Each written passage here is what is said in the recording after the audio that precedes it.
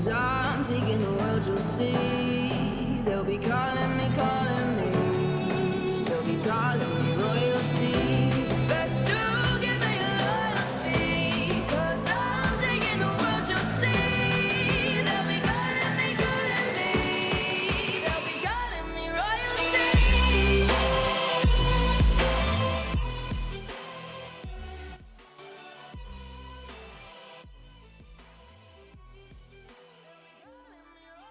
Hello guys, welcome to the stream of our 2v2 Showdown, which is our first 2v2 tournament.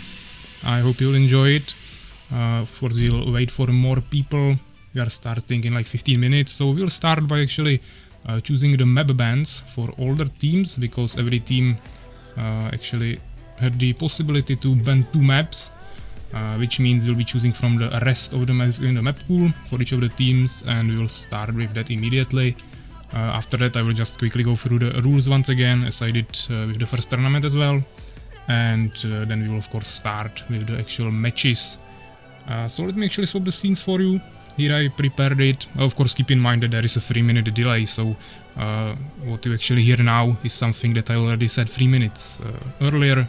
So the real life interaction will be a little bit harder. If you ask me something, you will receive the answer probably 3 minutes later or after the match ends, of course, if you ask during the tournament.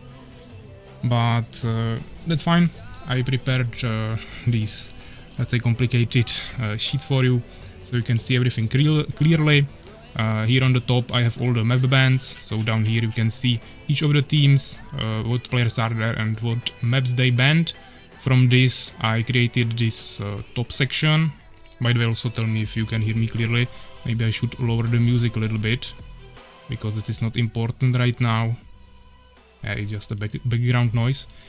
Here we have the maps that are possible for each of the matches. So here you have always the group and all the matches that will be played in the group. We have 12 matches in the first round of the tournament, and each team will be of course playing 3 games. And here are all the possible maps that each of the matches can be played on. So this means that we will be choosing from this. There is 4 or 5 or 6 maps for each matchup, because of course you have 2 bans from each team. If they both banned the same maps, it would be just 6 maps left, because we have 8 in the map pool. But of course, if they had different map bans, there can be either 5 or even 6 maps available. So we'll be, 5 or 4 maps available. So we'll be choosing from that.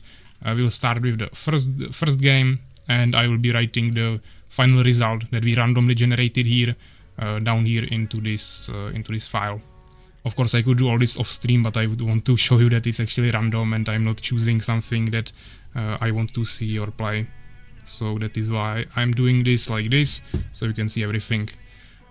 So the first matchup will be against or between Navy and Erased. We have Dark Side Forest Plateau, Redwood Towers and Secret Chambers, so we have 4 different maps. So let's check it like this, and we'll generate a random number, and it's 4. So the first matchup will be played on Secret Chambers. So I will paste it down here. Then we have the second matchup in the Group A. Actually, we will be probably playing the first matchup in Group A and then first matchup in Group B. So this will be like a third matchup, but let's do the first group first. Doesn't really matter. So we have the matchup between Fenrir Defend and Knights of T. We have 4 maps, so once again I will just generate a random number. And we have 1, so they will be playing on Eye of Haven. So let me paste it down here. Then we have Knights of T against Navy. So we have 5 different maps here, so let me increase this a little bit. We have map number 4, so that means Secret Chambers once again. Then we have Erased versus Fenrir Defend. And by the way, let me actually quickly check the stream. Yeah, you should already see what I'm doing here, of course 3 minutes later, but that's fine. So we have Erased versus Fenrir Defend. We have 4 maps, so let's decrease the number once again. Generated, we have 3, so they will be playing on Plateau. Then we have Fenrir Defend against Navy. I'm still not sure how to read this name, so you can correct me. So we have 4 once again, let's generate it. We have 2, so it will be also on Plateau. And then we have Erased versus Knights of T, which is the last game of the Group A. And we have once again 4 maps, and it's number 4. So once again, Secret Chambers. We have Secret Chambers Plateau a lot in Group A. So we'll see how the Group B will go. First we have a matchup between Maccabees and Ageless Ones. So we have 5 different maps here. Let's generate it. Map number 5, so Redwood Towers. Okay, that will be interesting. Then we have Legitist versus Team Spirit. 5 maps again. It's number 3, so Plateau once again. Then we have Team Spirit against Maccabees. 4 different options. Let's generate it. We have 2, so that will be Icy Crossings. We didn't see that yet. Ageless Ones against Legitist. We have 5 different options.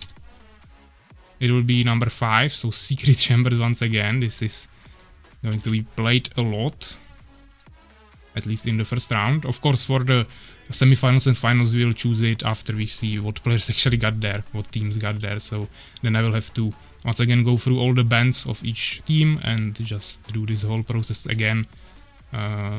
Probably I will just do it and we'll take a short break and we'll continue after that with more games. So Legitist versus Maccabees, we have 4 options. Option number 3, so Icy Crossings, second time. And last we have Ageless Ones versus Team Spirit. And we have 5 different options here. And it's number 4, so once again Redwood Towers. So let's place it down here, sorry. And here we have all the maps.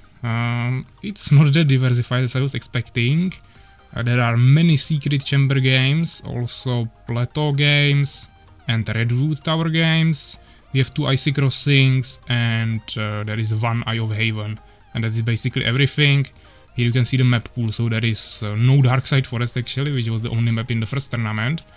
No No Man's Land, and no Spider Realm. So 3 maps that we won't see at all in this round, but of course they can be in semifinals and finals, so we can still see all the maps. This is just the first round, so this is fine. I will save it. I will actually hide this. Yeah, let me actually swap the scenes. I will first show you everything so you can see it clearly. Let me divide the groups a little bit like this. You can maybe take a screenshot or something if you want to know what maps will be played, especially for your team, so you can maybe somehow prepare for it still. And maybe plan some strategies for each of the maps. And then we will of course add more after this, so there will be semifinals and finals below that. So yeah, I will hide this for now. I will swap the scenes. Of course, any feedback you can still tell me something. You are probably watching this process now where I was choosing the maps, but you can still text me whatever you want. I have the chat on my second monitor, so it should be way better interaction than in the first tournament, but of course there is still the 3 minutes delay, so that will make it a little bit more complicated. So now I will actually open the rules that we made for this tournament. So Armies of Exigo 2v2 Showdown, and I will walk you through them once again really quickly, just the most important things. So here we have it. Let me actually make it full screen for you. So of course it will be played today, nothing too interesting here.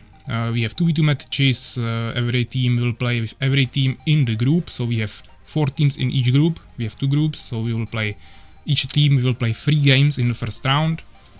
2 best teams from each group will go to the semifinals, and there the first team in first group, in group A let's say, will play against the second team in group A, in B, sorry, just the second team will play with the first across the groups in the semifinals, and there actually it will be best of 3 format, so that's the same as we had in the finals of first tournament, which was tournament season 1v1 tournament.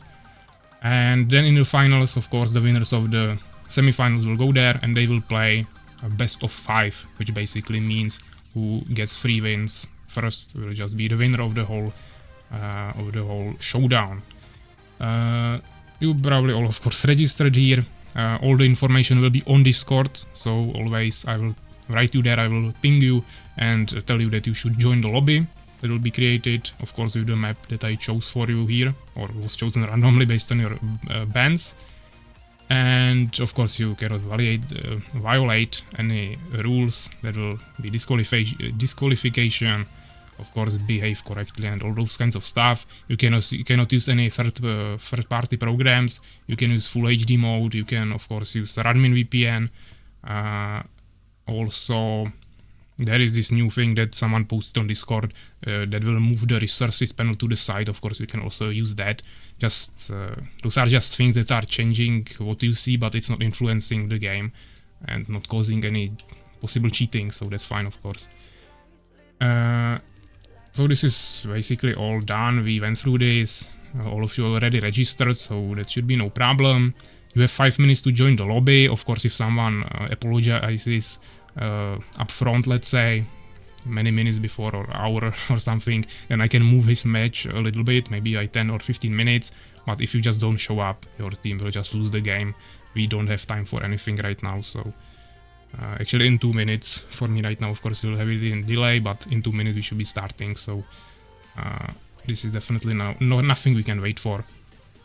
Of course all the teams have their name, which basically represents the whole team. There are 2 players in each team and you can find it on our Discord. I posted it there in the in one of the channels, I think in streaming or something, so you can go check it there, and there you will see which players are in which team, and that will also help you with predictions, because on our stream I will try to make some predictions for each of the matchups, and there you will be able to bet on the team that you think will win the next game and get some Norren coins that you can later spend on some rewards that of course are below the stream. There is one change. We are playing on 75% game speed, which is changed from here. It was of course stated in the registrations channel for all the participants, so everyone should know about it.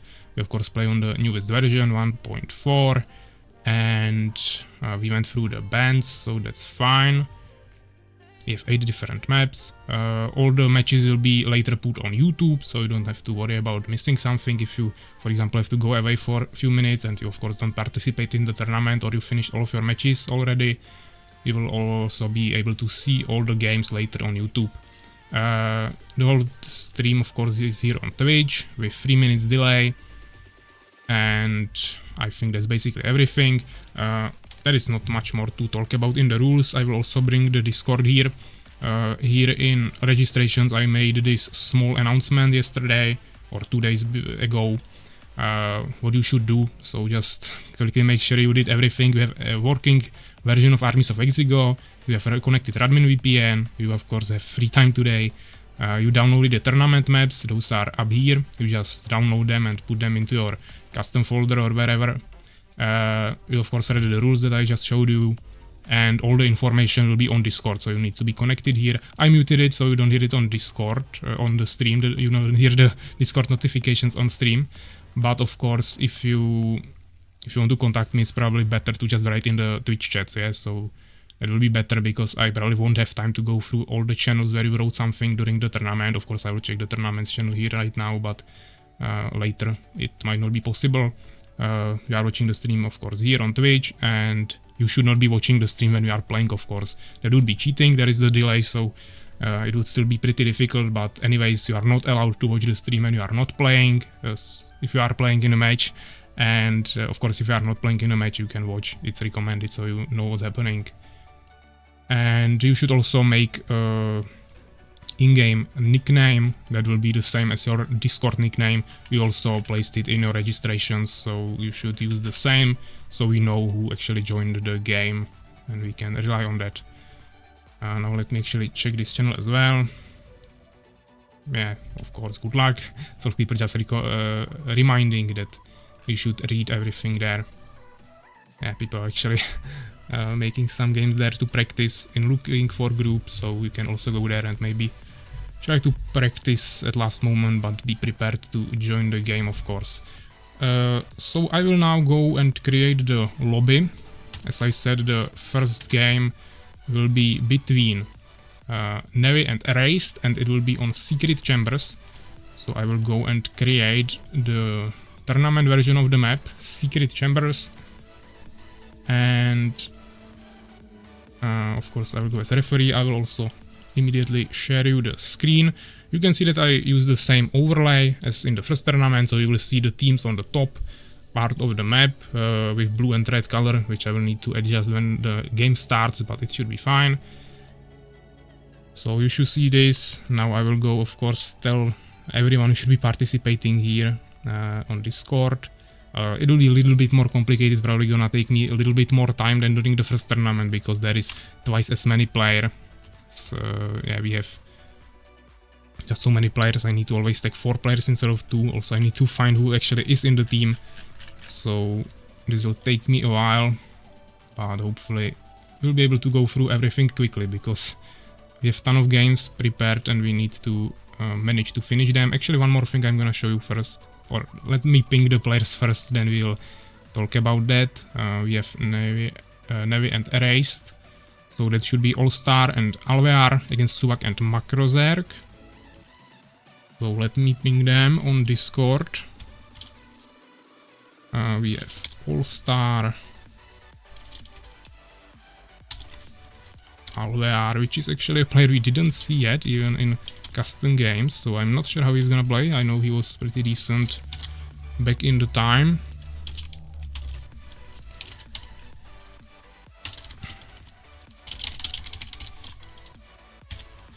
Yeah, so I just take them on Discord now. They should hopefully join the game soon. And in the meantime, I'm going to show you at least not this. Actually, I wanted to show something else, but yeah, I mean, you can also take a look at this. Those are the groups that I was talking about. But what I wanted to show you is this, which is the bracket that we are using. So here you can see all the matches. You already saw them when I was showing the bands for the maps. But of course, here you can also see it. And let me actually also put it on this on the stream. I could also make like a pinned message like this, and then you can check it right here, so you can see it live. I will always show you on the stream, but this is a safer option. You will also see it here if I open it like this. Yeah, you can see it in this small window. So even if you will be right back, waiting between the matches, you will still see it here in the window. Yeah, so if I actually swap back to the game, I can already see that Makrozerk and Suvak are in the game. So we are still waiting for All-Star. And actually, sorry, I need to set this up. It sometimes bugged a little bit, so it's not showing the game on the overlay. Which doesn't seem to actually fix itself now, so that might be a problem.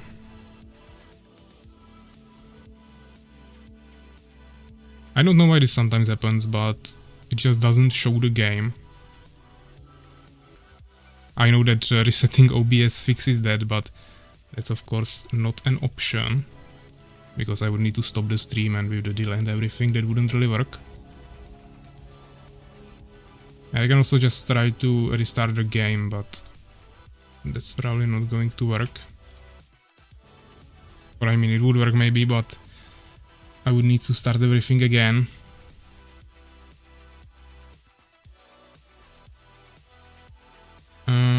Let me actually try to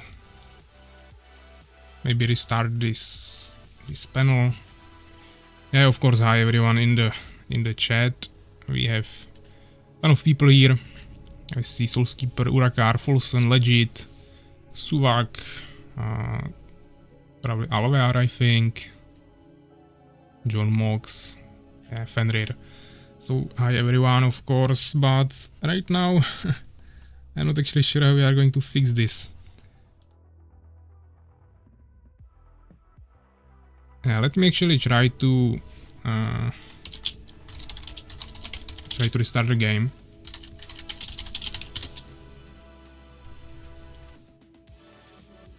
Yeah, okay. Now it started working right when I deleted the lobby. Okay, let's start it again. It was secret chambers.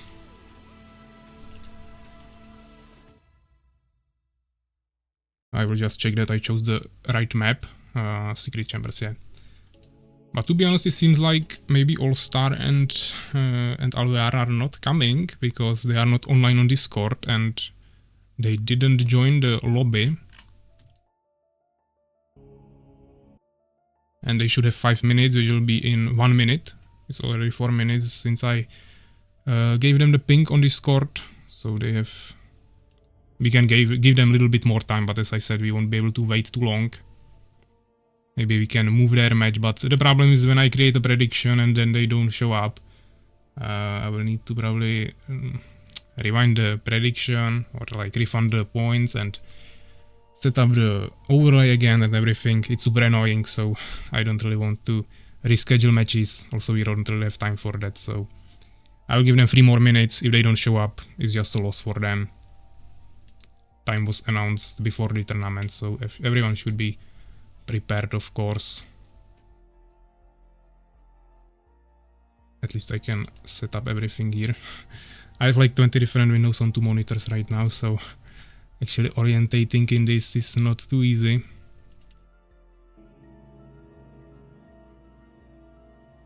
Yeah, but Suvak and Makrogzerk are already prepared here. That's the team erased.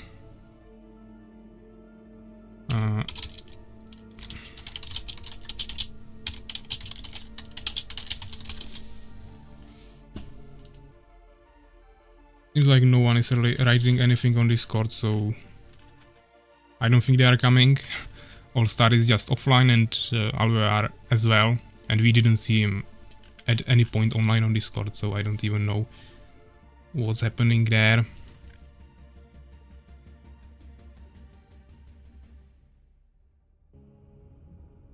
Toros, I think they won't come. Yeah, it's possible. They have one more main. I will just write here as well.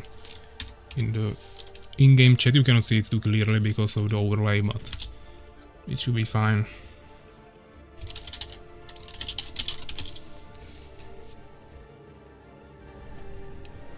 Of course, I won't make predictions unless all players are here, because that would be just a waste of time.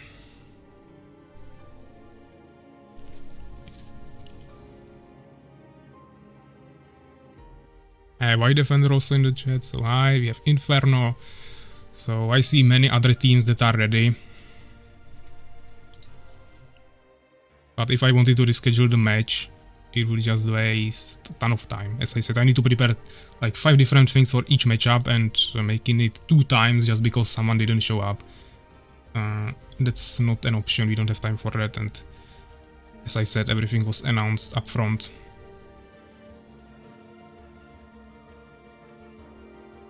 So yeah, it's been more than 5 minutes. It was actually 7 minutes. So unless they write me in like next 10 seconds, I'm announcing team erased, winner of the first matchup. So Suvak and Makrozerk have first win.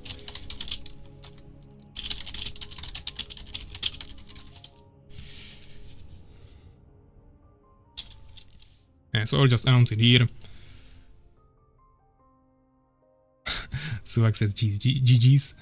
Okay, so I will cancel this. Let me swap the scenes. That was really quick. So let's just write it right here. Erased 1-0. Erase is the winner. Submit the scores. And we have the first game after behind us, let's say, without even playing it. So yeah, now I will of course need to set up everything for the next matchup. So yeah, let me actually, sorry, not this. Let me hide this. I will just quickly change the overlay. I won't even take a break for 5 minutes here. I will try to do it a little bit quicker. Let me just check what is the next matchup. We'll play in the second group, which means there will be Maccabees and Ageless ones. So Let me actually check what is the map. We have Redwood Towers, okay. And this will be of course my team, Ageless Ones, so I won't be playing on the changed map. This will be just a normal one. On Redwood Towers, and we will be playing against Maccabees, so yeah, let me just set up everything. I will need to tag all the players once again. Sorry for this confusion, but as I said, I cannot really influence if someone shows up. I will also write on Discord.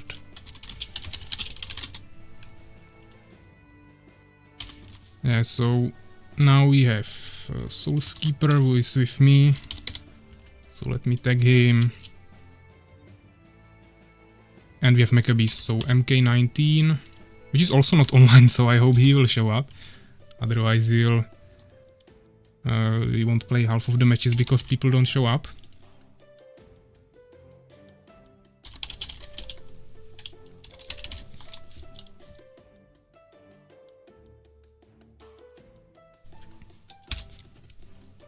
Yeah, so I already tagged them. I can also just swap the overlay to game. Hopefully it will work now. Even though it seems like it just doesn't register a game if I already start in a lobby. Well, maybe this is the bug that I need to fix.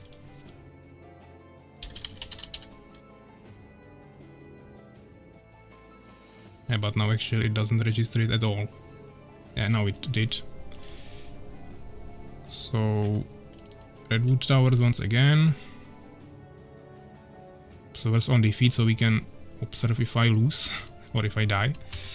Yeah, you won't see the change if someone joins if I have it alt-tabbed, but at least you can see who is already there. Right now I need to figure out what all I need to change. So we have the team Maccabees. That is quite complicated name.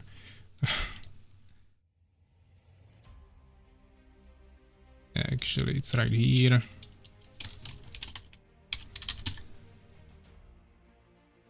Yeah, maybe I could just make a break, but let's say that it doesn't really matter.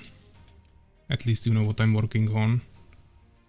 So we have Maccabees against Ageless Ones. So yeah, I will save it. Now you should see it change on the overlay. So that's fine.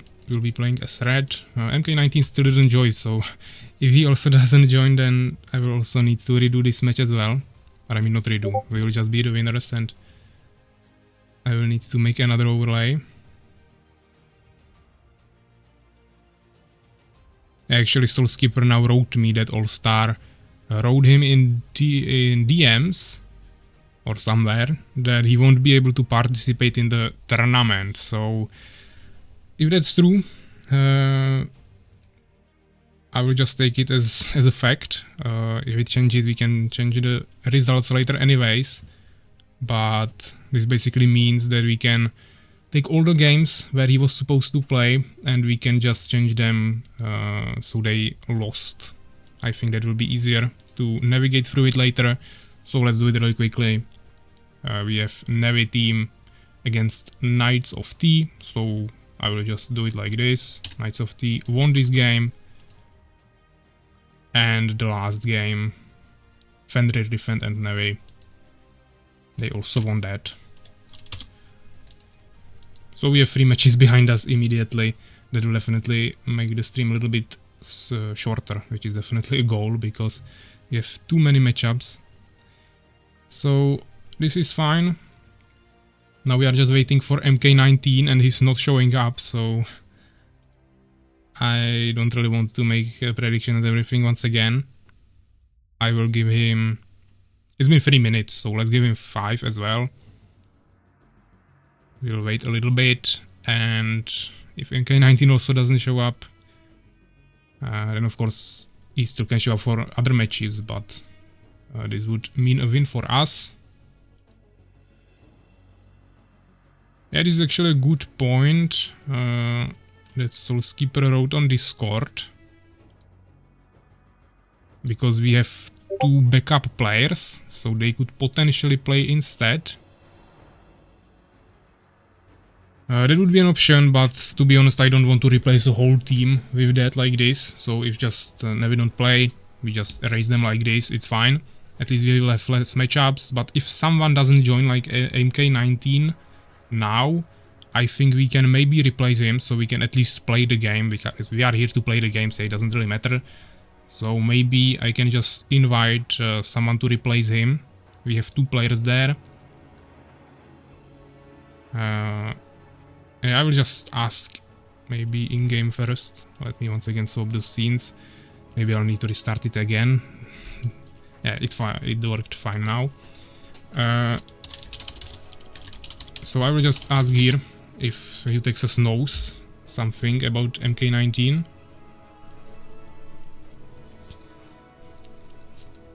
If he doesn't come, we can probably do the replace.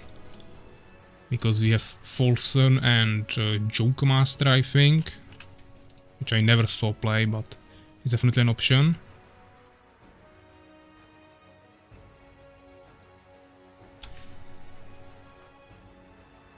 But Joke Master is actually not even online, so probably Folson would play instead.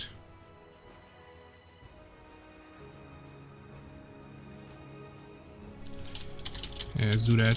Utexus is gonna DM him, we'll see if he'll join. I have the overlay prepared for that, so that's fine. I'm trying to think of anything else that I should do before the next matchup. Of course I will need to create a prediction, but that's not important yet, because he's not ready.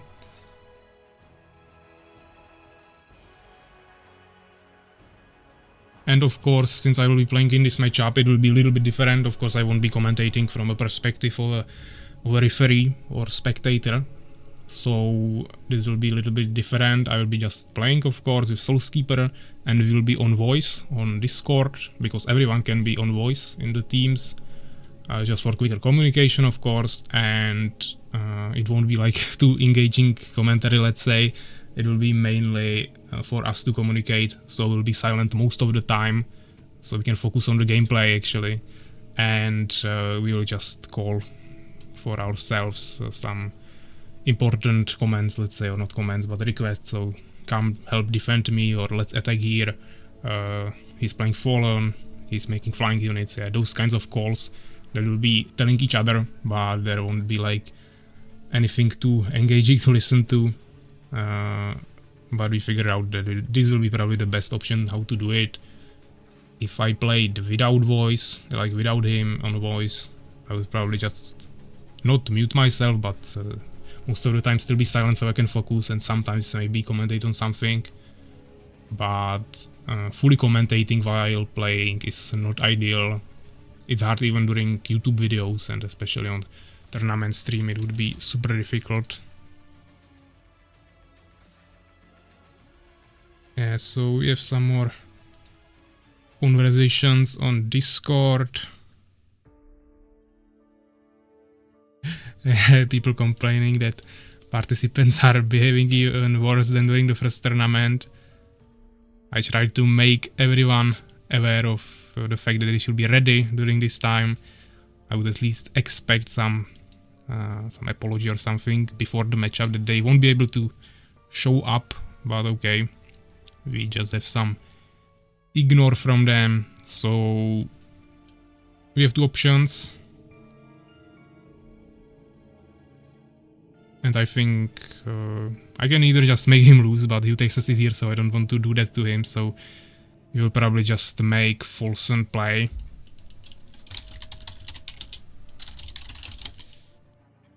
So I will ask on Discord, we would do it like this.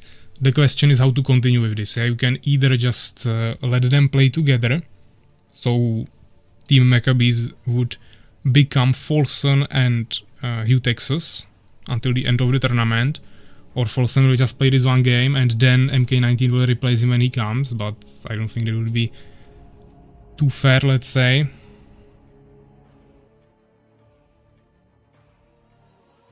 So let me actually ask here.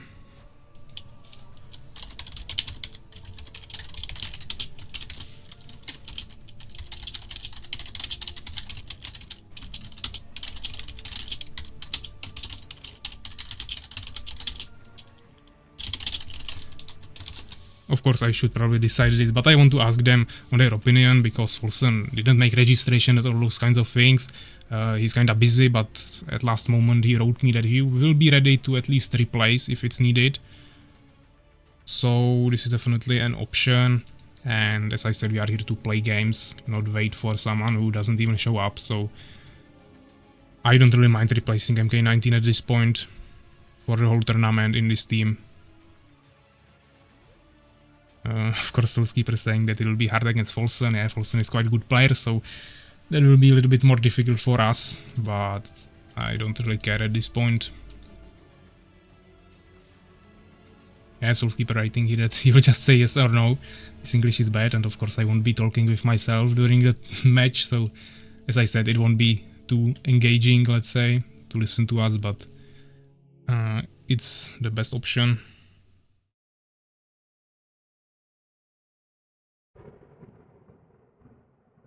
Yeah, so Folson is saying that he can just start with one game, and if he doesn't come back later, he can just replace MK19 for the whole tournament. And he takes us agrees with him. So for now, it's just one game, but to be honest, I'm expecting Folson to replace him for the whole tournament. Now, it's not best because there is a 3-minute delay, but let me quickly create a prediction. So, actually I'll use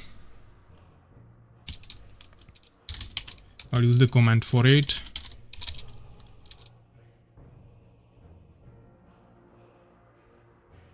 Okay, actually seems like I wrote it wrong. Prediction. Yeah, let me actually check it really quickly. Sorry, it's actually a different command. Yeah, so I will create a quick prediction. Who will win the next matchup?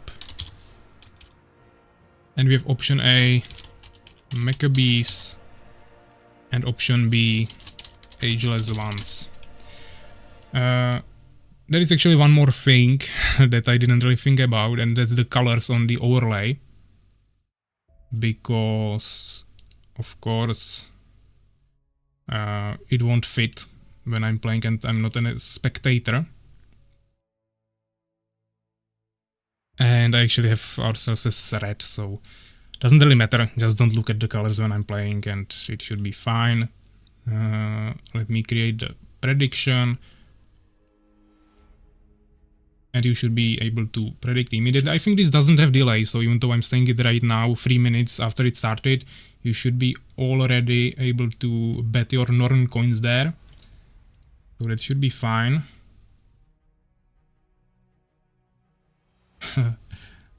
I see Matt in the chat taking some popcorn, so that's fine. White Defender going to take a while, yeah, of course.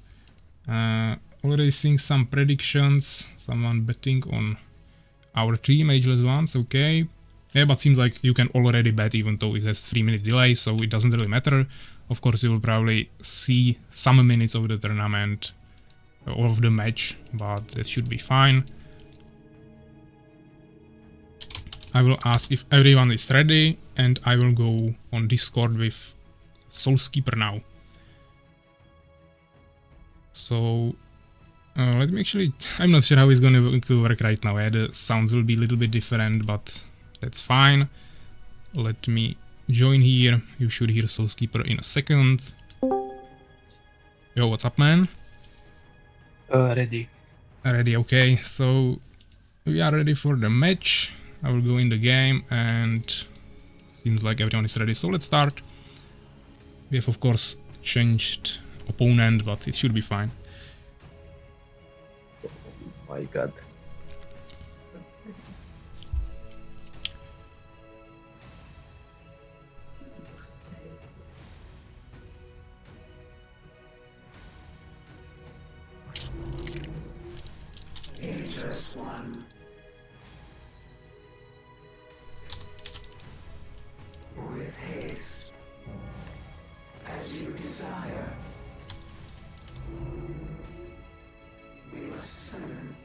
Actually, have you seen their races? Random, I think. Okay.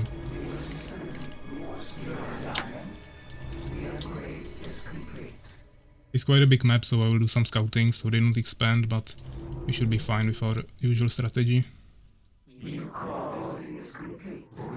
Yes.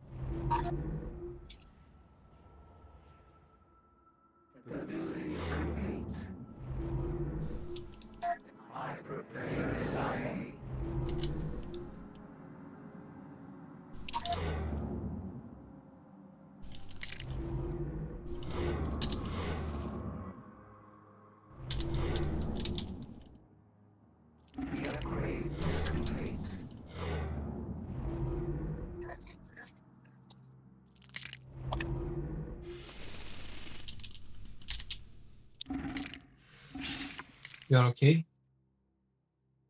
Everything is fine. I will scout here both of them, so we can just focus on defense. Okay. Yeah, so here is Oh, Empire. Empire, you Texas. Building a tower, so we don't need a troll here.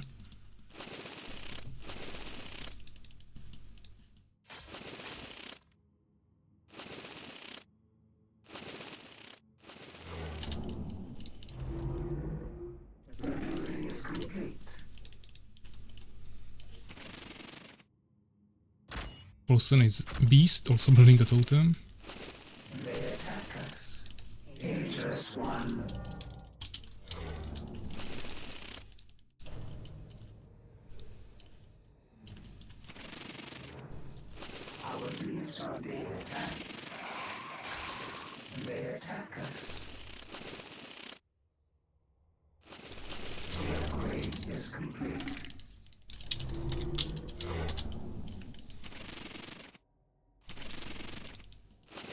You hear my in-game sound? No, it's fine. I hear just you, so if you also don't hear echo, I think it's set up correctly. It's okay, it's okay. Okay.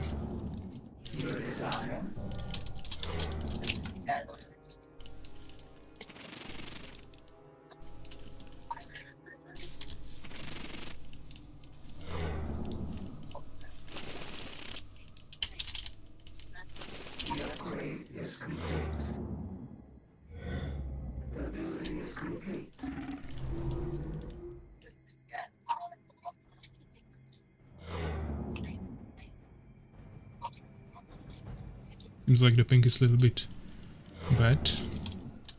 It's the internet.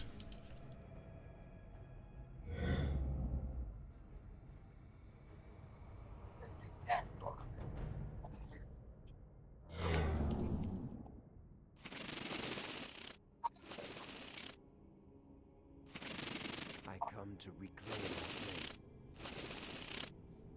Maybe air, something air units, What?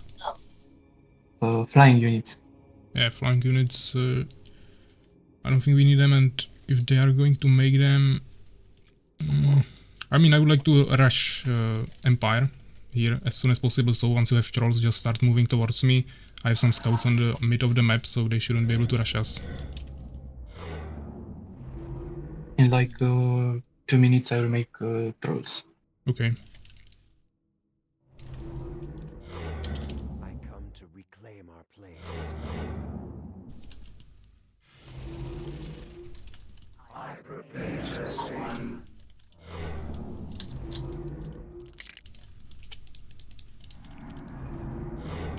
We shall prevail.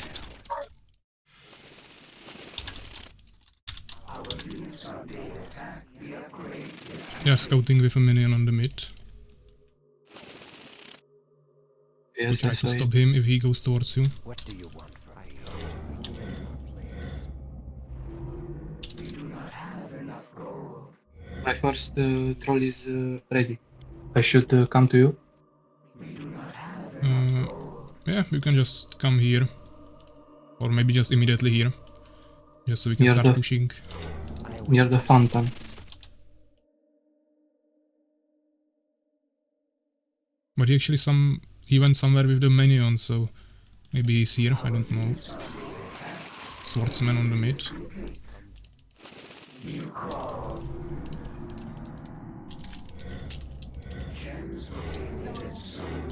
shall prevail.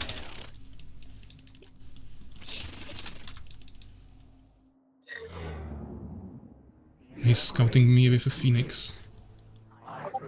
Fortunately I went away with my army. Here he's killed a scout.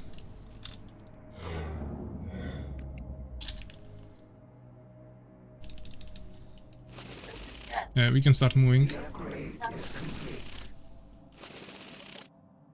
He saw us. Okay. I mean, I have scouts here, so if he starts coming to our back, we'll see him.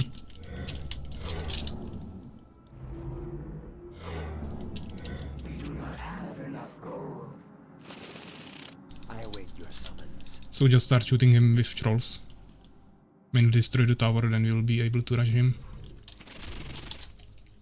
I still don't see Folsom coming. None shall resist us. I will need fresh grains.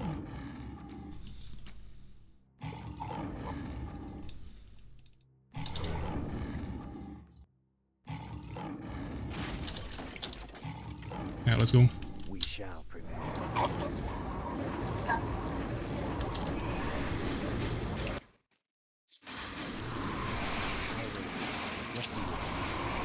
I'm listening. He's coming. He has three trolls.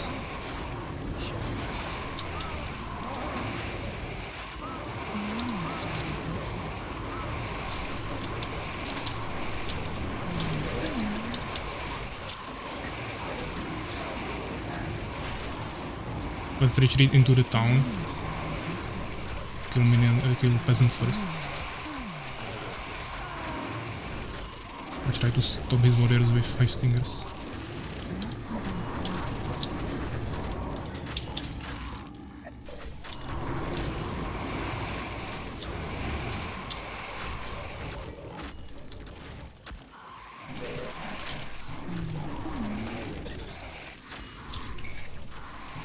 Yeah, we can start pushing him, or just destroy the town and I will kill him.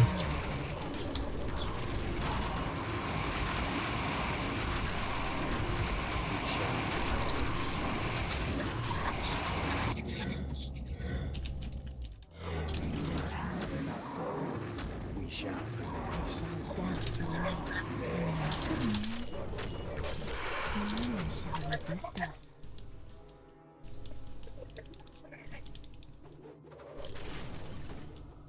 I'm listening. What do you want from me? We shall prevail. I await your summons. We shall prevail. What do you want from me?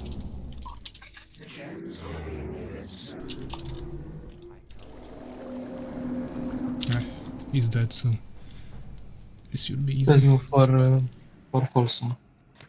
Yeah. I await your summons. Really well against those trolls you did there. Yeah. I will actually go heal myself quickly and then we can continue. Me too.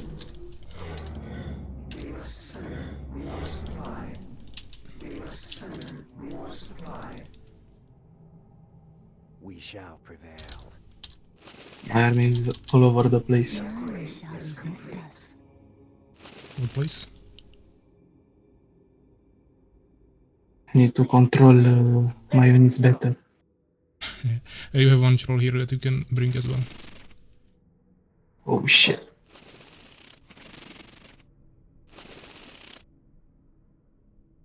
Maybe he expanded because he killed my scout there, but should be able to push him.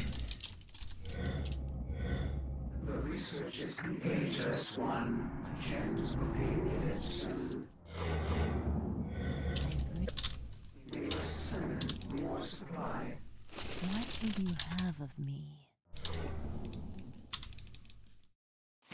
Didn't even expand. So just destroy the totem with trolls. Maybe go back a little bit now.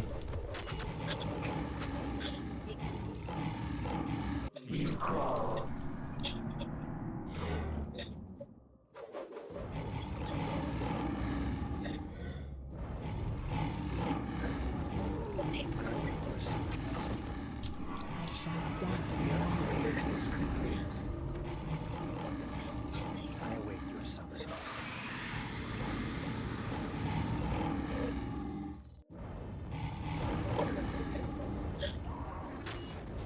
If you can destroy the second totem as well, I will just go there. Let's try to go a little bit from the down side so he doesn't shoot him. None shall resist us.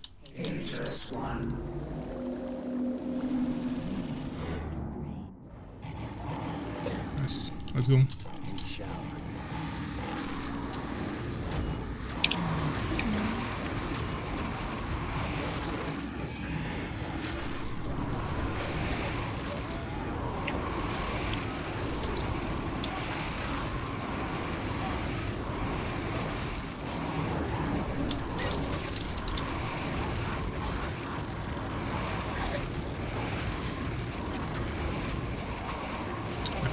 GG.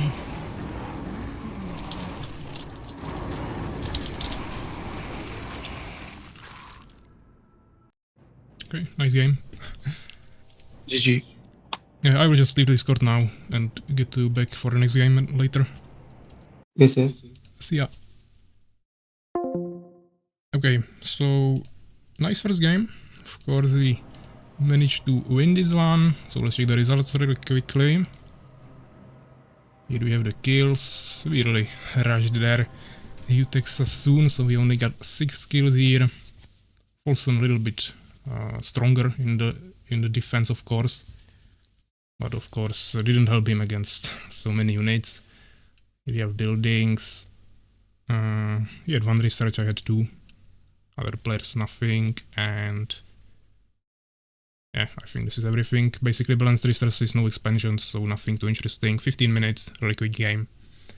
From what I saw in the Twitch chat, let me actually check it for real now, but seems like most of you made the prediction for our team, so I will go check that really quickly. Yeah, you did the prediction. Yeah, we have 7 people betting at our team, together with 8,400 Norn coins. So that's of course nice. However, unless someone bets on the other side, I think you won't get any provision from that, let's say. So I'm not sure how this is gonna work. And to be honest, I'm not even sure how to choose who was the winner. To be honest, I never made a prediction, so I will need to figure this out now. Yeah, I can choose it here. So choose the result, ageless ones, and of course you cannot see it, but I don't really want to show the setup of my stream. Yeah, so you should receive your points probably back. So that's everything, I think. Now let me swap to this, and we have this matchup. So let's choose the winner. Ageless ones. Maybe 0 for now, but they still have chance. Fulson is a really good player, so they can still win something. And we'll submit the score. So even after 1 match, we already have 4 finished, so that's nice. Let me actually play some music. I cannot even hear it, but you probably can. on the stream. It's usually louder there. So now I will close this. You should be able to see it live, and there is a pinged message, so that's fine. And now we'll check the next matchup, which will be against or between Fenrir Defend and the Knights of T. And if I check the maps, that will be on Eye of Haven. That's the only Eye of Haven game that we'll have. So Eye of Haven. Of course I need to go as a referee. I can swap to game now. Hopefully it will work. Yeah, it works fine. Referee, map explored. I will go as referee, and Urakar is already here. He knows what's coming, even though I didn't announce it yet, but that's fine. And Knights of T and Fenrir Defense. So let me just ping them really quickly. We have 4 players there. It will be Urakar. It will be Matt. It will be Fenrir. And it will be White Defender, of course. So join the lobby, just writing them on Discord really quickly.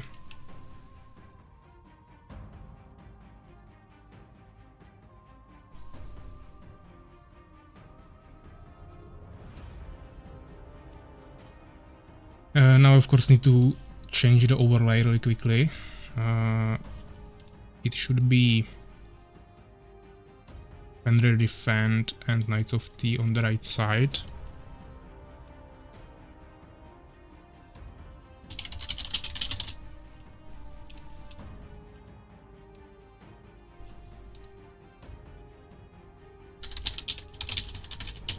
So you should see it now. Fenrir Defend, Knights of T, hopefully I wrote it right. I won't be making those 5-minute breaks between the matches as I was doing last time, because I already practiced it a little bit more, let's say, so I can do it a little bit quicker, and I would probably do it in like 2 minutes, so won't even make the breaks. We'll then do some breaks of course later, maybe longer ones, but for now we'll just continue like this. Let me check the players. Everyone is already here, that's fine. They have divided the teams. Colors don't matter right now. And now I also need to of course create predictions. So really quickly, prediction, create new one, who will win the next matchup. And of course we have Fenrir Defend and Knights of T.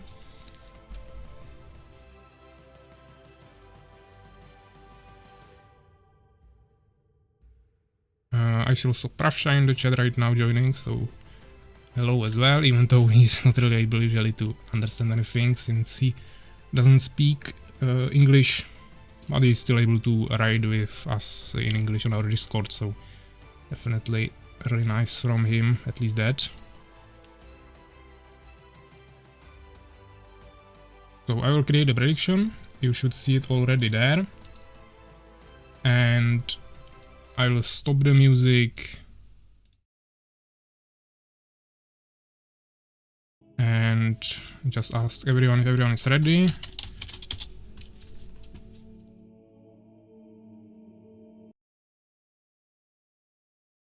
And I think we should be good to go.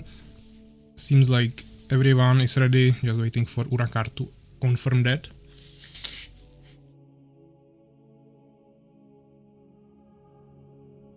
We have Eye of Haven, definitely interesting map. There are mercenaries, so that's the only map with this option, so maybe someone will utilize it. But keep in mind that all of these, both of these teams already got a win, thanks to Nevin not joining the match, the tournament, so that's definitely making it a little bit easier for them. And I think everything should be set up, so we can probably just start the next match. People are writing GG right now, so maybe it just ended for you right now, the game before, with the delay, but that's fine. So, good luck, have fun, and let's start. Hopefully I didn't forget anything. Fenrir Defense should be blue, so I will need to adjust it once the game starts. Those are the adjusted versions of the maps where I can spectate from the first position. So hopefully it will work. I still see the predictions on my second screen, but I cannot see who you voted for. We have Matt as blue, so that's wrong. So I need to swap to observe from, for example, Fenrir position by Defender and Matt on the top. So that's Knights of T, Matt and Urakar, and Fenrir defend, of course, by Defender and Fenrir Praravni. I will also open resources here. As you can see, I have this interesting mode that someone made for us on Discord, where it moved the resources to the side, so I can just leave it here open all the game and it shouldn't be blocking the view too much. As you can see, it's widening up a little bit. It'll be a little bit wider during the game, but it should stop in like 1 minute and it should still stay at decent size. So yeah, let's get to the match actually. Here we have Fenrir playing as Fallen. With him is White Defender as Beast, and here we have Matt as Empire and Urakar as Empire. Okay, so we have double Empire against Beast and Fallen. It will be interesting.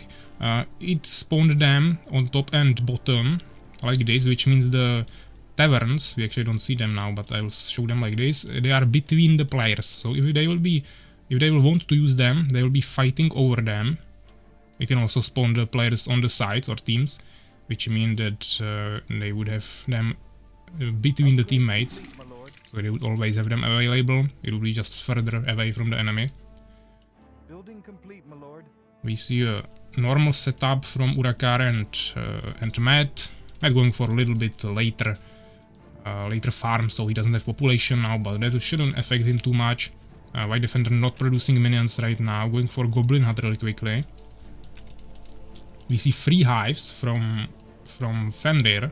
That would actually work. Of course, once there are crossbowmen or even stealth thugs, it won't be too effective, but if he can manage to rush him with lots of hive stingers from 3 hives, he might be able to deal with Urakar before he can even get to the tavern. Matt already going there with 2 swordsmen. White Defender made 1 more minion, but now stopped again. That is not too efficiency, let's say. Legit asking in the chat why is return ratio 1-0, let's say. It's as I said, because no one voted for the other side, so if it's 100% 0, you are not getting points because there was no one who voted on the other side, so it was 100% for this, everyone voted, so there is no value in that prediction, let's say, and we are not getting anything from it. Unfortunately, it seems like for this matchup, everyone also voted for one side,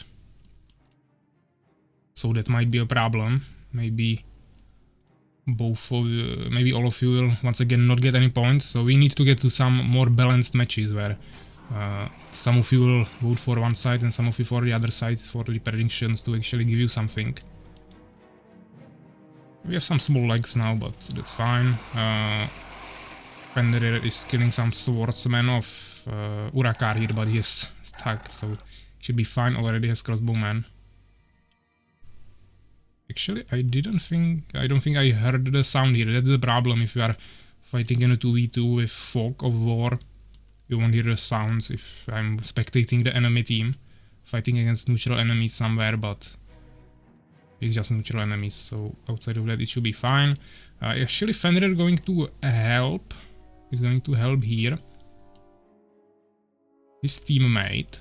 This is interesting. They are kind of like attacking here while Matt is trying to accumulate some units. Of course, Urakar is attacking on the other side, so Fenrir will probably lose his town. But maybe they will kill actually Matt, because he doesn't have any defense. Urakar actually also doesn't have any defense, so if they can get from this side to his town, they might be able to kill him. And Fenrir actually still has pretty decent defense. He's building a tower that will finish on time. The Deformer will scout the attack, and he also has a ton of hive stingers. So I don't think they will conquer him. It seems like they might be able to kill Matt, so even though they made a really good strategy, Knights of T, with crossbowmen of course, they must still have some problems, but seems like they managed to repel this. Of course, we don't see any expansions, everyone is playing offensively. Upgrade complete, my lord.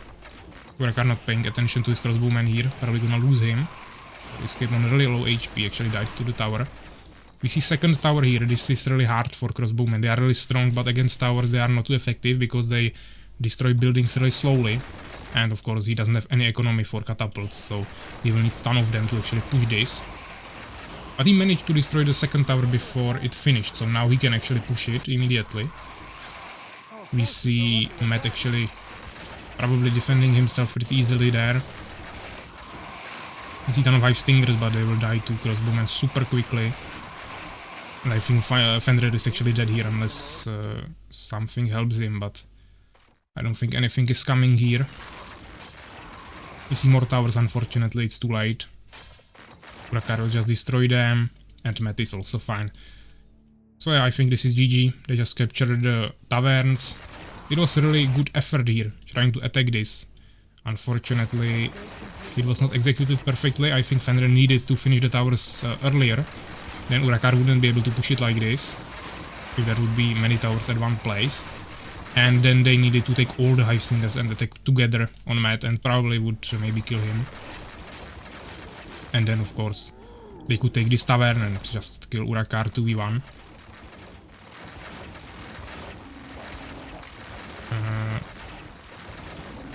Actually Soulskeeper... yeah, he's actually... Yeah, sorry, I was kinda confused what we were talking about. We are talking about the resources here. Yeah, that's of course nice. It looks really decent because it doesn't obscure the screen. So yeah, White Defender saying GG. Probably giving up here at this point. Fenrir is basically dead, so you gotta save the mercenaries. Yeah, I mean, you really need to be prepared for this map because the mercenaries play a really big role here. They will usually win you the game, but that is the option that you can still win. If you rush really soon, I think it's definitely possible.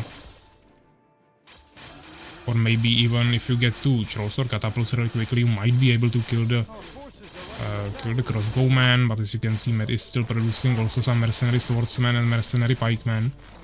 Just combining it, Urakar goes more for this crossbowman spam. You can also go for tags, but they'll be scouted by towers and deformers, so it's not always easy to execute. But for example, if you took a tag and just attacked on Urakar's town, Matt has a tower here, but Urakar town is totally unprotected, so you could definitely destroy him. But of course not with this spawn where they took both the taverns. You would need to have one tavern behind you that you could recruit thug in and then just utilize that. Yeah, but overall, definitely pretty decently executed. Now they left, so we can take a look at the results. We have, of course, the scores, units. Matt actually killed 51 units, really nice. 43 for Urakar. 6 losses, 7 losses. Pretty similar stats here. We see more mercenaries from Urakar, but actually, I'm not sure where Matt got this. Maybe he was creating some other units in the beginning. I think he had some swordsmen there, probably died. And maybe even had more villagers, because he probably lost some of them when they attacked him. Yeah, Urakar was under no attack during the whole game. Fenrir made lots of Hive Stingers, of course, and White Defender some stronger beast units. And we have the buildings, some upgrades, once again, not needed for mercenaries, and resources, of course, balanced, no one expanded. Actually, Fenrir didn't even go for gems, but he died sooner, so the resources are not too relevant here. So yeah, pretty nice matchup. Of course, Knights of T are the winners of this game, so let's check this. This bracket. We have Fenrir defend and Knights of T. Score 1-0. So as you can see, Knights of T actually already has 2 points. But Arrays can still win, of course, 2 games. They can go in front of them. And Fenrir defend also has 1 win from the game right here. That was skipped, so they can still potentially get 1 more point from this game, and then there could be a tie between all the players. There was some announcement, but immediately actually disappeared. Sorry, now let me finish this first. Yeah, so there could still be a tie in the first group, I think, between all the groups with two wins, but of course, Fenrir would need to win against Erased here and Erased against Knights of T, I think. So we'll see. The next game will be between, you can actually see it without even scrolling, between Legitist and Team Spirit. So those are two teams that didn't play yet. I will hide this for now. Let me actually check what was that. Yeah, actually, Subak gave me a follow, so thanks, man. Mercenaries look too OP.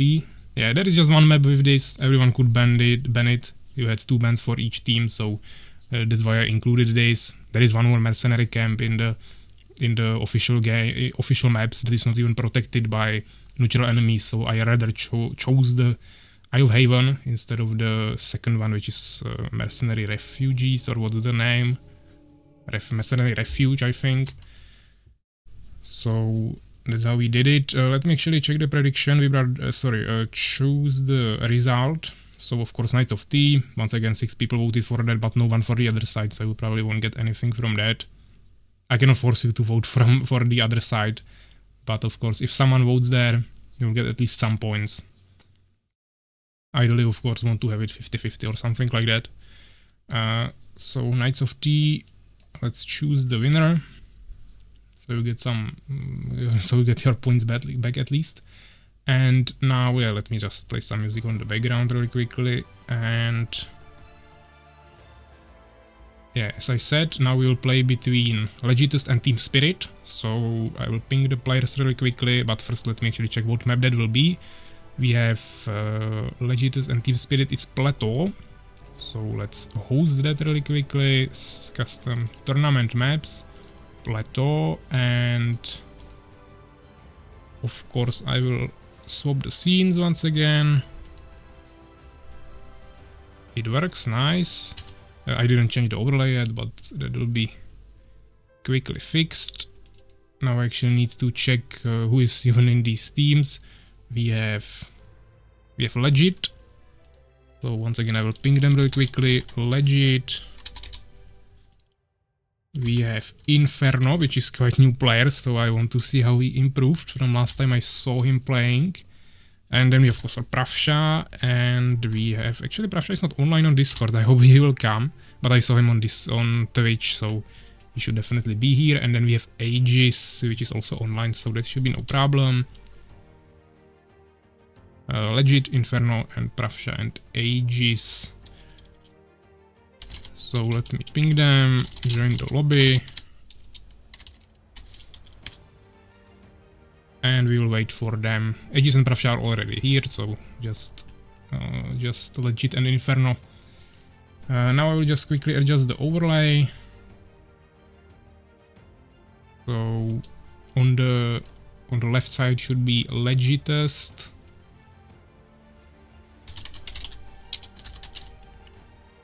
And on the right side, we have, of course, the Team Spirit. The only team with the word team in the name, but fine. Team Spirit, Legitist. Of course, we'll fix the colors once the match starts. Everyone is already here, that's nice. And now I will also create a prediction once again. So, new prediction. And we have Legitist and Team Pravsha. I'm a little afraid that you'll still vote for one team, but I mean, we are still in the first round. In semifinals and finals, the games should be, of course, much more balanced because there will be much better players, let's say. Legitist, Team not Team Pravsha. I wrote Team Pravsha instead of Team Spirit. Team Spirit and create prediction.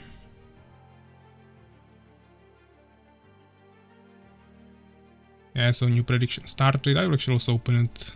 Actually, I won't open it on my second screen. It would obscure the chat for me, so I wouldn't see what you are telling me. Yeah, so let me mute the music. And I think we should be ready to go. We have Aegis playing as Fallen, Pravsha random. Okay, that's really nice. Going random in the tournament, of course. And legit Empire and Inferno Beast. Okay. This will be interesting. Everyone is ready. Music is muted. And I think we are ready to start the next game. So let's see. Pravsha is playing dark green. Maybe a little strategically, because on this map it's hard to see, of course, since there is grass everywhere. Of course, you can turn on the team colors, but maybe someone doesn't do it, and then it will be harder for them. Small legs, but seems fine. Inferno playing as red, so I need to swap the teams really quickly. I will watch from Pravsha's point of view. So, actually, sorry, I cannot watch from Pravsha. I must watch from Legit. Yeah, so Team Spirit is red, which is Pravsha and Aegis. So Pravsha is Empire, Aegis is Fallen. We have Empire on the top, actually. This is Legit, and here is Utexus as... Sorry, not Utexus. Inferno. Inferno as Beast, playing down here against Aegis. And this is a really big map. I actually banned this map myself. Not because it's big, that wouldn't be a problem. Maybe even would help me with my strategy a little bit. But the problem is that it has 2 entrances to your town, which I don't like.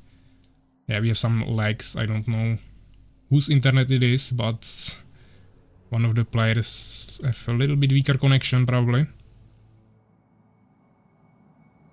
Probably not me, because I've already been in 2 games and it worked fine, so it will be one of the participants. I think usually Aegis has a little bit weaker connection, but from what I played with him. But not this bad, yeah, this is really extreme. Maybe Inferno. I didn't see him too often, so maybe his internet might also have some problems. But I don't want to, of course, point at anyone right now. It could be even Pravsha or Legit. Hopefully it will fix itself. Right now we are just waiting. If it crashes, we'll just rematch. Yeah, it was just start of the game, so it doesn't really matter. If it doesn't work, I mean it just crashes, but we won't be able to play because of these huge lags. Then we will need to somehow figure it out. Of course, if we find out who is the person who is lagging it, then he would probably... Yeah, it seems like Aegis actually lost connection because he left the game. So I will just write leave and I will try to make the game again.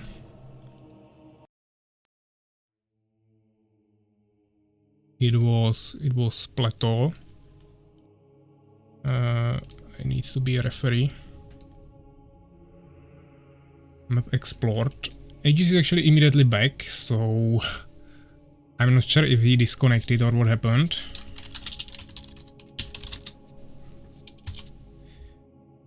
Yeah, but this doesn't influence your prediction. It will be just for the game that will be finished. Yeah, it doesn't really matter. No one won anyways, even though let's say Aegis left, but he probably just disconnected. Yeah, let me check the chat at least for now. I think you need to gain bonuses by watching and this kind of stuff. Yeah, by watching you are getting some extra coins, of course, if you are talking about the Northern coins. Also for watching multiple streams in the row, you are getting some watch streak bonuses.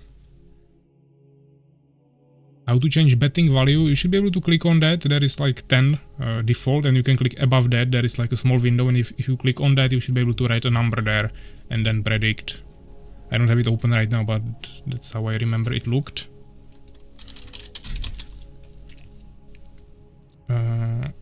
For me, viewers in your region can only predict without using any Northern coins.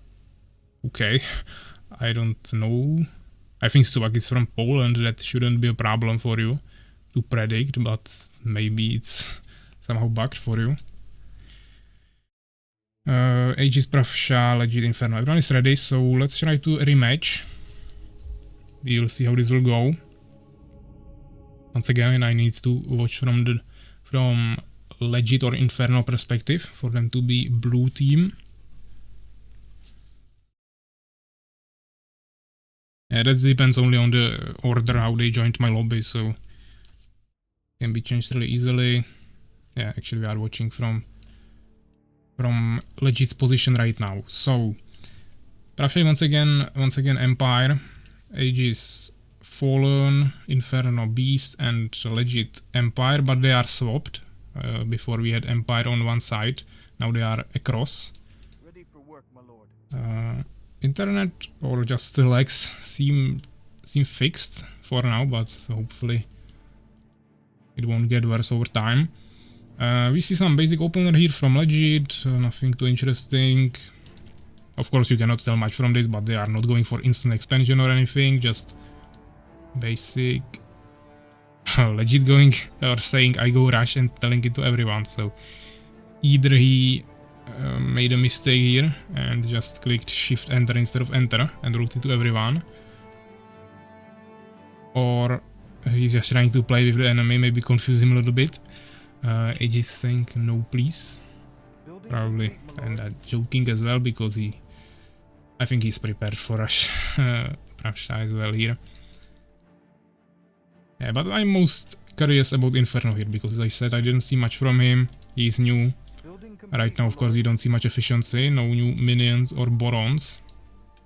Kinda saving some resources. Glove, of course. Good luck, have fun.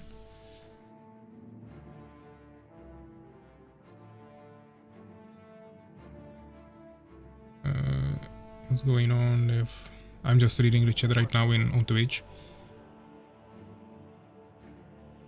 I should leave Chrome, they have like 2000 apps open. I mean, I also have many tabs open on Google usually, and I'm also streaming, so my internet is definitely being under more pressure all the time. Because I have stream and the game, of course admin. Everything that I need to set up is also on internet, yeah, the overlay and everything, those are websites, so definitely a ton of things, but my internet usually seems fine. It's not like super fast or anything, but it's usually stable. But seems like it fixed for the person that was lagging during the previous game, so we can finish it now at least. It seems like they swapped the colors.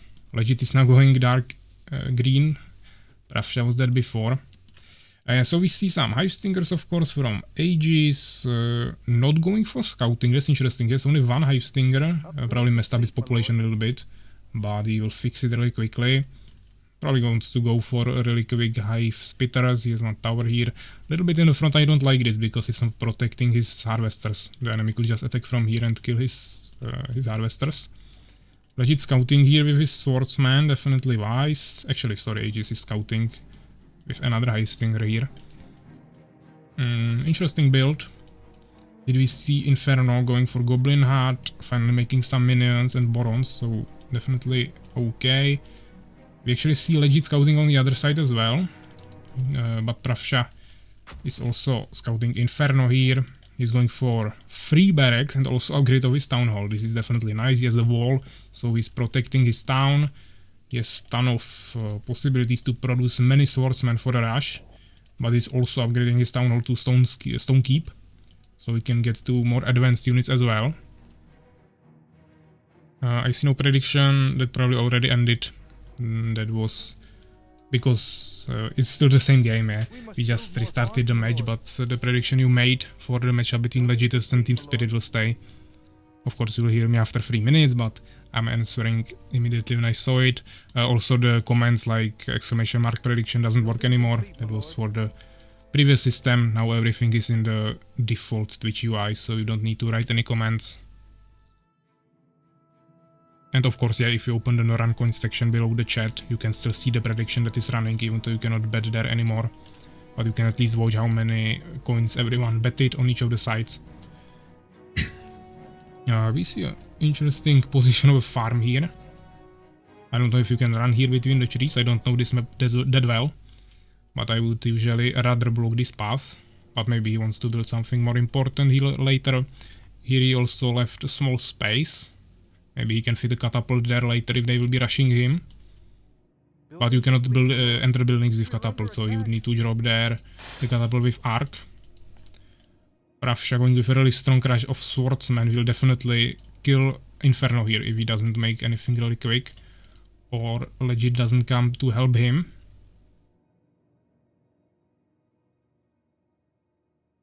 We see many hive spitters from Aegis going for vengeance, all probably really quick Avengers. He has some gems saved up for that.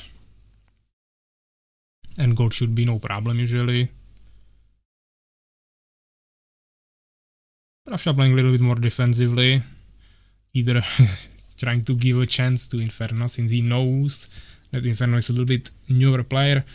Or he wants to play it safe, just wants to go for catapults and priests and not rush anything unnecessarily.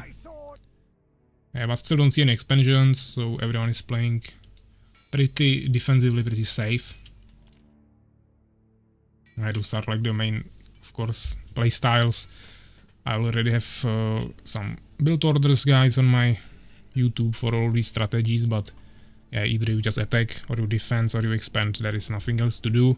And of course playing defense like this with some scouting is of course really nice. Yeah, those are of course balanced strategies, everything, but yeah, no one is rushing like Valkyries. Actually here we see an 11th century, but maybe just a Phoenix for scouting, we'll see. This is a little bit of a defense strategy, but even in defense strategy you would not go for so many hive spitters, maybe build 2 or 3 towers rather. This is still considered balance. Inferno not spending his resources too well here, but seems like he wants to go for trolls. I actually didn't check Discord, maybe they are on voice there, but I don't see anyone. Which would mean that probably, I think Legit and Inferno will be probably on voice, probably not on our Discord server, even though you guys can definitely use that. We have 2 game rooms there, so both teams can take one of the rooms. But I think they are on voice somewhere else. Probably Legit is trying to help Inferno a little bit, tell him what to do. Aegis is probably attacking here. He has lots of hive spitters. I'm not sure if he already upgraded the movement speed buff, but seems like they are quite fast, but even though it's quite hard to tell with the 75 game speed, 75%. We don't see any catapults from Pravsha, also no Valkyrie beacon, so probably just a Phoenix here. Or maybe won't even make him, even though it would be nice for scouting. Maybe he just has it as a backup if enemy decides to go for flyings. To be honest, if Legit went for Valkyries really soon, right now he would be probably able to actually destroy Pravsha. Yeah, but he has a tower, he can make a Phoenix, and Aegis army would deal with that, so that's also not the solution, I would say. They are going for 2 expansions, so even actually already Pravsha has a Phoenix, I didn't see him. So he scouted everything. We still don't see a troll, even though Bestiary is already ready. Now 2 are being queued, but there is an idle minion. Some small legs are happening again. No workshop, definitely really smart against hive spitters, because I don't think he can beat it with this unless he has resurrection, but he won't have mana for that anyways. He would need more priests, and even though he has castle, so he could potentially upgrade cheaper spells. But yeah, nice scouting. Mainly he needs to make the catapults, that will definitely help him a lot with the hive spitters. Pravsha will scout him here with Phoenix. Of course Pravsha is also attacking here, I will swap to there once it's relevant, but first I want to show this. There will be probably 2 fights at once, so I will try to swap between them where it starts happening. Research complete, my lord. Yeah, so Pravsha attacking here. Actually, Inferno has a ton of warriors. He's not using all of his units, need to use this troll definitely, but fortunately he will probably lose his totem here. Now I think Pravsha will just rush on his troll, which is happening. Here we see the second attack. He has Avenger. This is really bad because Legit doesn't have catapults yet. We unzoom a little bit so we can see a little bit more. It's really wide. Yeah, I think Inferno had a chance. He had a ton of units, but he would need to definitely micromanage it better. Protect his totem, use trolls and everything. Kill Priest. So like this, he's obviously dead. Also, Pravsha had Resurrection. Legit, I don't think he would defend this if Age is actually committed to attack. But there is a catapult, so there is a chance maybe. But he can just harass with the Avenger. Also, he'll be making more of them. Second one is already here, basically. Third one being produced, almost finished. And they have expansions, so even if they somehow protected this, even though Inferno is dead here, they would still lose on resources. So this will just take a while, but probably nothing more will really happen here anymore. So let me check the chat really quickly. Yeah, as Fenrir is saying, you can find the predictions there in the coin section. I put my hard-earned 10 coins on Legitus. If I lose, I will have to sleep under a bridge because I'm poor. We definitely appreciate your dedication to betting on the other side as well. That will grant some points to others, even though, of course, if there is 10 on one side and 10,000 on the other side, they will get not even 1% probably, but at least something. Okay, this is really interesting. Pravsha actually leveled up all of these swordsmen to level 3, or not all, but most of them. Ton of auras. Of course they don't stack, you still have one lesser aura on everything, but doesn't really matter if you lose one swordsman with aura. He's going for Elf Rangers. It's not the worst, but now he lost his catapult. He has no way of dealing with Avengers. Avengers are a really big counter to Elf Rangers. So even though he could maybe kill the High Spitters, he has no way of killing the Avengers. As you can see, he's hitting everything. He's hitting the one Avenger with everything and not doing anything. He's in Gnome Arc. Pravsha actually going for Knights. Probably just to move faster around the map. But he probably is trailblazing on his swordsman, so he can still move really quickly. Oh, actually Pravsha has this huge army here as well. Of 13 swordsmen.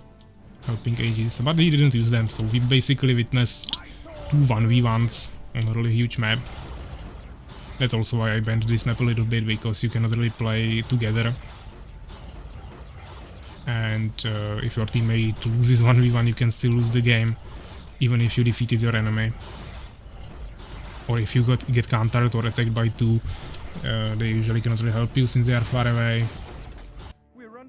So that's why I don't like this map too much, and mainly because of the 2 entrances. That's the biggest problem I have with that.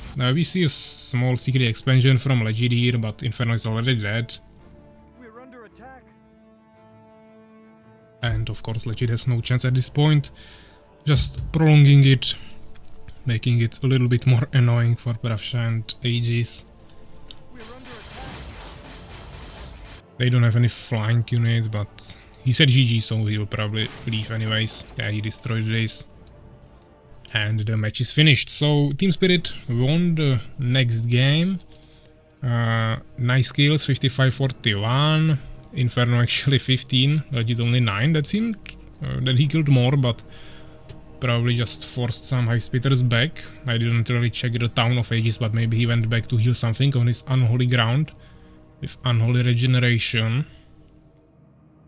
Of course, the largest army from Pravsha. And here we see this, of course they had expansion, but that really gave them like small advantage in the end, because they didn't have it for too long. But Inferno was just not harvesting too efficiently, and to be honest, Legit usually also doesn't use too many villagers. I don't know if he already fixed that, but he was actually convinced that you need only 8 on gold, and probably also less on other resources, so that's why he has also less resources usually, but Inferno even less. But yeah, he's a new player, we cannot blame him. We of course appreciate that he still decided to try it and join the tournament, so he was able to at least show up, not like some other players that didn't even join the tournament, of course.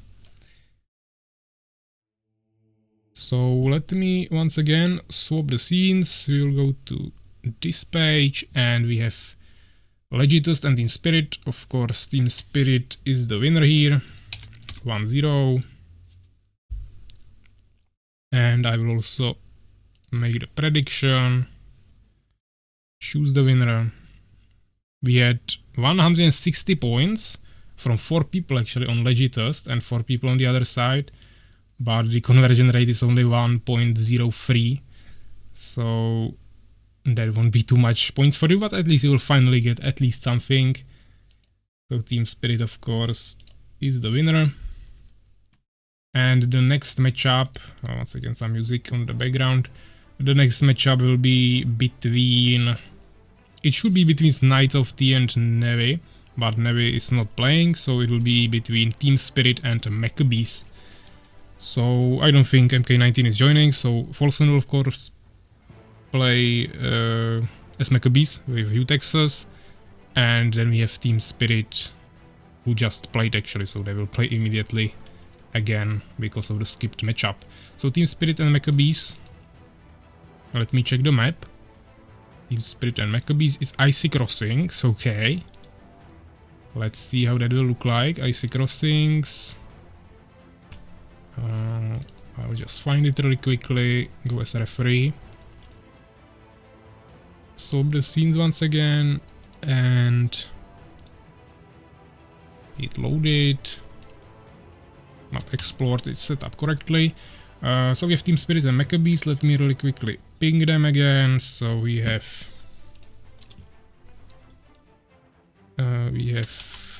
Pravsha and Aegis, of course, once again. I don't know why it doesn't work now. And then we have Utexas and Folson. Yeah, and officially Folson is now a member of the Maccabees team. If MK19s come now, he won't be playing anymore. We are trying to keep it balanced, so now he's a member. I won't be swapping between 3 players, that wouldn't be fair. So Pravsha, Aegis, Utexas and Folson. Let me just check it one more time, yeah. So I'm not making any mistakes here. Actually, yeah, Makrozerk joined, but then he left. So I will check, sorry, not check, change the teams really quickly on the overlay. Team Spirit will move to the left and Maccabees will be on the right.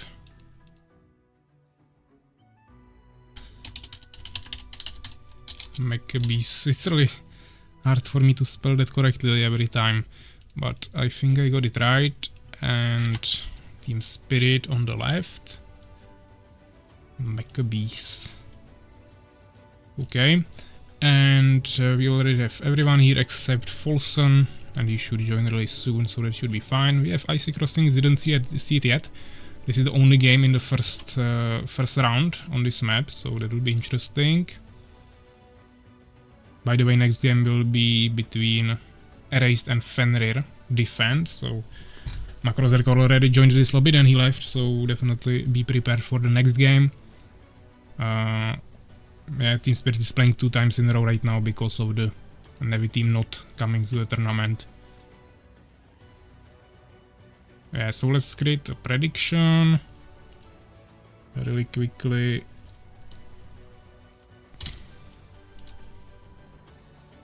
And it will be either Team Spirit as first option or Maccabees as second option. Let me check the lobby. Folson is still not here, so I'll wait for him. If he doesn't join, of course, we won't be able to make the match, so I won't create the prediction yet, but I have it prepared. Once he joins, I will host the prediction, let's say. Let me check the chat first. Good job, Inferno. Yeah, definitely he improved. Everyone is learning. Maybe he will be able to... he will be better, of course, in the next tournament if he decides to join as well. And everyone is welcome. You don't need to be a pro to play in our tournaments. I need to polish up on my skills now. I think micromanagement failed.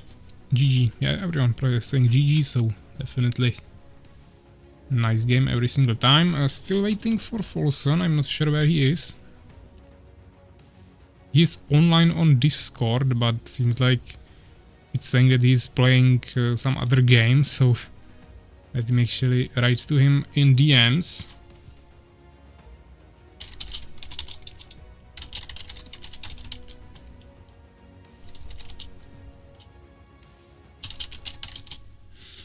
Yeah, so I'll just write him really quickly, hopefully he will join.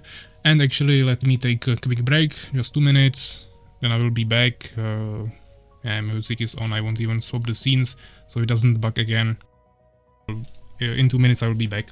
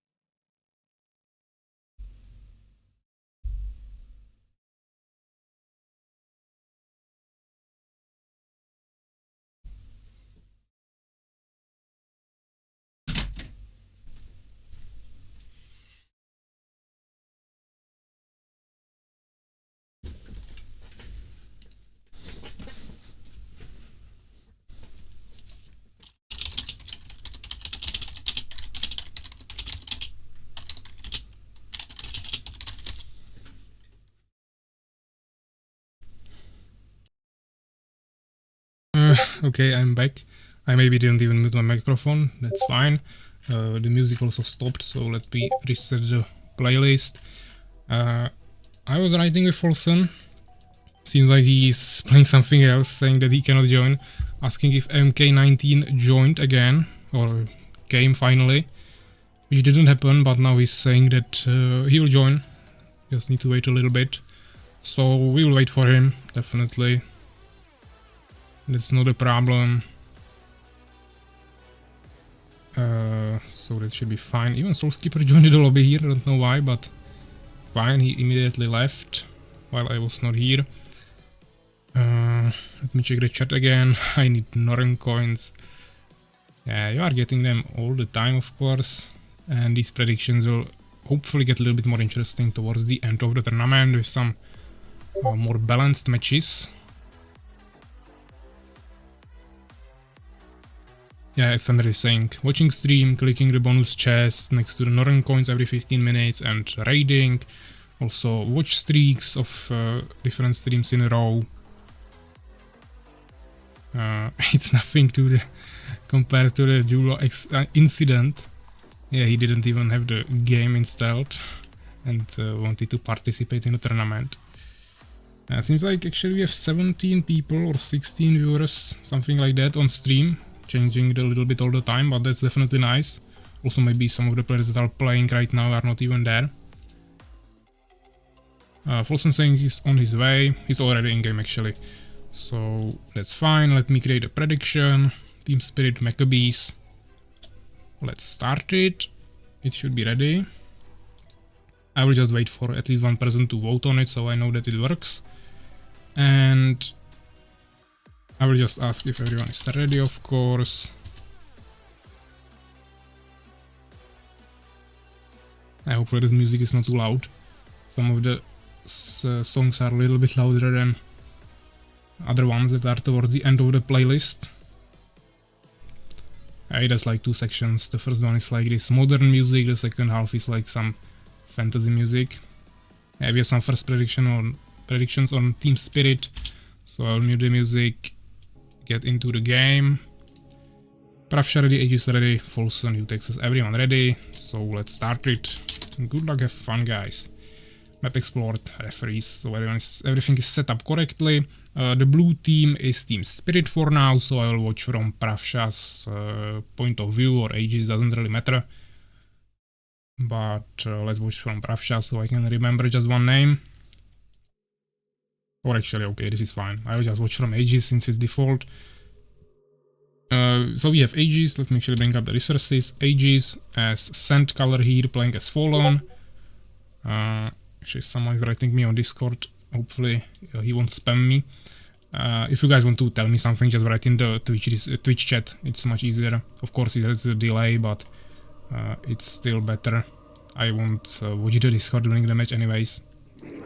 Pravsha's Empire once again, okay. So this is the same team that we just saw, with same players and same races.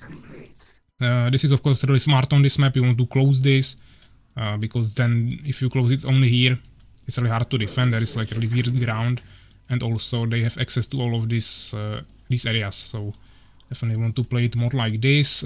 We see Utexus here, blocking it really interestingly with one hive. I think big units maybe won't even be able to go through this space. So if he makes Avengers or something, he might get stuck there, but we'll see. And Folsom also Empire, so it's mirror, Fallen and Empire on both sides, just across the same races.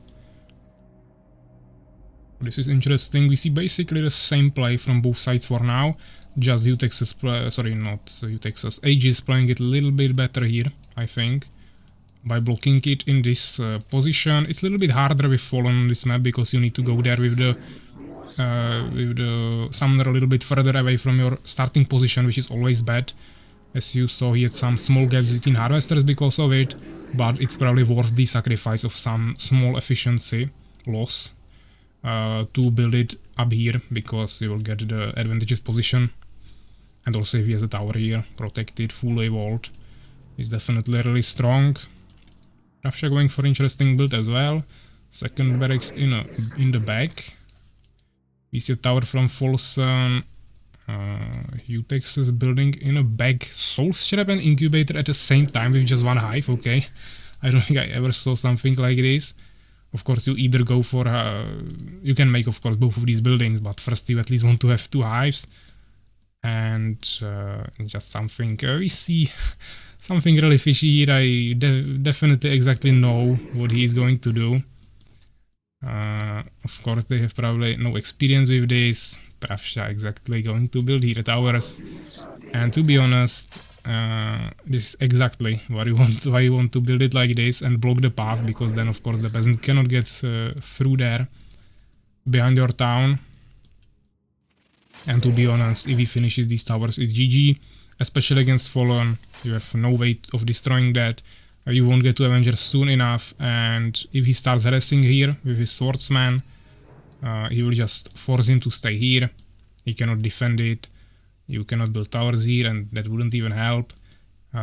It will kill any high spitters or anything you bring here. And of course he will build more towers over time, so... at this point I think this is GG already. Once you do this on this map, it's really hard to recover from that. Yeah, it's definitely the best with Empire, because with Fallen it's basically impossible. You would need to build a Deformer here first, and they would see the unholy ground, so that's not possible. And with Beast, totems cannot attack buildings, so you could still kill villagers, but it wouldn't be that effective. And also, of course, totem is much more expensive.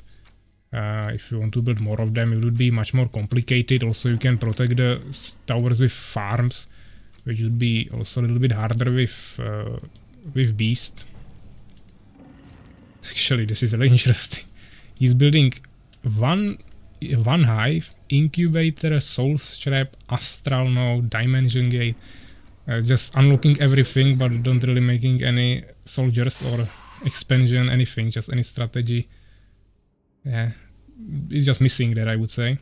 So I don't know what was his plan, Now he's going, of course, back with his high spitters, but as I said, he has no chance here. He cannot kill 2 towers with 2 high spitters. He would need to have like 10 of them. And of course, Prasha is also making some pressure with his swordsman in the meantime, so he'll still be able to push here anyways. Folsen trying to come to help him, but once Aegis sees that, he will probably also come there or attack Folsen, but he has towers, so I don't think he will attack him. He's trying to make Valkyries. Yeah, Folsen is really trying hard here, but Hugh Texas is just dead. He lost all of his peasants or harvesters, just villagers. He cannot produce anything more. So he's dead at this point. There is no way of him recovering. He would need to destroy the towers, harvest enough gold and make new harvesters.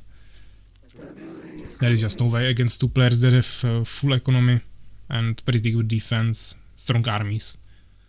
And there is still the potential that Folsen could make Valkyries and kill them, but I don't think that's gonna happen.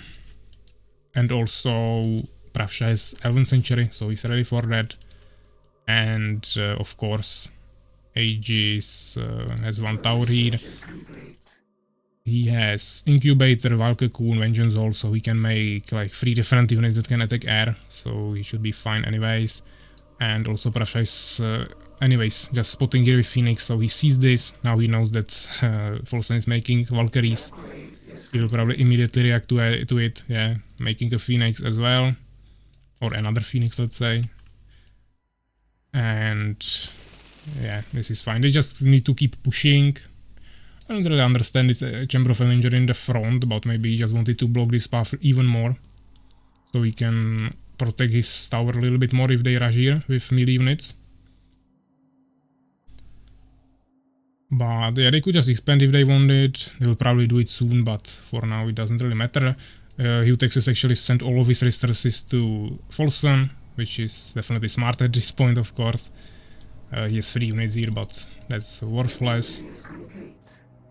And actually Aegis is going for flying high stingers, and since he's actually building some towers here, that's interesting. I don't think he had any way of seeing this, but probably just trying to bolster his defense as much as possible. So trying all the possible options. Let me actually check the chat. Discord muted.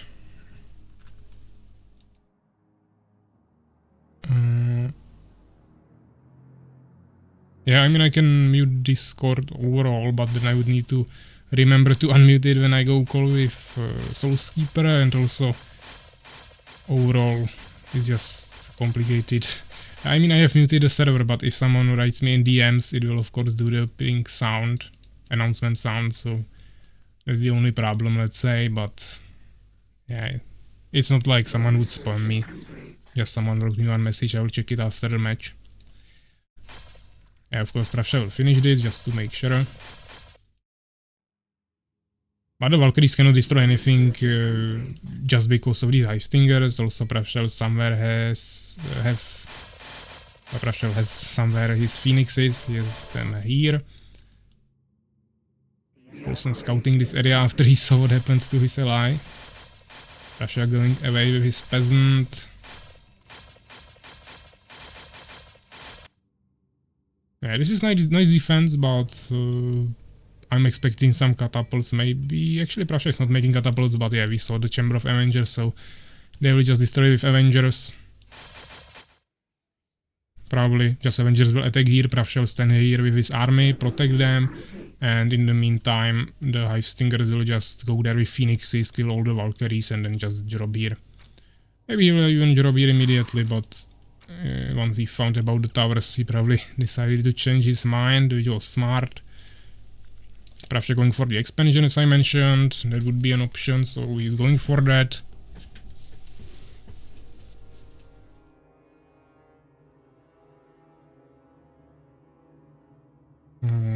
No plan, no sleep. I can concentrate enough at this point.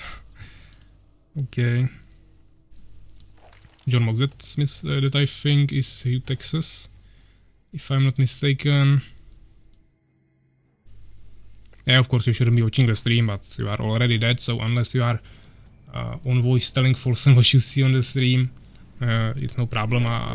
After you lose, you can come to the stream. And it's still 3 minutes delay, so he was probably dead even earlier. But I mean, I see right now that he just died. But you will hear the announcement from me, or what I said. Just you'll hear it 3 minutes later. Yeah, but yeah, this is GG, of course. As I said, they will just destroy everything Avengers while Pravsha protects the Avengers with his swordsman and priest. And Phoenixes are ready for these Valkyries, so Wilson will probably just die here. 5 Phoenixes. He still has mana on one of them. But they are the Hive Stingers as well, so this will be probably a really short process. And even though Pravsha maybe lost most of his swordsmen, there are still the Avengers, so I think they are fine. More Hive Stingers are coming. Pravsha already making expansion, has pretty huge army at home as well.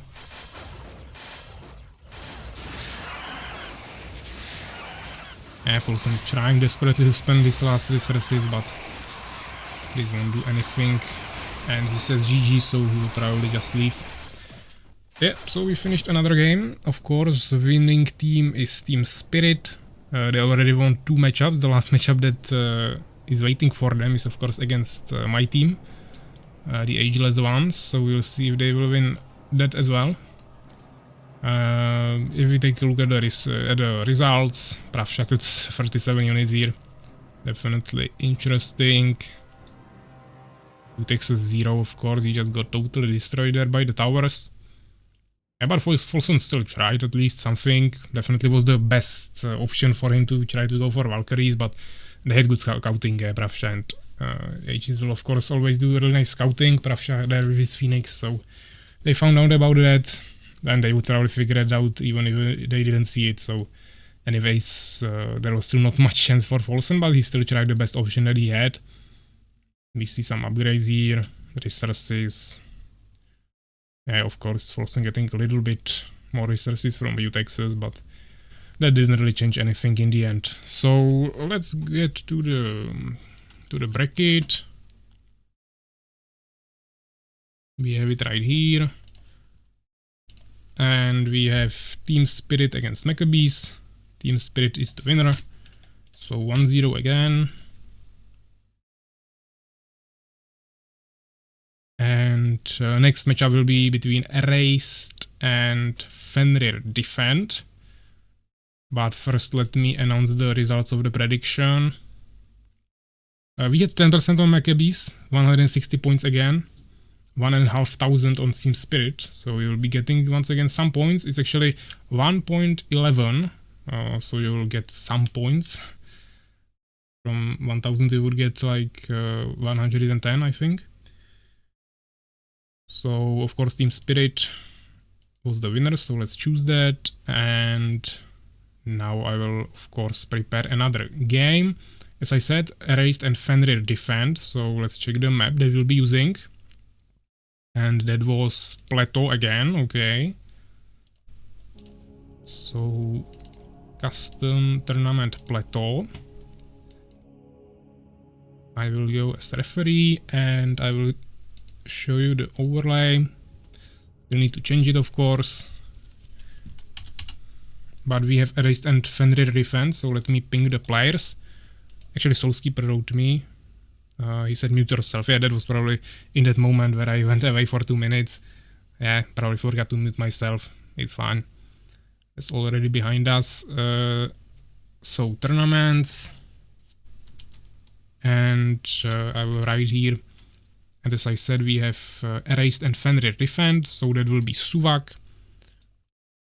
This was the team that was supposed to play the first game. Unfortunately, it got cancelled because of Nevi not joining. So it will be Suvak and Makrozerg against Fenrir and White Defender.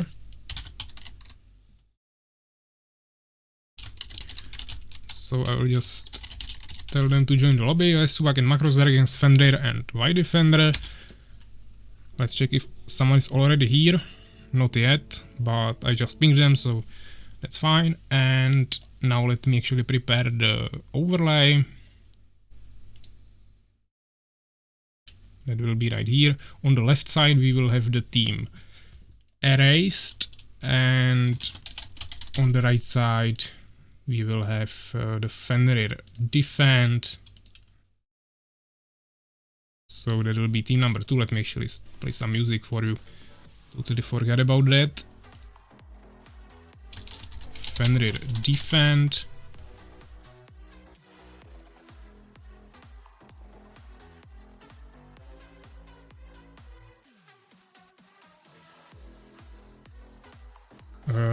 John was saying that MK19 is awake now and he will take his spot. I'm not sure if I can actually allow that, because that would be swapping of places between two players that were originally there. So I can either let you two play, I can either let Folson play with Hugh Texas or MK with Hugh Texas, but I don't think MK19 and Folson should be playing together. It would be changing the teams during a match, or during the tournament. I don't really like that, to be honest, so we'll discuss it maybe, but on the Discord, but I don't really like that idea.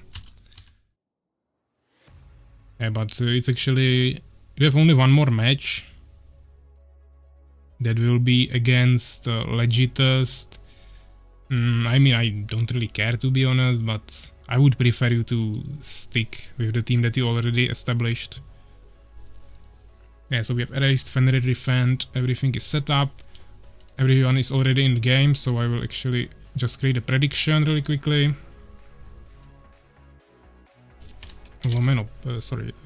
Slash prediction.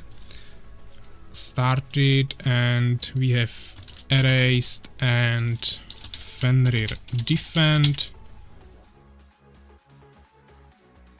5 minutes as always, and we can start the prediction. Once again, I will ask if everyone is ready.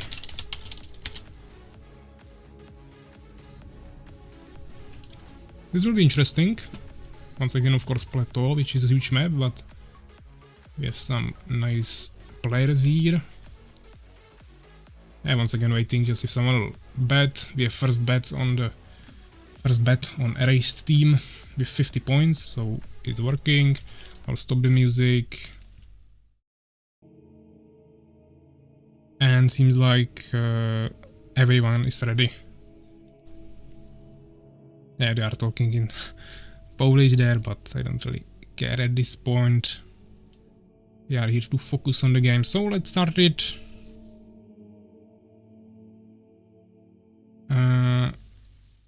We have Makrozerk and Suvak, which is the erase team, and Fenrir and Defend on the other side. And of course I'll be watching from Suvak's perspective, which is right here, so okay, we can watch from Makrozerk's perspective as well. We see Makrozerk playing as Fallen, Suvak of course Empire. He doesn't play anything else, or in 99% of the time he doesn't play anything else. And here we have Fenrir playing as Fallen and White Defender playing as Beast, also really common for him. For White Defender to play Beast. Once again I sit only on my second monitor, but I see that someone actually betted quite lots of Noran coins on both players, so maybe you'll finally have something more interesting for you. So definitely, you probably won't hear me anymore before the delay actually gets to you, but would be definitely nice if you betted more coins here. You can definitely get a lot if you win, and also lose a lot. So we see basic opener of course, Hive.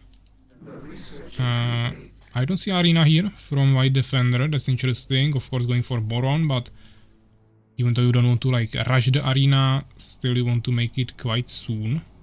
He's running somewhere with his minion. Yeah, he's going to close it. Even though, as I said, there are 2 entrances, also he built the stables in the back, so it's not like fully closed here. We'll see how this will work for him. We already see scouting with Peasant from Suvak. Also closing his town with 2 barracks and farm. Waited a little bit longer. Got some more resources to start with. Here we see just 2 hives, nothing too interesting yet. So I'm just being a little annoying here with the peasant. I'm not sure if you can build towers behind the trees on this map, I don't think so, maybe here, but they wouldn't be able to shoot on the harvesters, so he'll probably have to run away. Also, Hivestinger is already after him, so he'll probably need to retreat. I think no one went random, maybe except Makrozerk, so Suvak should know that White Defender is beast, so he doesn't necessarily need to spot it. And Makrozerk will check the expansion anyways. Or maybe he wouldn't see it if it was there, but he's mainly checking what is happening in the main town. Suvak just going for normal opener. Here we see transition to Hive Spitters pretty soon, or potentially some flying units, but I think it will be just Hive Spitters. But you'll see actually against Beast, you usually want to try some flyings. Some nice scouting with Hivestingers, also from Fenrir, but he will need to retreat really soon there.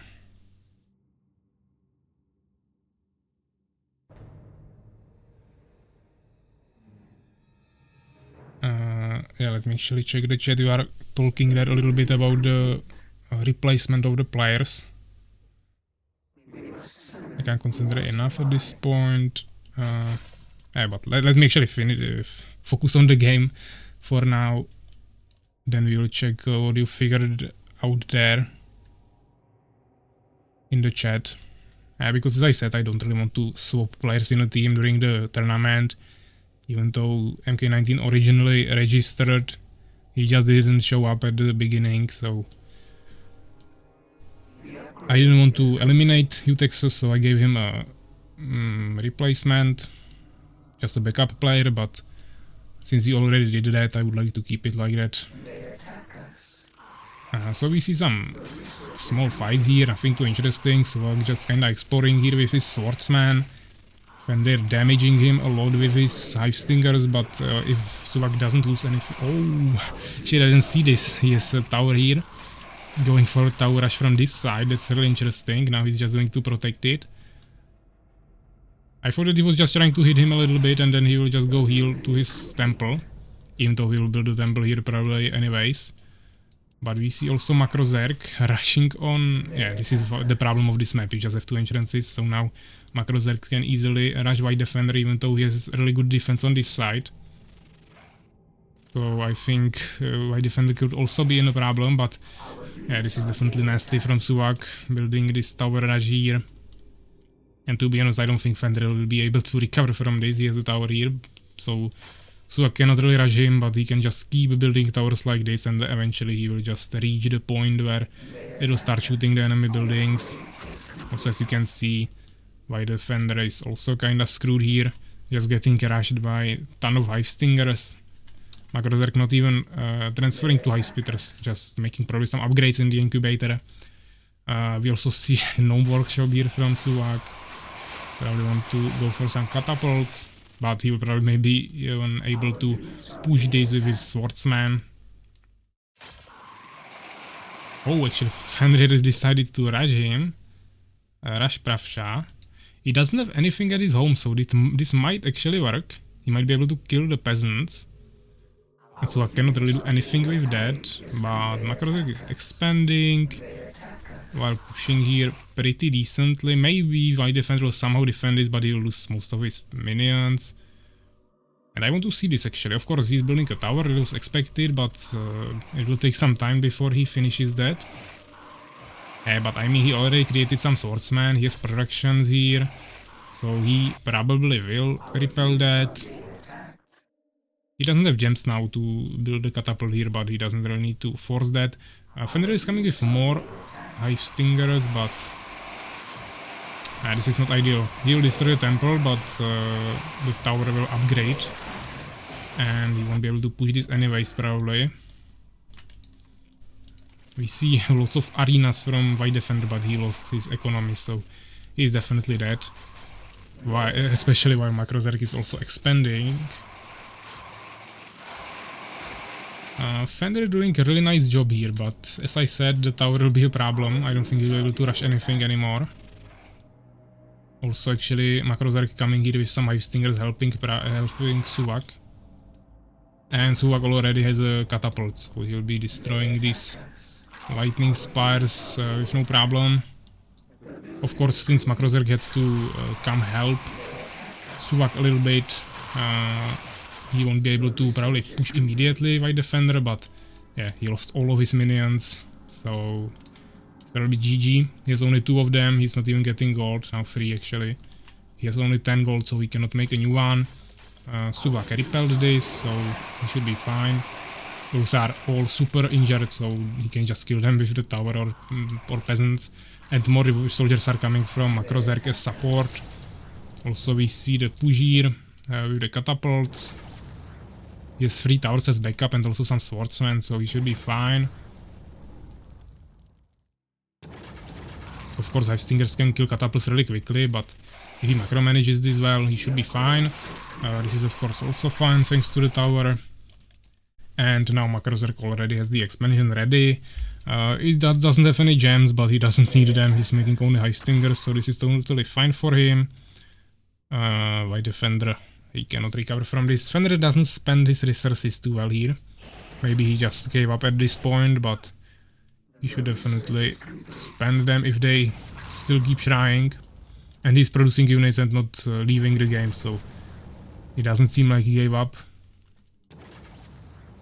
But right now he's just not really spending anything too well. Makrozerk of course going for another rush with his Hive Stingers.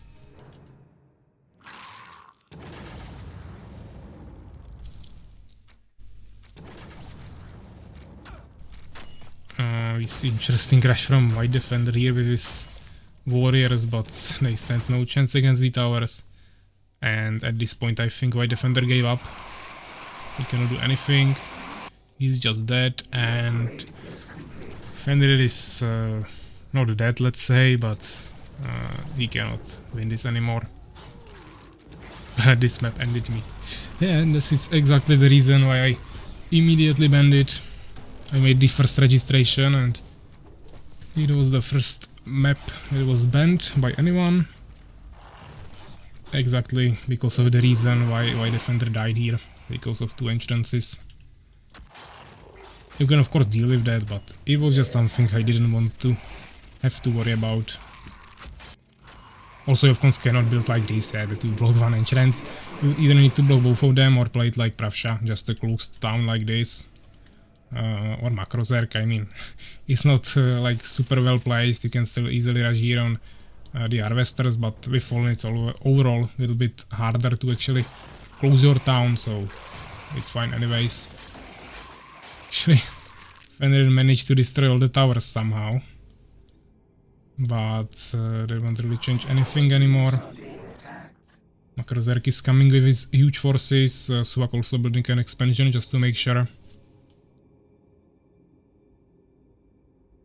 Pravsha, yeah.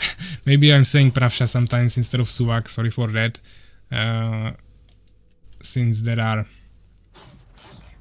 team names instead of player names, and there is so many matchups, it sometimes gets a little confusing, but I think we all understand when I'm talking about Suvak.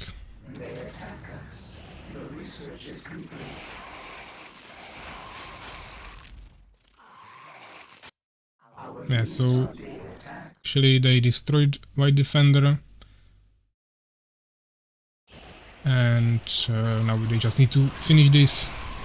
3 Ice Spitters, 3 towers, that will be really quickly dealt with. They have catapults, so just waiting for Fenrir to leave the game so we can get to the next matchup.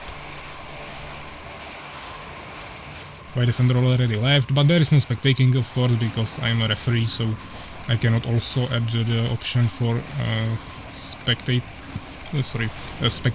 after defeat, so he only had the option to leave. We see some hive guards, which is definitely wise because they have 0 anti-air. Now actually they have some hive spitters, but even if they didn't, they would just he would just lose all of his buildings before he can kill anything, so that's not an option. Finally saying GG and probably leaving. Pros. Yeah, of course, Suvak and Makrozerk are one of our best players here. Or 2 of our best players here. Erased is one of our best teams here. Now check the results. 47 actually Pravsha, sorry, not Pravsha, once again. Makrozerk actually now. I'm not even talking about Suvak and still saying Pravsha. Makrozerk and Fenrir actually same amount of kills, 47, and Suvak actually 67. My defender of course died a little bit sooner, so only 23. Same with resources, yeah, he just lost all of his minions. And Makrozerk of course made a quick expansion there. Or not quick, but definitely sooner than Suvak. He didn't even finish it, I think. And Fenrir of course just played with 1 base only. So yeah, nice game. Of course Erased is the winner. So let's add it to the bracket. We have it right here. Erased and Fenrir defend. 1-0. Submit the scores. And now the next matchup will be between Ageless Ones and Legitist. So that's my team once again. So I will play with Soulskeeper. I'll just ask him to join the voice chat once he hears this, which will be in 3 minutes. That should be fine. And actually Pravcha asking in the chat why they are mentioning him. Once again, just a mistake from me mentioning his name. So yeah, Ageless Ones and Legitist. So of course I won't ping myself. I just need to check that I need to ping Soulskeeper, Inferno and Legit, and it will be played on which map? Secret Chambers.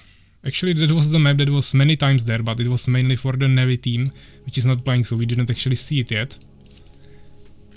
Secret Chambers, the only map in the game that is not in skirmish maps, only in custom, because it has only Observer's version.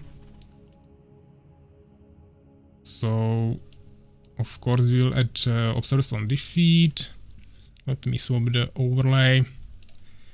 I will also close the other positions, so no one wants to join as a spectator, because that would only lag our game. And now I will just ping the players really quickly. So we have Soulskeeper as my teammate, we have Legit, and we have Inferno.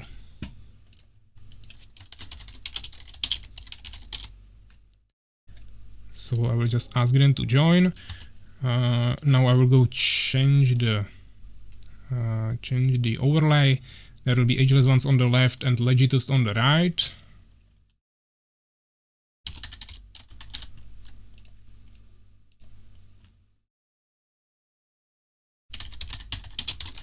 And also I think I didn't make the prediction result yet, so I will fix that really quickly. Just change the overlay, Ageless Ones, Legitist.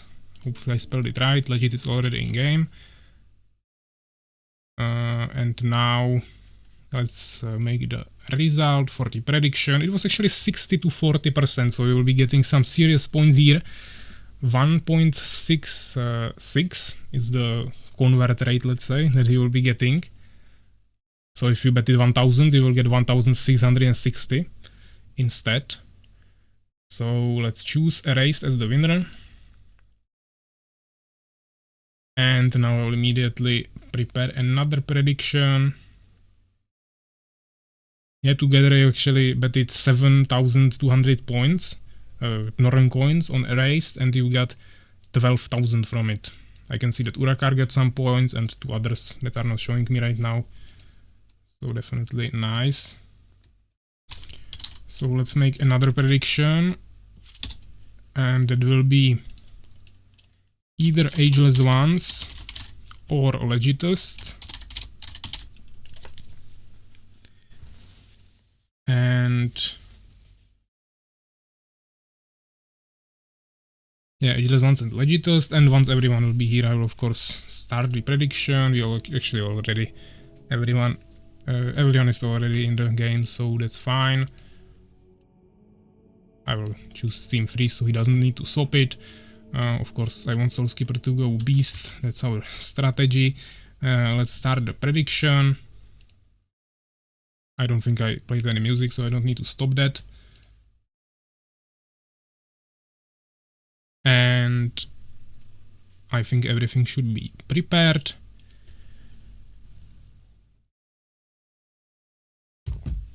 Of course, I will join with the Soulskeeper on voice right now, once again.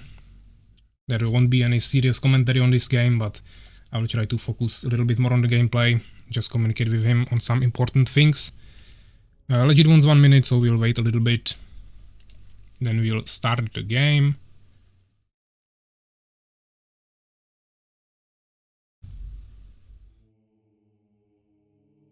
Yeah, I will just ask ready and see if Legit is also ready. Yeah, actually, let me join the Discord. I need to tell Soulskeeper to swap the race. Yo, hi. Yeah, you actually already swapped to Beast. I wanted to tell you that. Hi again. Yeah, I think everyone is ready, so let's start it. I don't hear you. You speak? Yes. If you should be able to hear me. Actually, okay, if you don't hear me, I will I write think on. there is a problem with let me re-enter. Can you hear me now? Yes, yes, yes. It was some bug, but I heard you, so it was fine for me. I think it was from me. But the game already started, yeah, so try to... Oh shit. Yeah, small disadvantage, but we should be fine.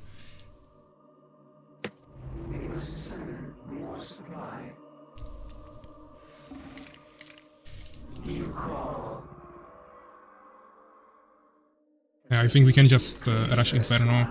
I don't think he will be able to repel that in the early game. Yes, I think it's a nice idea.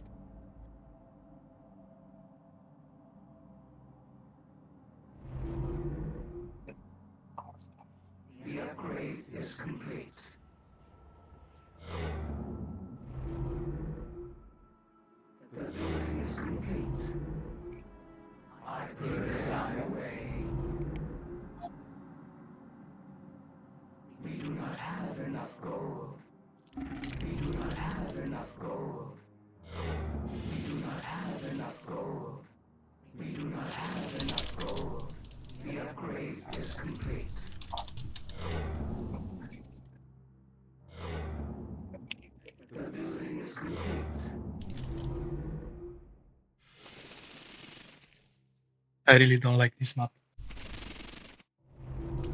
That you don't know it? I mean, yeah, here is Inferno, so we can definitely just go here. He doesn't have any soldiers yet. I'll try to kill his Boron.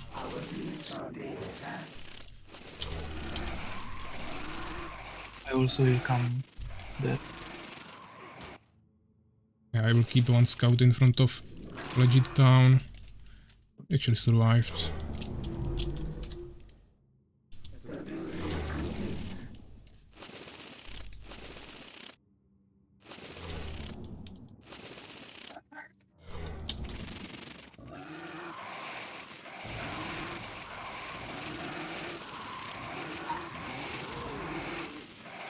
Yeah, I killed 2 Borons, so he won't be able to create any soldiers.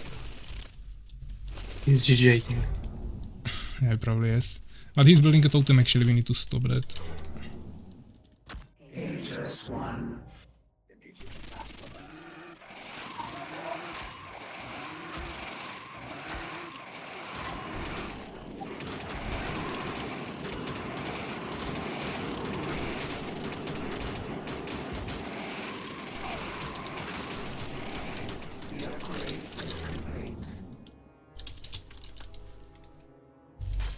Yeah, there are some swordsmen coming from legit.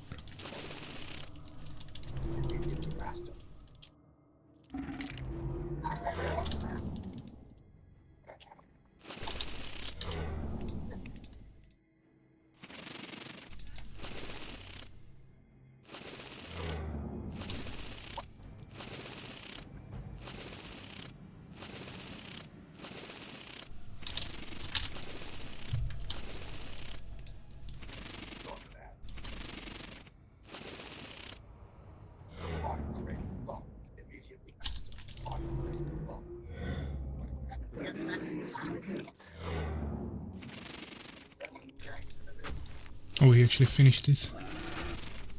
Yeah, let's destroy the totem first.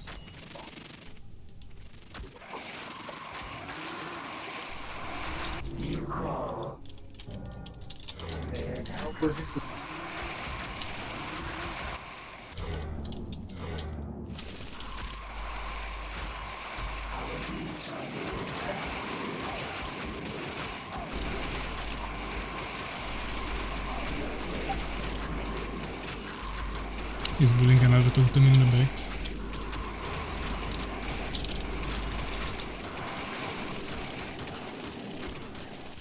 Oh, he's actually attacking you. But you should be fine with the Goblin Riders. Yes, yes, yes. I await your summons.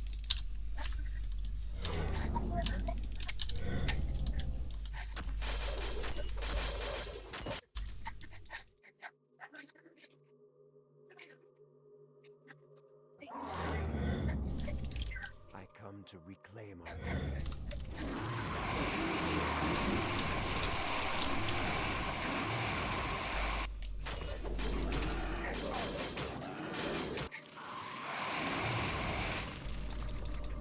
We shall prevail.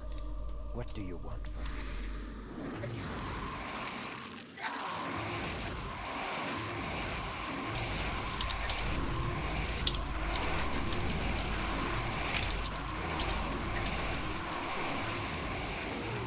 Inferno is dead. Nice.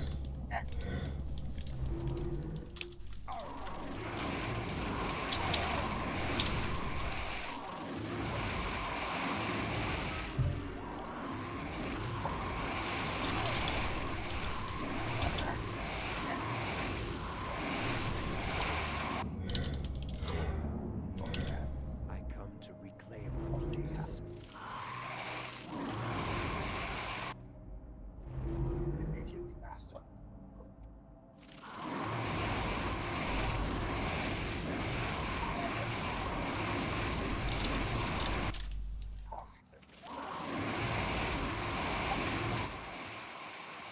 Yeah, you can just check the expansion before I get there. Maybe even in the Andre round.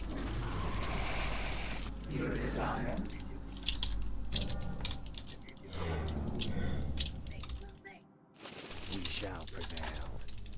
I await your summons. Yes, master.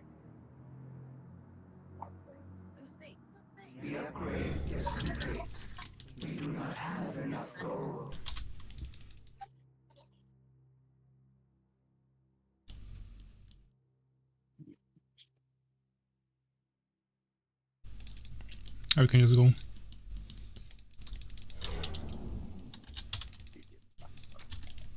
Here's a tower. We shall prevail. Yeah, but we can... Okay, he has lots of towers. Your summons. I don't know if you want to wait for the trolls. We could Reclaim our go place. like that. I think. We I should mean, I be don't fine. have too many melee units, but we have ton of warriors, so we can just try. Just maybe go first because we have tanky units. What do you want from me? We shall prevail.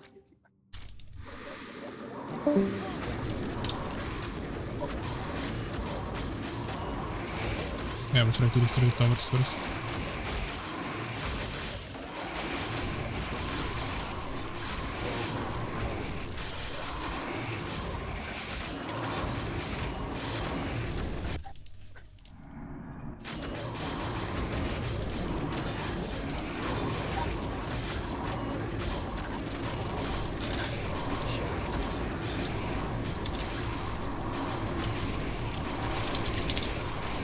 GG.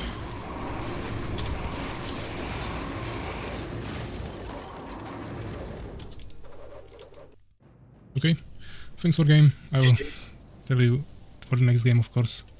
Yes, yes. Okay, so we finished another game, really quick one against Legitist. Let's just check the results. 29 kills, 24 legit. My teammate 16. It were actually 15 he had. One totem finished there, and also was killing some of my hive stingers with his peasants or minions. But of course, overall, largest army, only 2 warriors. Actually, I didn't even see 2 warriors at one time, but maybe he had them there. Or maybe that was the Borons. Maybe they also counted there, probably. And then we have resources. Of course, they will attack King Soulkeeper a little bit, so he had a little bit less resources, but not too big of a difference. And yeah, overall, a really nice game. Let's check the predictions. There were many messages on Twitch, so I will need to go through that really quickly. But first, let me, of course, change the bracket here. So Ageless Ones and Legitist, of course, 1-0. Submit that. I will also immediately do the prediction. Yeah, let me actually hide that. Actually, everyone voted for us, so 10 people.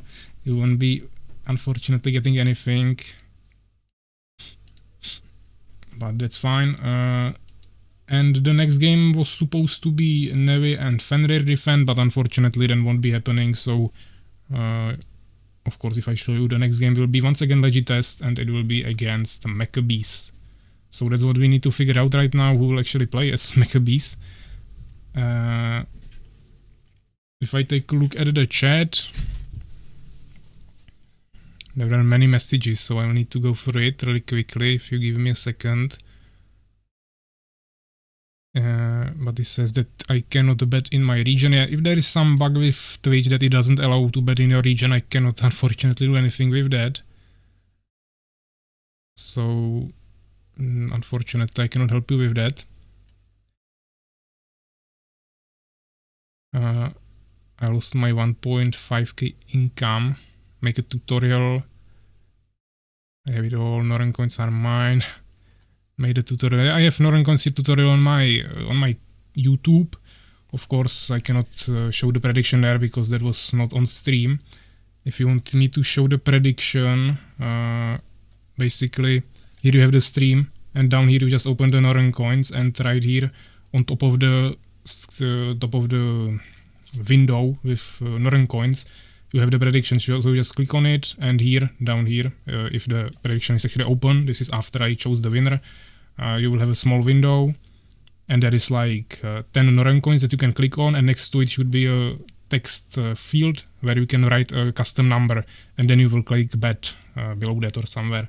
So that's how you bet the Northern coins. Also, if it's running, you should also see it up here. So you just click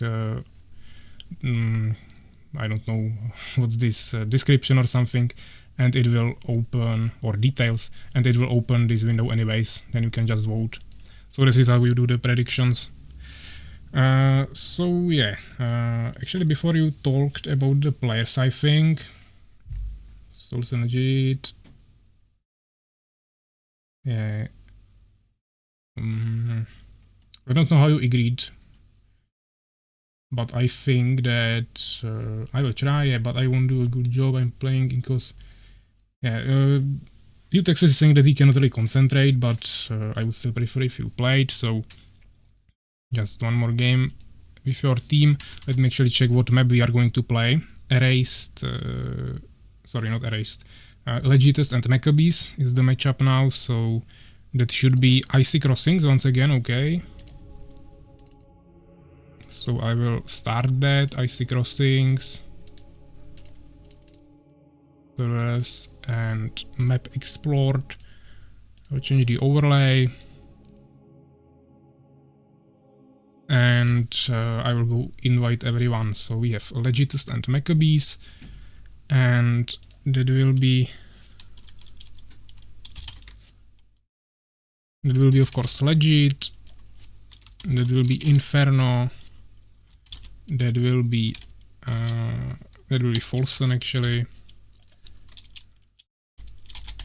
And that will be Texas. If some of them doesn't join for some reason, I can allow MK19 to join instead, but this is what we played so far, so I would prefer to keep it like that if it's possible.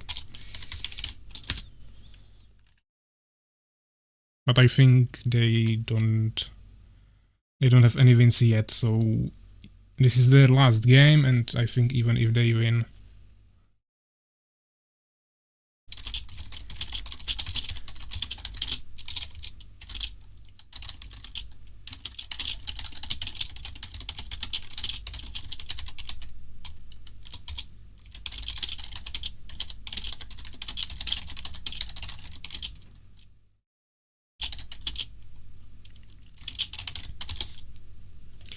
yeah, MK19 is saying if he can join when he's now here right now, but right now I'm basically making him as the backup, even though he was the one who originally registered.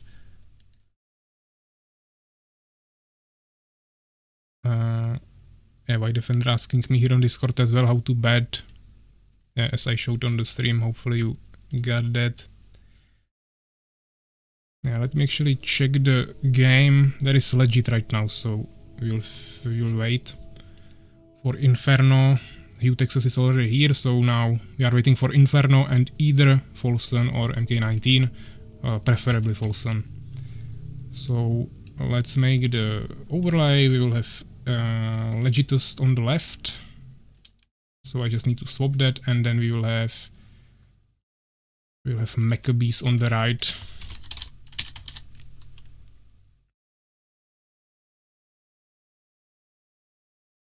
So yeah, let me play some music.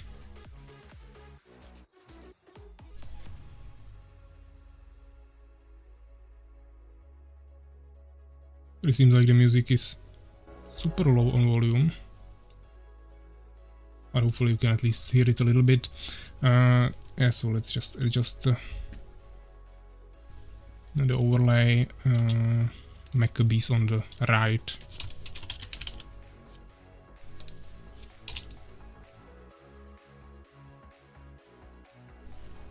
Yeah, so save. It should be adjusted. Legitist and Maccabees.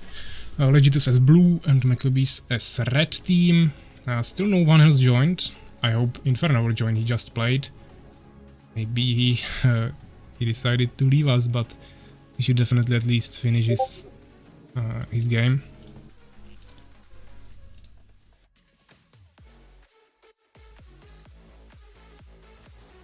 Yeah, I will actually mute my second Discord as well.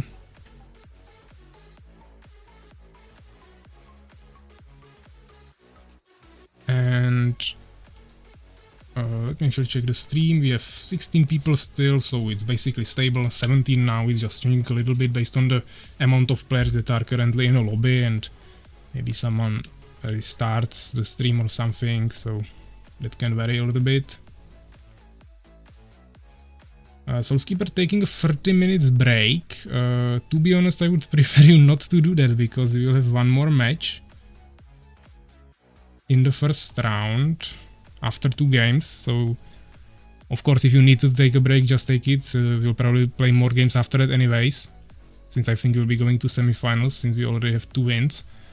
But maybe try to make it only 20 minutes or 15.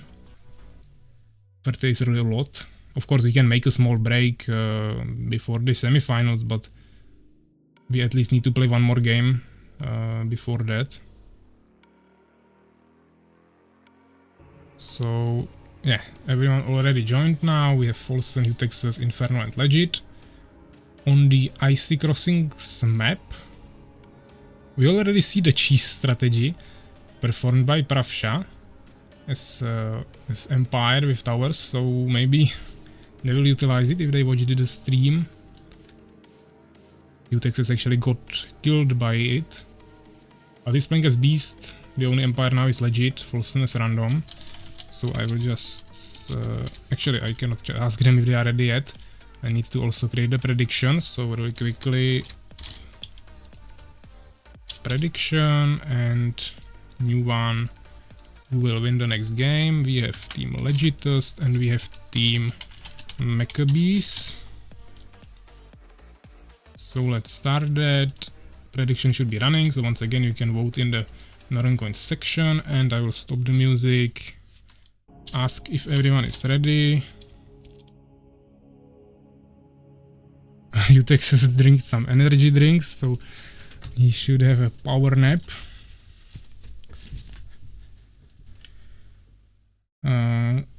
And we have some first bets on Maccabees, just 10 points, so you can definitely try to vote on both players here, maybe get some extra points. And seems like Folsom is ready, Texas is ready, Inferno is ready, and Legit is ready, so we can start our next game. I don't know how many games we already played, but just next game. Legitist will be the blue team, so I will either watch from the Legit or Inferno perspective. So we have the colors correctly set up.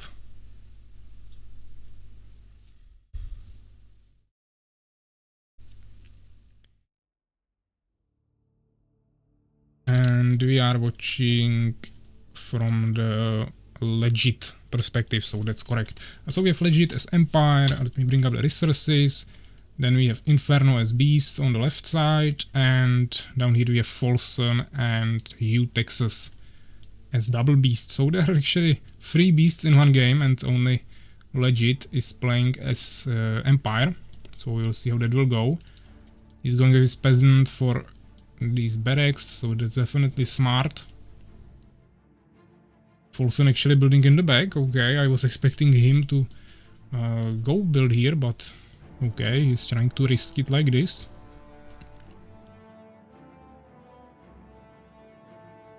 I don't know what Inferno is doing here, but figuring out some strategies probably. From what I see on this second screen, there is still only that one bet, so you have still some time, even though after you hear this, it will be already closed. But yeah, nothing too interesting yet. We don't see any like immediate rushes with peasants that he would run here before the enemy can even build barracks to close it, but okay, actually don't know what Inferno is doing here. He just waited here with minion, then destroyed his building, and now he's making an arena here. Okay. Yeah, to be honest, I was personally betting on team of Folsom and Texas. But right now Legit definitely has better position of buildings. He could definitely turn it around with the peasant. Oh, Folsom actually going to do this strategy with Beast, even though I said it's not ideal and you want to do it with Empire. It's definitely possible with Beast. The only really bad race for this is Fallen because of the Deformer and Unholy Ground requirement. Yeah, but this is really interesting. He's going for this strategy but doesn't protect himself against it himself. Yeah, of course he's just stealing it from Pravsha right now, when he saw it in the game against him, when they killed Texas with it.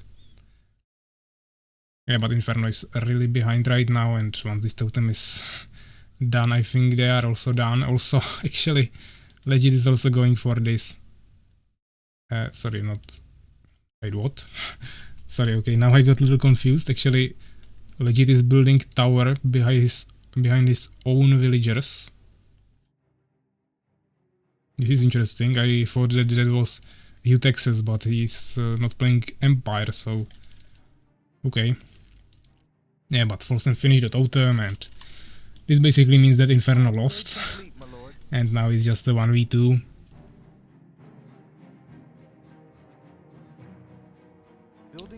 Yeah, the prediction is still going, even though the game is already being played, but since there is the delay, it will only show you like first 2 minutes or something of the game, maybe even less, 1.5 minutes or maybe even 1.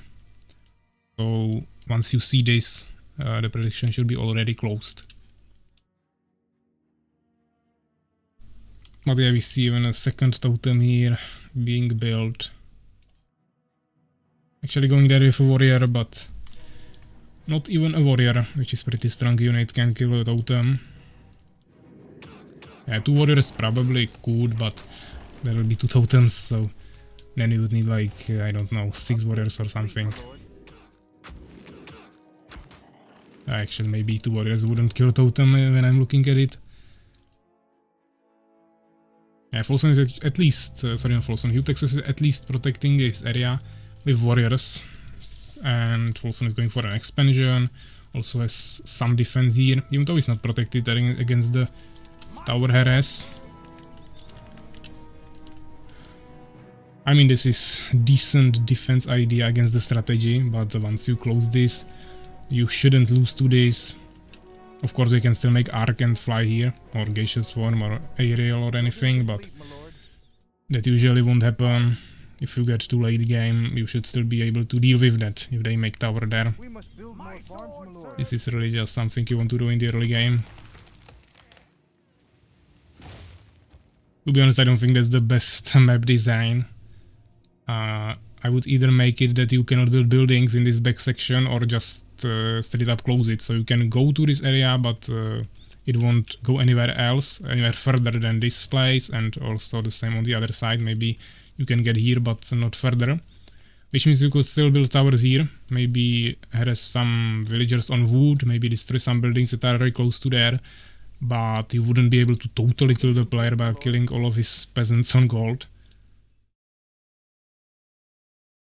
I don't think that was, or maybe actually this was maybe intentional by the developers, but for example on Darkside Forest there are small places in forests where you can like place a catapult, and you cannot get to him with melee ground units, so it's pretty uncounterable. And for example, it only works on 1 position from 4, so that's definitely a flaw of that map. Yeah, so even Darkside Forest, that is the most played map, could definitely be improved for some extra balance, let's say. Yeah, but we see Legit actually going to help against Folsen Inferno. But I mean, unless they can kill the totems, this has no value. Building complete, my lord. They also have the expansion. Actually going for trolls, just to conquer Legit. Actually Inferno is building another base here, that's quite smart. Because he can still kinda recover and get some resources, and it would, I mean, it wouldn't be like balanced, but he could still have a chance. Unfortunately, they also expanded, so it will still be only 2 bases against 3. Building complete, my lord. And as you can see, Hugh Texas has also a really strong army.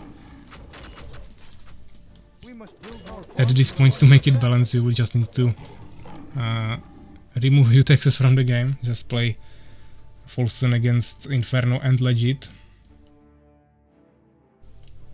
Because it's basically 1v1 against Legit if Folsen can destroy this. But I mean, with the army of Hugh Texas, there is no chance for a Legitist anymore.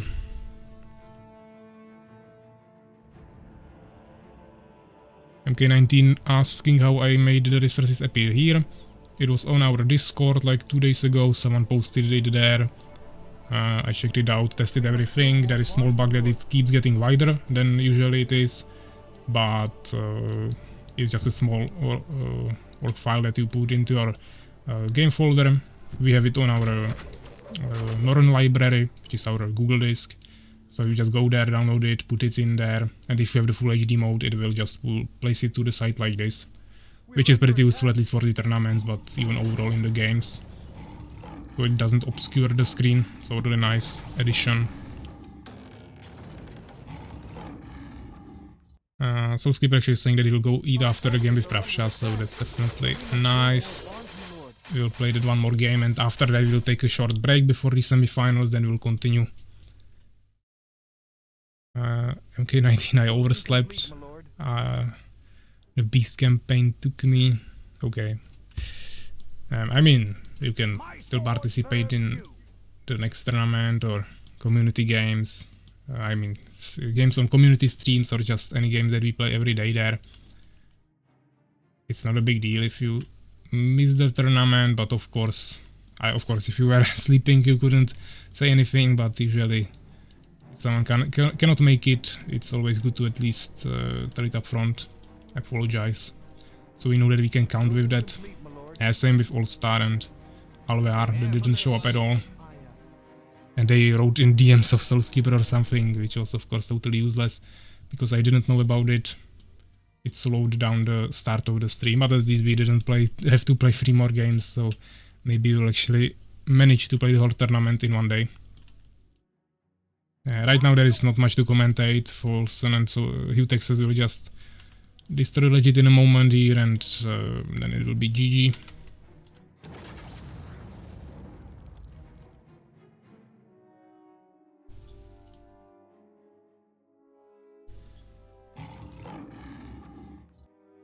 Ready for siege. Yeah, you are talking about the mode right now in the chat. It was someone who I didn't see a single time before right on our Discord.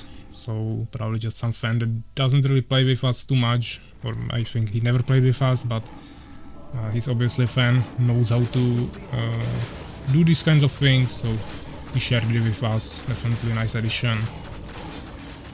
You can probably find it there in the messages. Yeah, VGM, something like that. That was the name. Unless someone unknown to me at least. But as I said, we have it in the Northern Library, even with some info that Turakar wrote there, so you can check that out. It is in the game section where you... it's like the first part, 0, that has game files. You can download the whole game there, also demo and other modes, let's say. Some extractors and other tools, but there is also this one for to move the resources panel.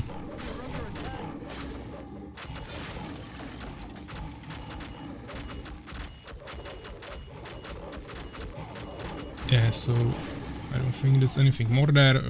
No, I was not even paying attention to the game, just checking the chat. But as I said, there is not much more to focus on. We're under attack.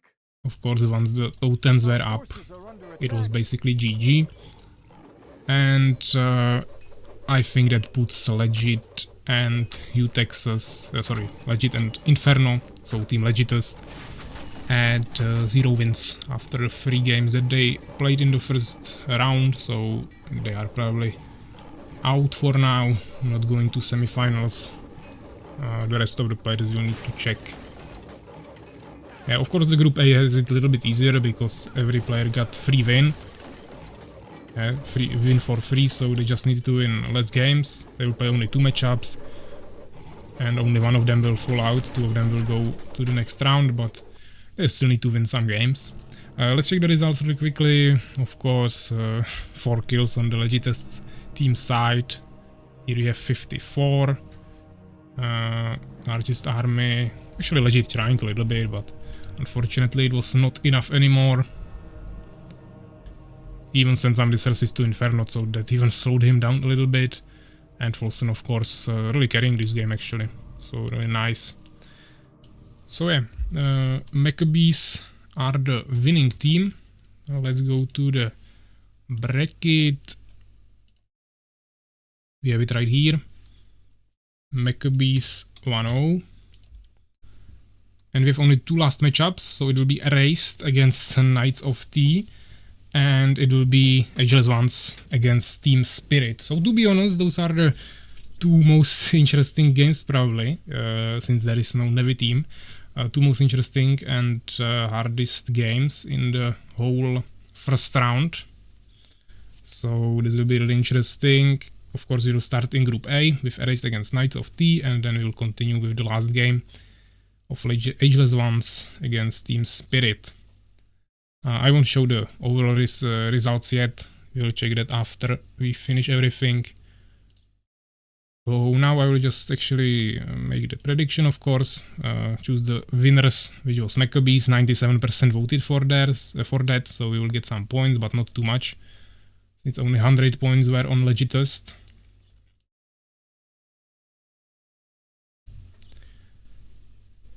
So that's already chosen. Yeah, I chose the winner of the prediction, and now we will go for the second last matchup, Erased versus Knights of T, and we will have the map Secret Chambers once again. We played it only once, I think, which was my team against Legitest. But now we'll play it, and I will be spectating on that, of course. So Secret Chambers tournament version.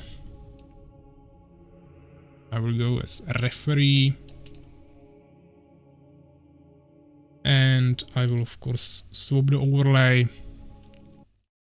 Ping everyone. Urakar is already in the lobby, but I will still ping him so he knows for sure that he is supposed to be there. And as I said, we have Erased, so it will be Suvak.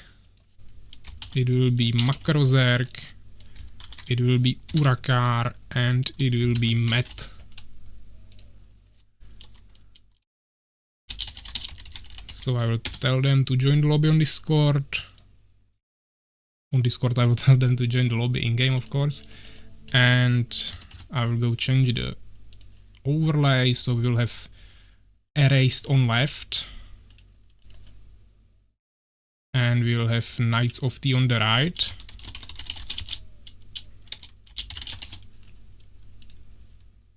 So really quickly gonna change that. Erased. It should be updated. We have Erased and Knights of T, that's nice. So we'll be watching from the Erased perspective, so either Suvak or Makrozerk. Makrozerk is already in game with Urakar. And yeah, of course, GG in the chat.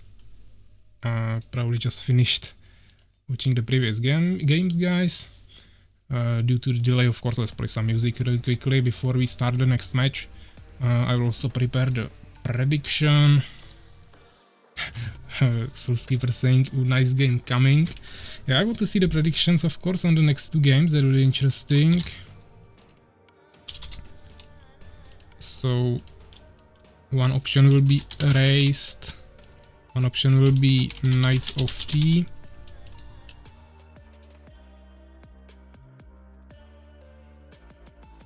So let's go with that.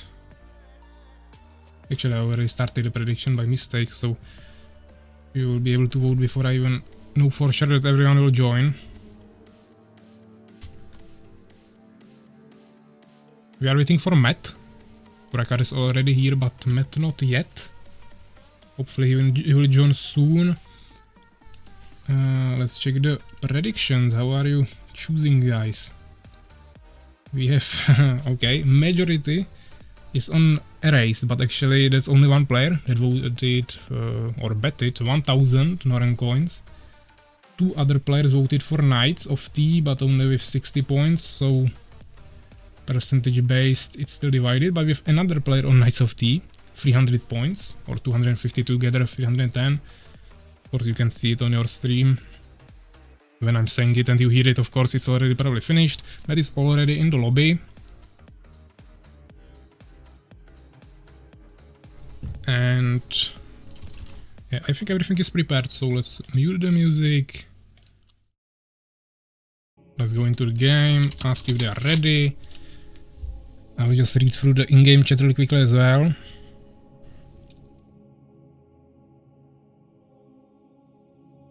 Suvak is ready, Urakar as well.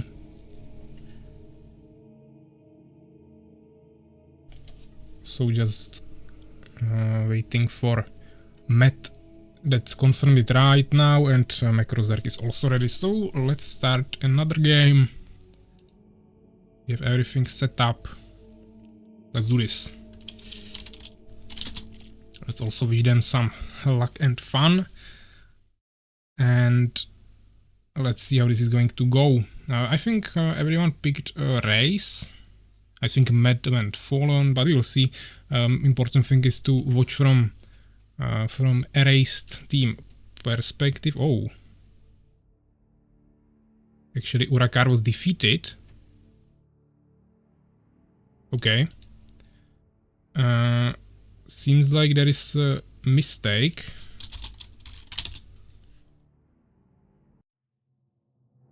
There might be problem with the map, I see, because it seems like it didn't spawn his town hall, which might be my mistake that I made when I was creating the version of this map. So let me actually check it really quickly. Yeah, I made a mistake there. Okay, I won't fix it right now because that might cause some problems.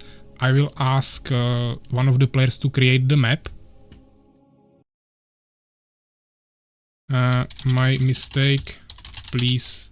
Yeah, I will ask them to host the game.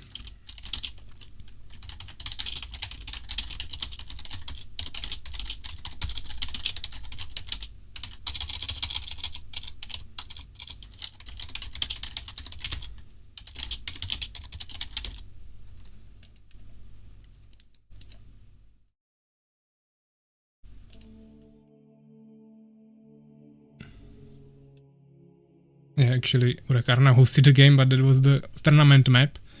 Unfortunately, there is a mistake. I know exactly what it is and how to fix it, but I don't want to do it right now.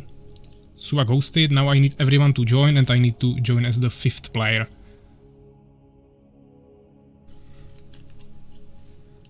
Yeah, so there are 3 players. I need 1 more to join. Once there will be everyone, we can join as well. This is exactly what I wanted to prevent by creating a new version.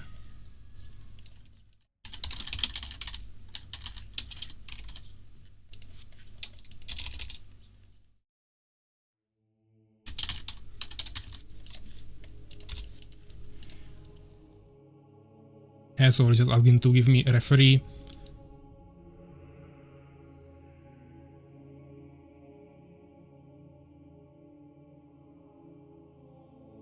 We have Urakar and Matt ready as team 2.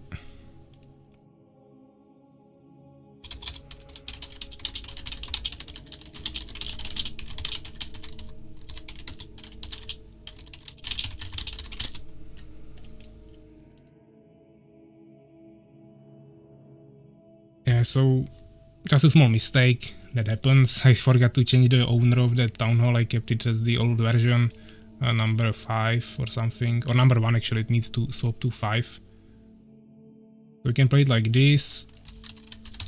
I will just ask if they are ready. Doesn't really matter. Of course, Suak will start.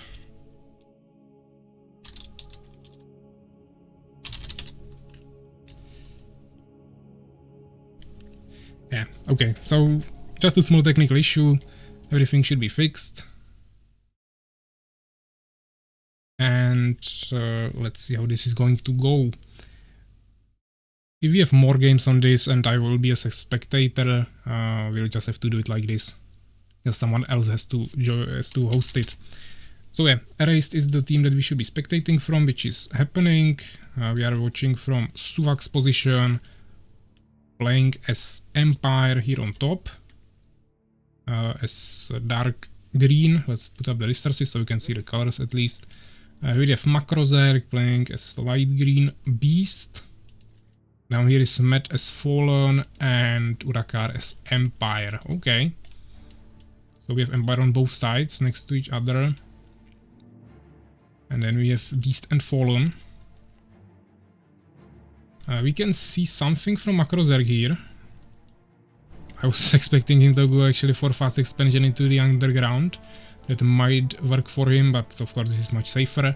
He's trying to close this so we can create an expansion here safer later. The problem with this map is that enemy can come behind your wall through the underground, so if Matt will think about that, he can actually do this. He doesn't produce any harvesters now, definitely gap that was not supposed to be there. Now he doesn't even have population. Yeah, you don't want to go for 2 hives this early. The second hive is supposed to be built a little bit later. But as you can see, Suvak is also going for this strategy, so they just really believe that they won't get rushed from the underground. Urakar already making a swordsman. He has like 8 peasants on gold right now, producing more for gems and wood as well. We see nice scouting from Makrozerg here. Actually no scouts from Suvak yet.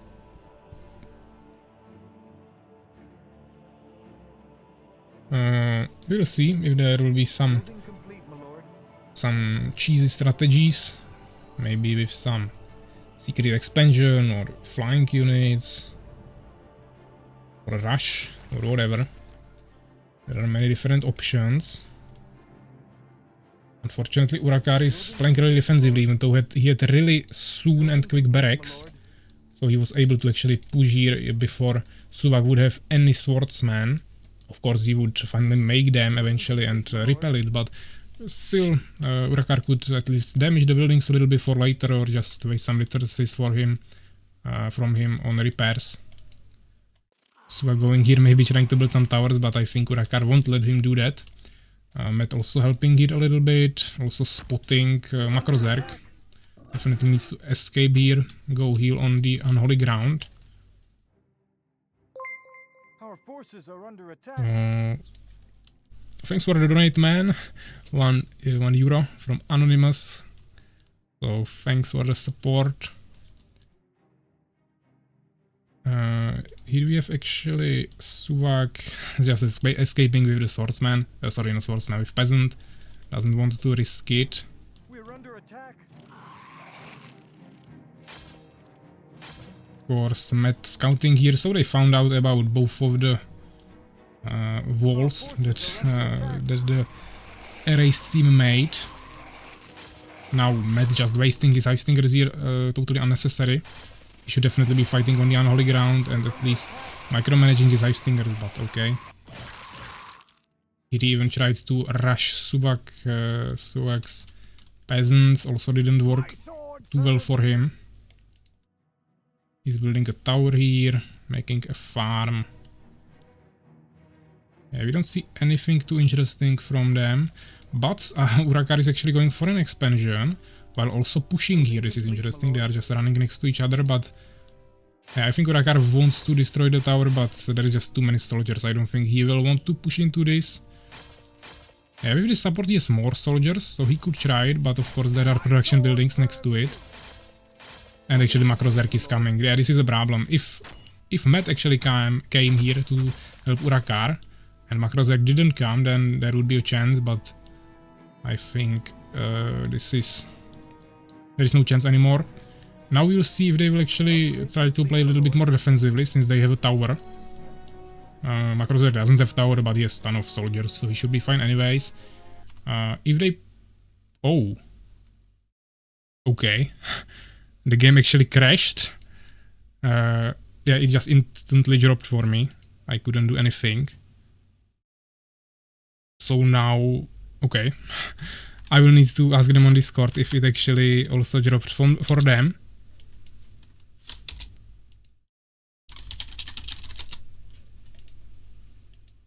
Okay.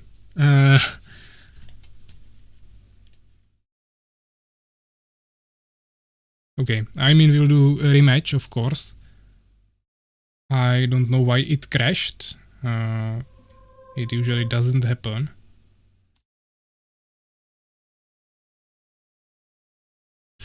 Yeah, but okay, this can of course happen.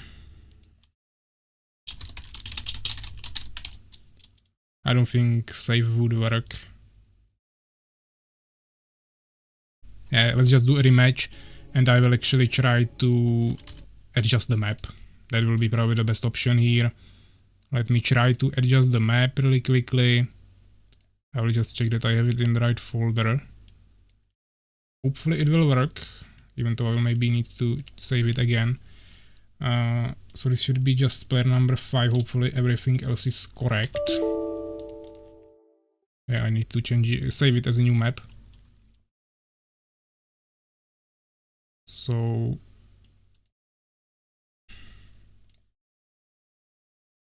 yeah, let me actually do it really quickly. Yeah, I really don't know why it just crashed. That was really weird. But it crashed also for Urakar, not just me, so I don't think it was caused by Radmin, but maybe yes.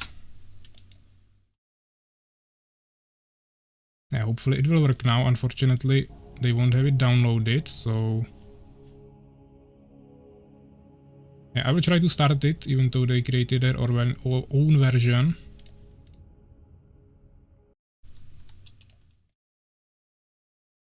And let me actually check the Discord once again.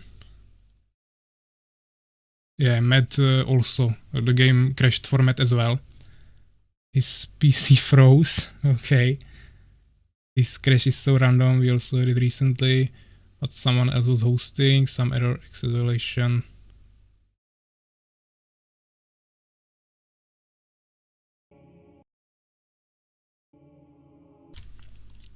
Yeah, let me actually do it. So, do one more thing.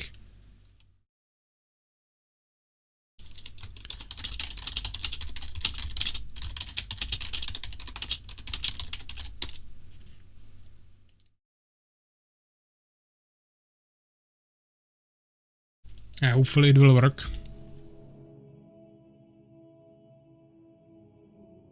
Yeah, they are trying to download it, but I don't think that will really work, so it's better if they just put the game in their folders, or the map. I gave them the map on Discord.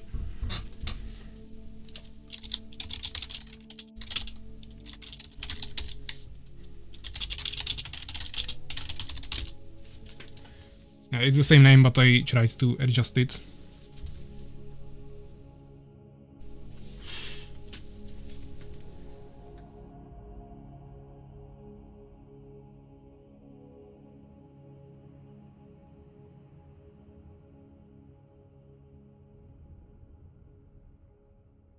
Swag is already connected, so he probably downloaded the game. Macrozerk is also fine, so we'll just wait a little bit.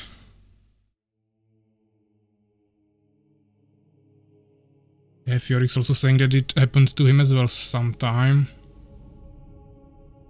I really don't know why this happened. Seems like the game really doesn't want us to finish this match. First of course that was my mistake, but first we needed to restart because Urakar didn't get a town hall, and now we need to restart because the game crashed. So that's 2 restarts. Of course the first one doesn't really matter, that didn't even start, but this one, of course, maybe one team would win, and now they are going to play a little bit worse and they will maybe lose. So of course I'm not glad that we are rematching, but there was no clear winner, so definitely not going to announce a winner from that. So let's try it like this. I hope that I at least fixed it correctly. If there will be another problem, that will be already pretty annoying.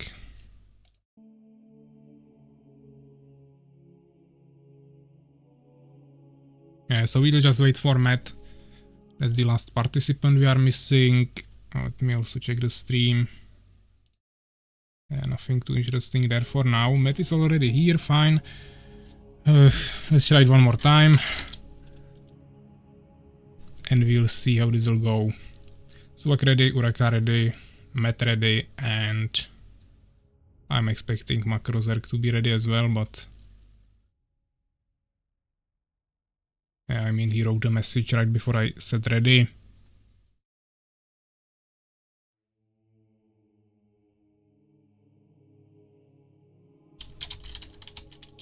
I will just ask him to make sure.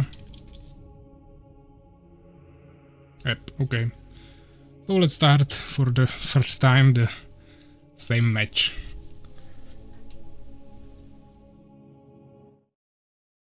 Hopefully it will work now.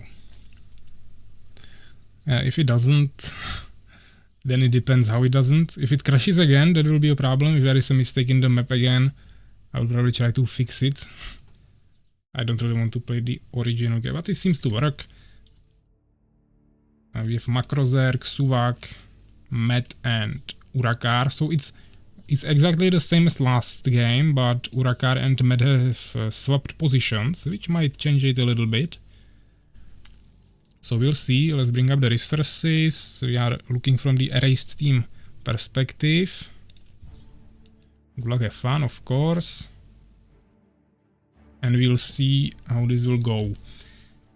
I really don't like that we need to rematch. I wanted to see how the game before would end. It was really nicely started, but unfortunately when a game crashes, I cannot do anything with that. But let's hope that it won't happen again. We see basically the same build order from everyone, I think. So like just gathering resources so he can build his wall with 2 barracks. Makrozerk, once again building it here, going to scout with a minion. Urakar going for quick barracks. Makrozerk checking for instant expansion, okay. That's smart, but he didn't check the underground, so there could still be an expansion if Urakar really committed to that. But of course now you would see that there are no other buildings, so you'll probably figure it out.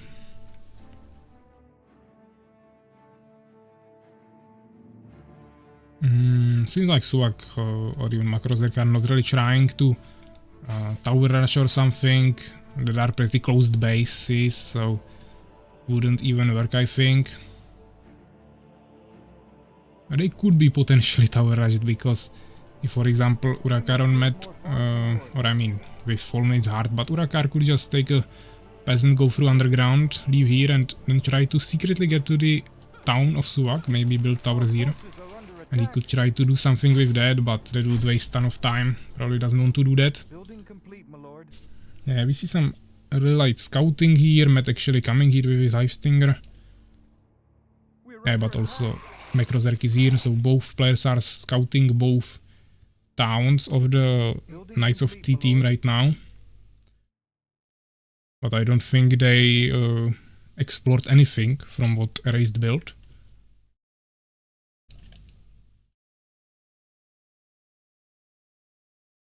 So we see an incubator, of course. Met not really producing now. Any harvesters, doesn't have any harvesters on wood. Also only 5 on gold and 1 on gems. So definitely a little bit behind and not producing anything. But he doesn't have population. And he's not making control from now. He does. So early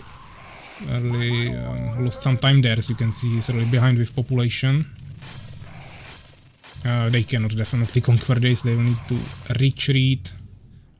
Also Makrozerk is here, they are building a tower. This is a no-go area.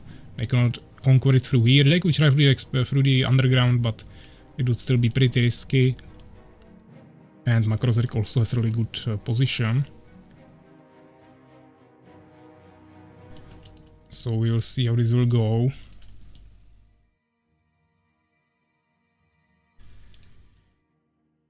We see tower from Urakar, but not upgraded yet.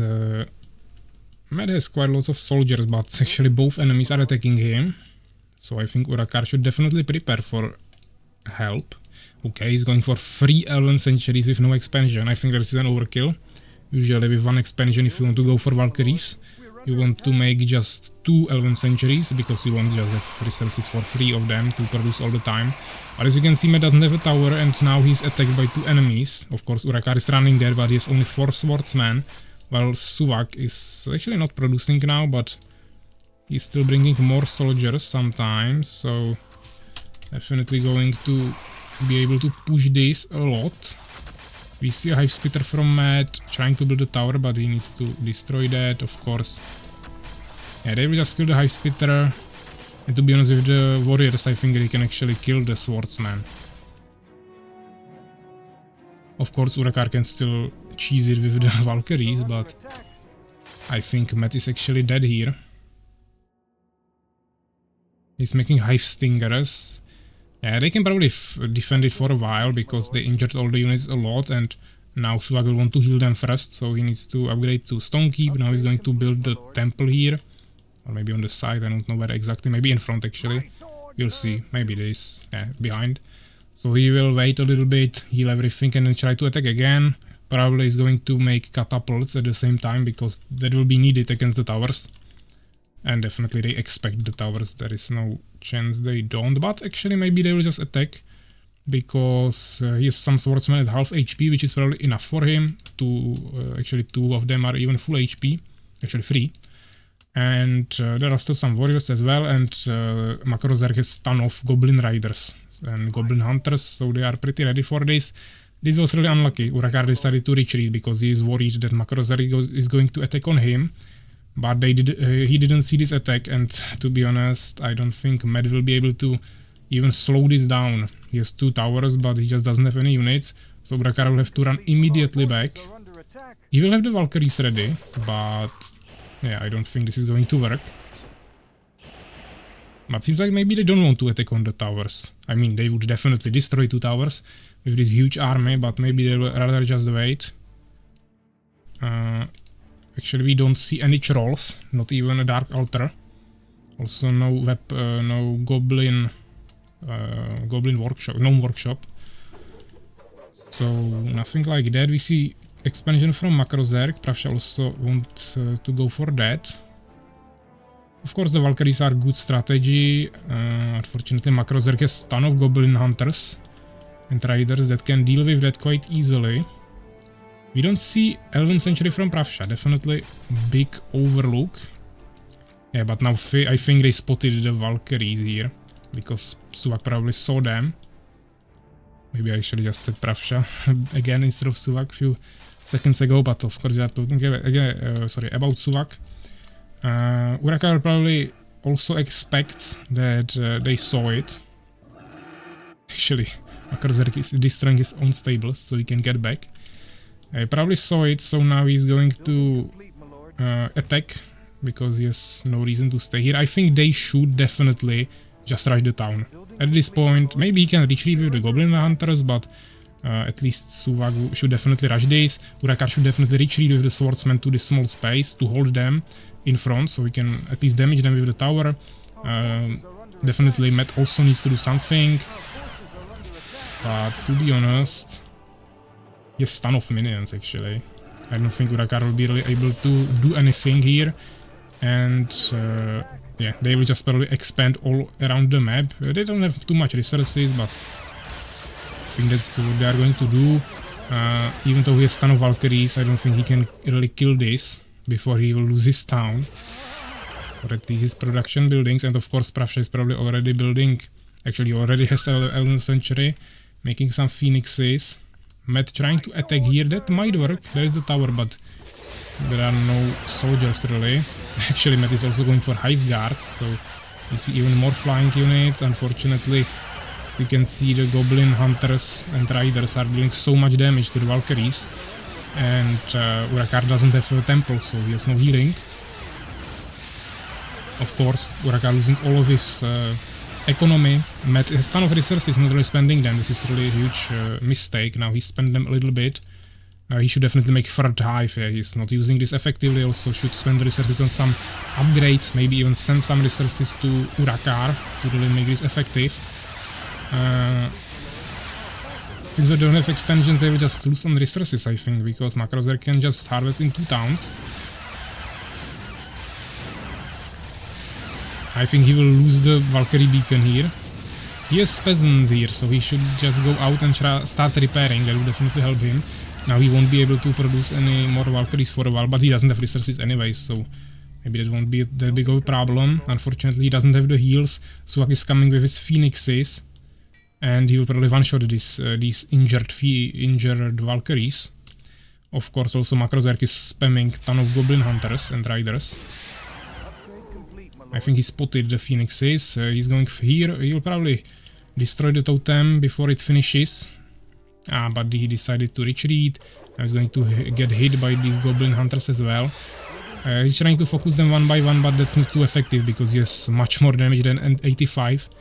And when he's just killing them one by one, he's taking lots of unnecessary damage. So he should be targeting them by like 5 Valkyries, each of them. And then he could be killing like 3 at a time, or 2 at least.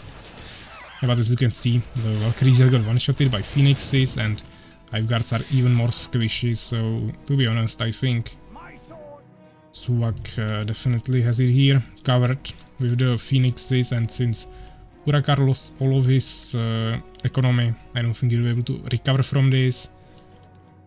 Matt is trying something here, but there is a ton of towers. Actually, only one of them is upgraded. But there will be a Phoenix.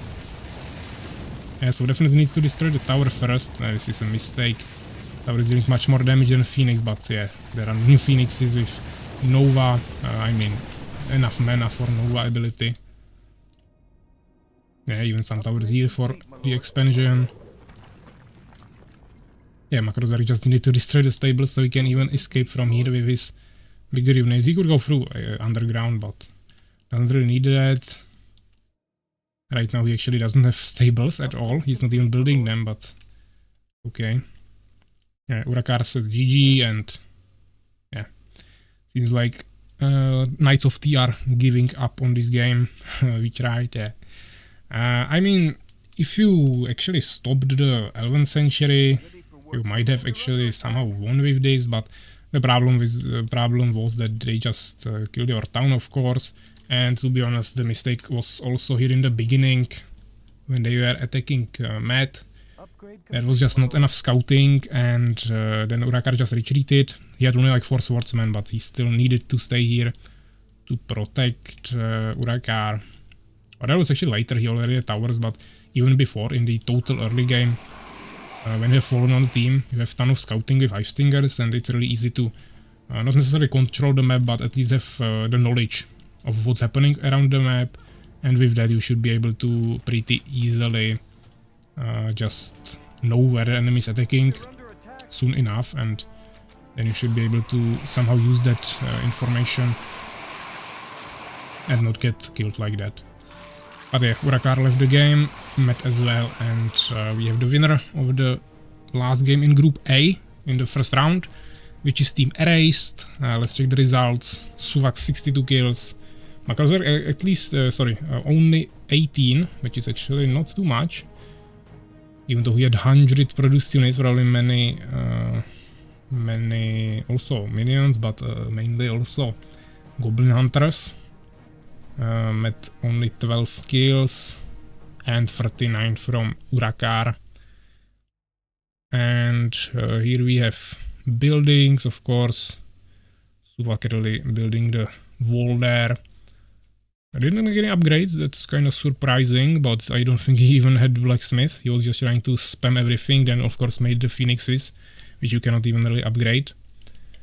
And then we have Makrozar here with the most amount of resources, of course. He expanded, even though he got harassed a little bit by the Valkyries. They needed to retreat immediately, so eventually he had definitely the most amount of resources, and that also helped them a little bit. They were even exchanging some resources with Suvak. Makrozar sent him some wood here, or maybe actually no, Suvak sent him some wood, and Makrozar sent him some gems for that. So definitely needs teamwork even here, and he had a ton of unspent gems, so that's also of course why he was trading it. And Suvak had some unspent wood, so this was definitely smart from them as well. So yeah, let's get to the bracket. At least we are able to finish the match finally without the game dropping. Player test, okay. I don't know what they are doing here, but why defender, okay. They are probably already out of the tournament, so they are playing something else there. Let's get to here. We have Erased and Knights of T, so Erased 1-0. Submit the scores. And the last matchup will be between Ageless Ones and Team Spirit, so maybe also an interesting match. Let me first fix the prediction, or not fix, but let's choose the winner, which was Erased. 92% voted for that. So let's choose them.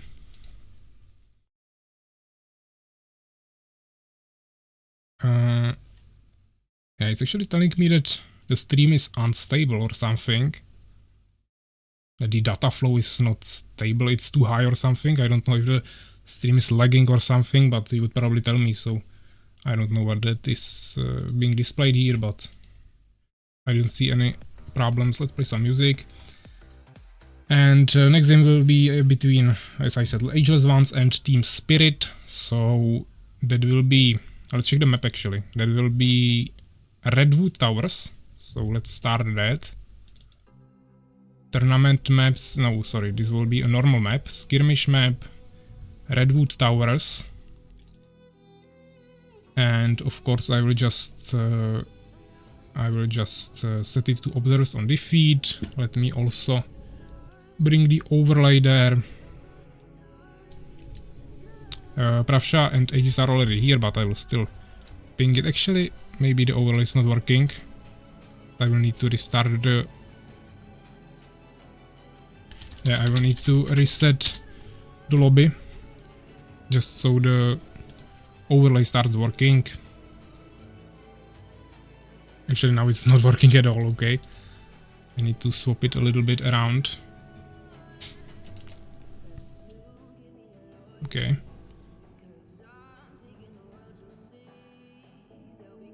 Yeah, seems like the overlay is not working now. I will try to maybe restart the whole game. Maybe it actually bugged how it crashed during the last game, so let's just quickly reset it. Yeah, it's working now, so that's fine.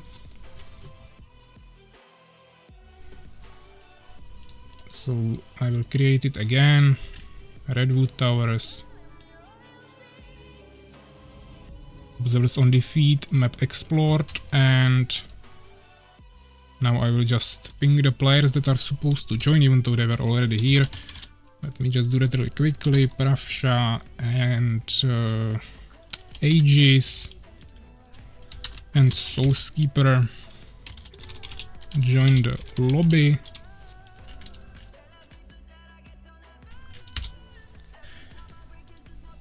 Now I will go change the overlay. So we will have what? Ageless Ones on left. And we will have... We'll have Team Spirit on the right.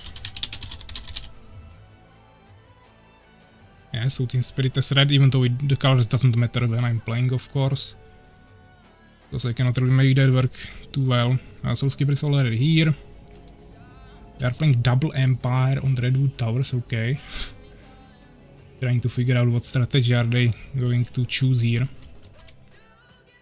But to be honest, I'm able to counter Empire pretty well with Fallen, so it shouldn't be too big of a problem. Now let's create a prediction really quickly. I muted the music just so I don't forget about it later.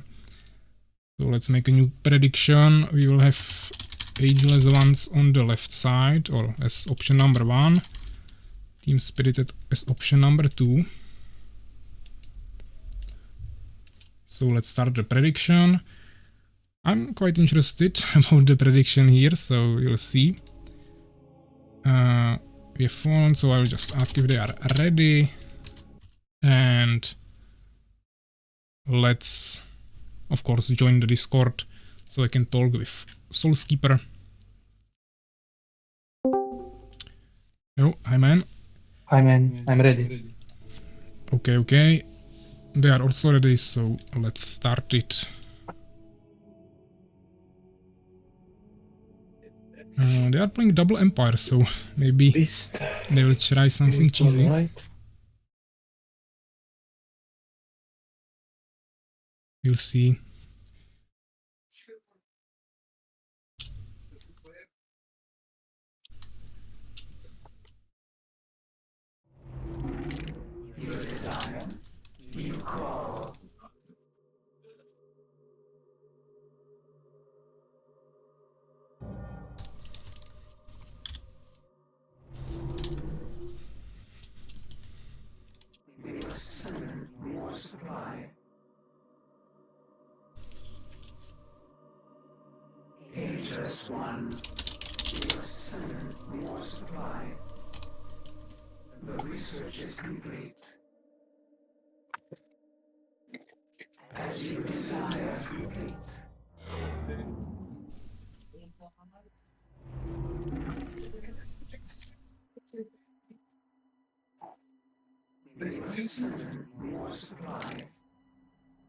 You there, man?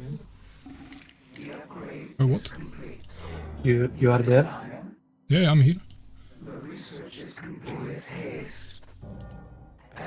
I'm just trying to focus to not make any serious mistakes. Yes, hard game. Let's Yeah, let's this is focus. probably the hardest matchup in the first round. But even if we lose Yeah. this, we should go to the semifinals, so it doesn't really matter. But I will try to once again scout both of them. You just make sure you have something.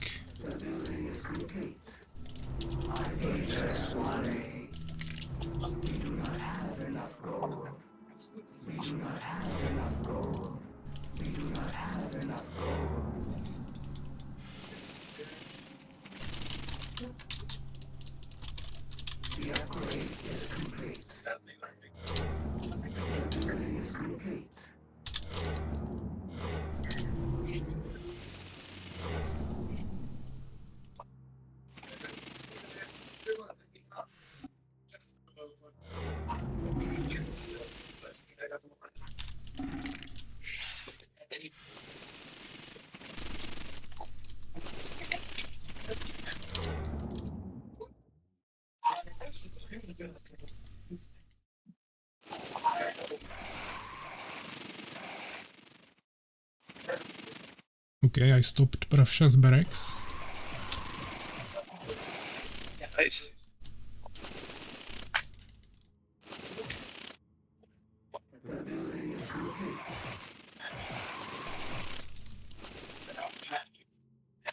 Oh, actually Pravsha instant expanded, we need to rush this.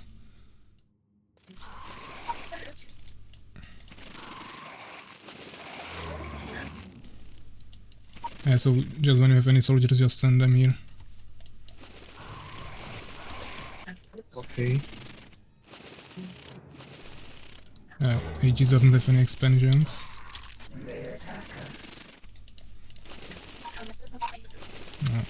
They have good defense.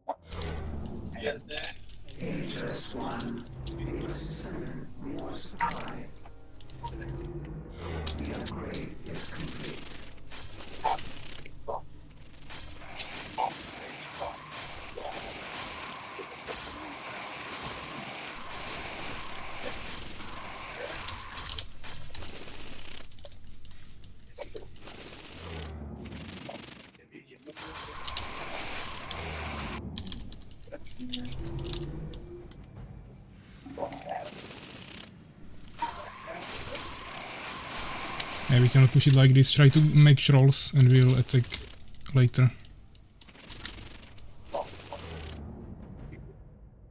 Okay.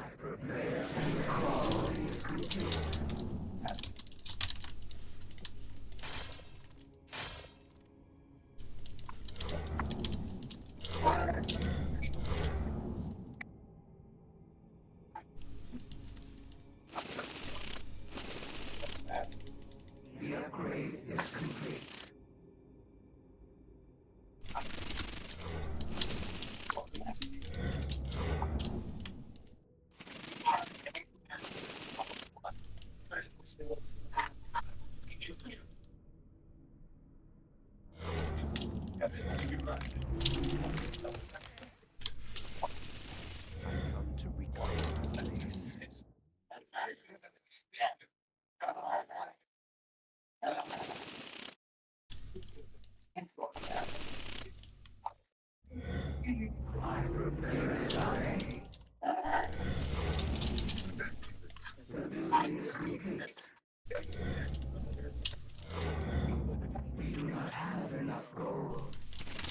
We shall prevail.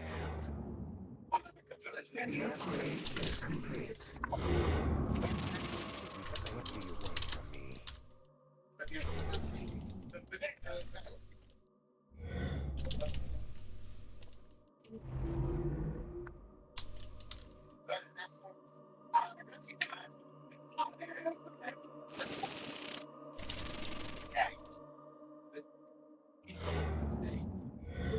I come.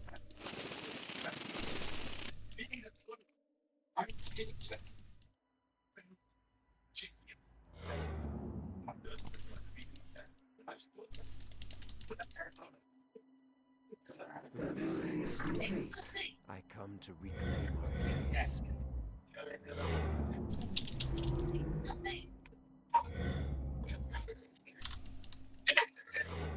I await your summons. They might be actually making some flying units, so we need to scout them.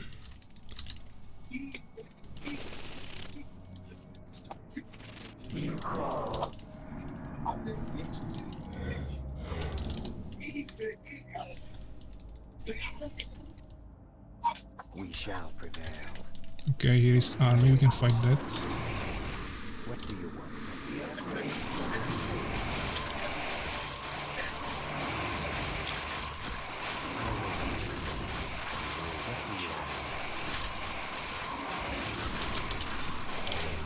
I bring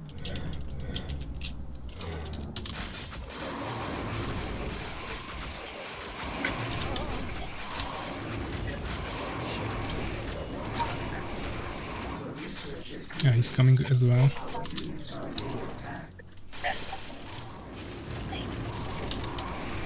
We need to retreat. What do you want I'm from me? listening. I await your summons. What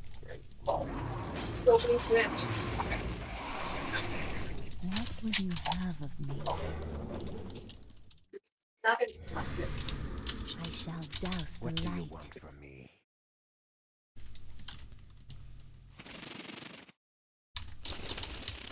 Yeah, let's heal.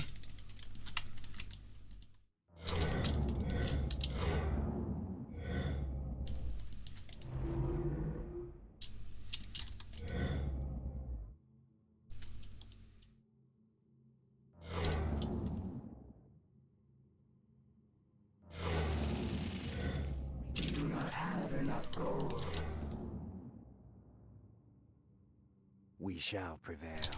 What would you have of me? I shall douse the light. Yeah, let's push again with the trolls.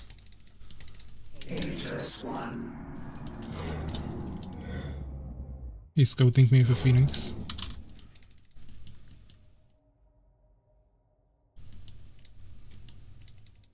We shall prevail. What do you Nice catapult. I await your summons. None shall resist us.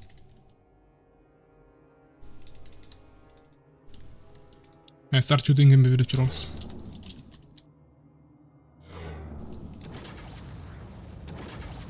I shall douse the light.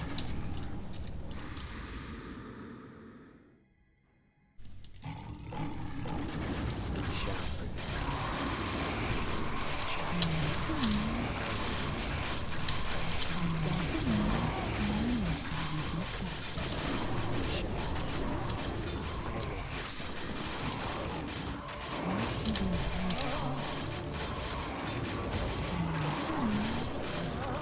Okay, this is probably GG. They just had too much over resource advantage. Onward.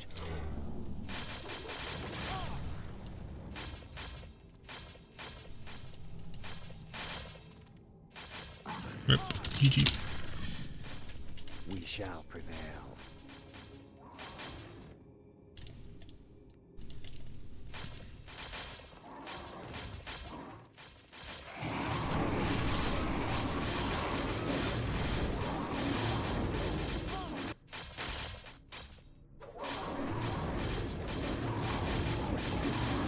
We shall prevail.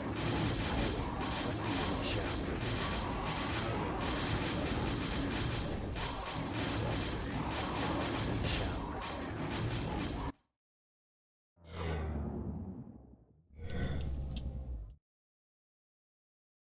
but we can definitely win this on smaller map. They just had really good timing here. But yeah, thanks for the game. I will tell you for the next game. Actually, you are muted, so if you are saying something, I didn't hear that. But you can take the break as you are saying.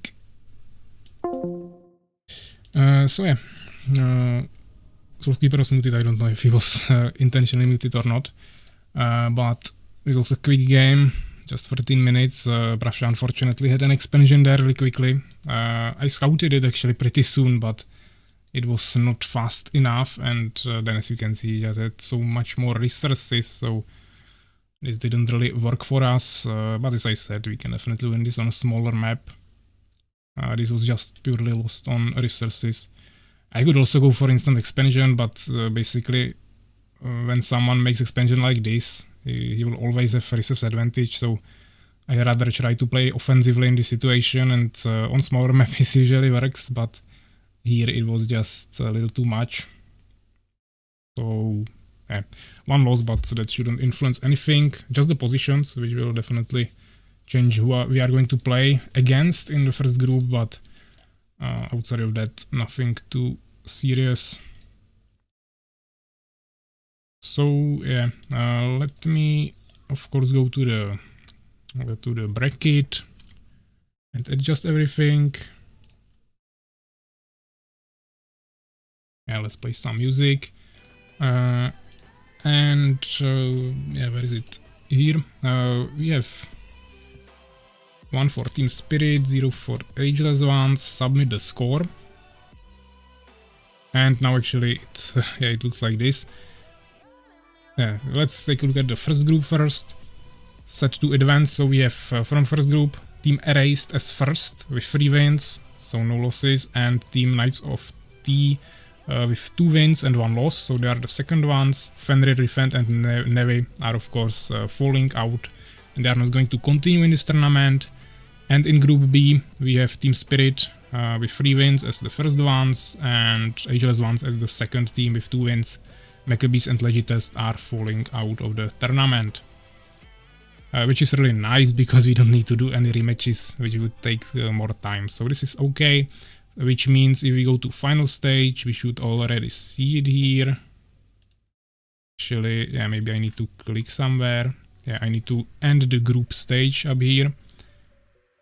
And that should move us to the semifinals. Yeah, so we have Erased against Ageless Ones and Team Spirit against Knights of T, and the winners will of course go to finals. Keep in mind that this is best of 3 in semifinals, so we'll play 3 games, and we'll probably do it in a row. So we'll start Erased against Ageless Ones, 3 games in a row, or up to 3 of course. If one team wins 2 games immediately, there won't be a third game. And then we'll play Team Spirit against Knights of T, also 3 games, up to 3 games in a row. And then we'll play the semifinals best of 5. So this is the plan. Of course, right now we'll need to take a short break. First, let me actually maybe no. First, I will actually choose the winner of the prediction. That was only 40 points betted. I don't know why no one betted more. People were maybe scared or something, but okay. It was still more for Team Spirit, who are the winners, so let's end that. Yeah, of course, GG, as Prussia is saying in the chat. And yeah, so now we actually need to choose the map. I can probably do that after the break. It won't be long, okay, I will just take once again like 3 to 5 minutes. Then I will come back, and then we will choose the map. It will still take a little bit more minutes, so it will be a longer break overall, even though I will be already here. And once we choose the map, we will continue with the games. But I think Soulkeeper is taking a small break, so I will need to communicate that with him. If he needs like 20 to 30 minutes, we will just make a break of that length, and we'll continue after that, of course. Or we could just start with the second game. Team Spirit against Knights of T, doesn't really matter. we'll just figure that out for now. As I said, I will take a small break, come back to, and then we are going to choose the maps for all the games. So see you in a minute.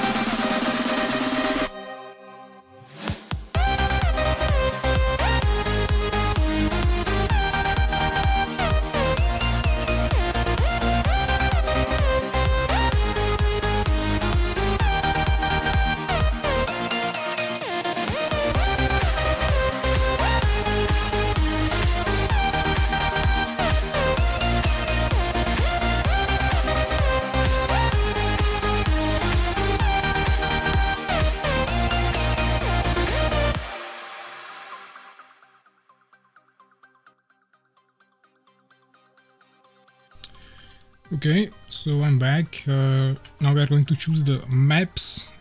So first, let's actually figure out the whole process that I was doing. Of course, before the stream for the first round, now we need to do it manually during the stream. So I will share the screen with you once again as on the beginning of the stream. But first, let me actually ask Soulskeeper, when will you be ready for semifinals matches? Yeah, because he was saying that he needed some small break, so I'm gonna rather ask him so we know how much time we have. Yeah, someone is also asking right now. We'll see. I'm not sure yet. But yeah, maybe if he's away he won't answer me. But he's online on Discord, so we'll see. Even though he was in the voice chat and I didn't really hear anything from him. He was muted, so I don't know. But let's actually pick the maps now. So first, as you can see, we have erased and ageless ones. So we'll take a look at the bands, which will be right here. We have Plateau and Spider Realm. And erased, they have also Spider Realm and No Man's Land. So if we take a look at the maps, we have Plateau, Spider Realm and No Man's Land, which means, yeah, I will just do it like this, so it's simple. We don't have this map, and this map, so we'll be choosing from the remaining 5. So I'll be rolling, generating random numbers up to 5. where 1 is Darkside Forest, 2 is Eye of Haven, 3 is Icy Crossings, 4 is Redwood Towers, and 5 is Secret Chambers. So let's roll that. Let me actually check that I looked correctly, but it seems like I did. So we will choose 3 games. Let me actually name it here. Semi-finals. Seems like Soulskeeper answered me. He said maybe, but he didn't say when, so we will wait for another message.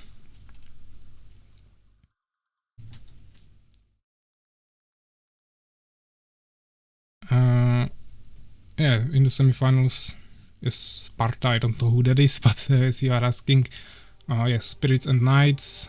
Team Spirit against Knights of T is the first game or second game. We don't know the order yet. And then Erased and Ageless Ones, which is my team.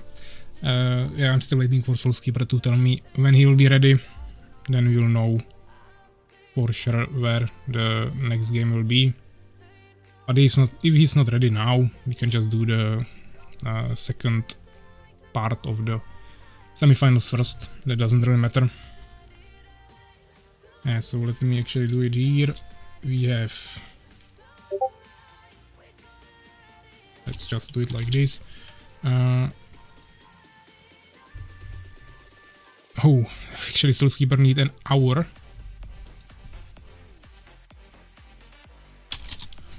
So, okay, I'll just confirm it. If he needs an hour, then we'll just do the second half.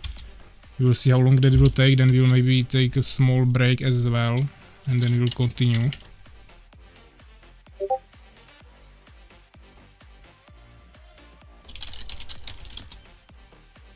Yeah, he's saying that he has a laptop because he will not have electricity for an hour, so he needs to figure it out. I'm asking him if he will also have internet ready. So yeah, this will be Team Spirit against Knights of T and Erased versus Ageless Ones.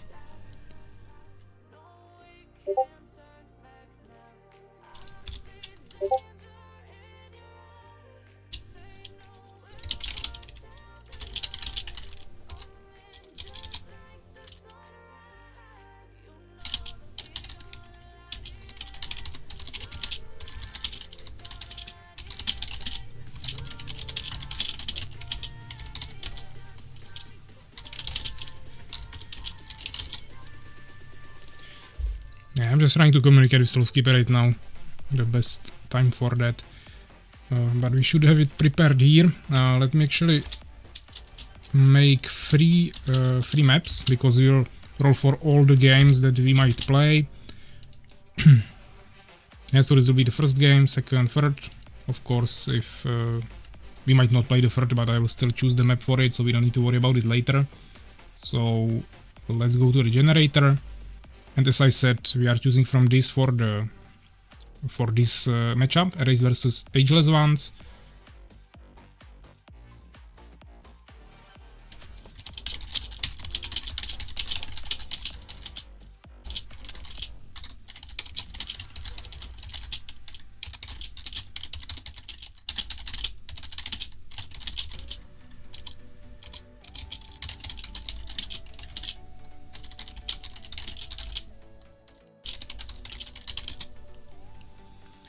So we'll wait for clean answer. Actually, he went offline, so maybe he's swapping to his laptop, as he said.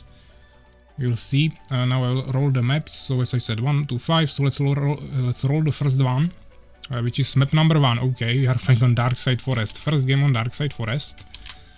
The second game will be on... Actually, it rolled again 1. I clicked on it and it rolled again, but just to make it fair, let's say. I will reload it always. It's 4, okay. And I will do it again, just so you see that I'm not rolling, that I'm actually clicking it, because I don't think you can actually see it. And it's 4 again, okay, so that would mean Redwood Towers again, or we can do it that we will have different map every single time, but I mean we rolled 4, so let's not change it. And then we have Team Spirit versus Knights of T. So I will need to figure out the map. Yeah, okay, so Soulskeeper wants me to let the others play. I will tell him when we are supposed to play.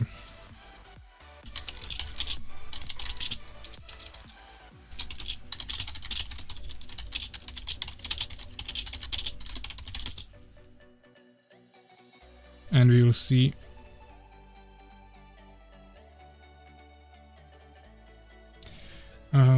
So now let's choose the games for the matches that will be played now. So that's Team Spirit. Actually, is the music playing? Yeah, probably is. I just have it really muted almost. So Team Spirit and Knights of T. We have Darkside Forest and Spider Realm from Team Spirit, and Knights of T, they have Icy Crossings and Plateau. So Darkside Forest, Spider Realm, Icy Crossing, Plateau.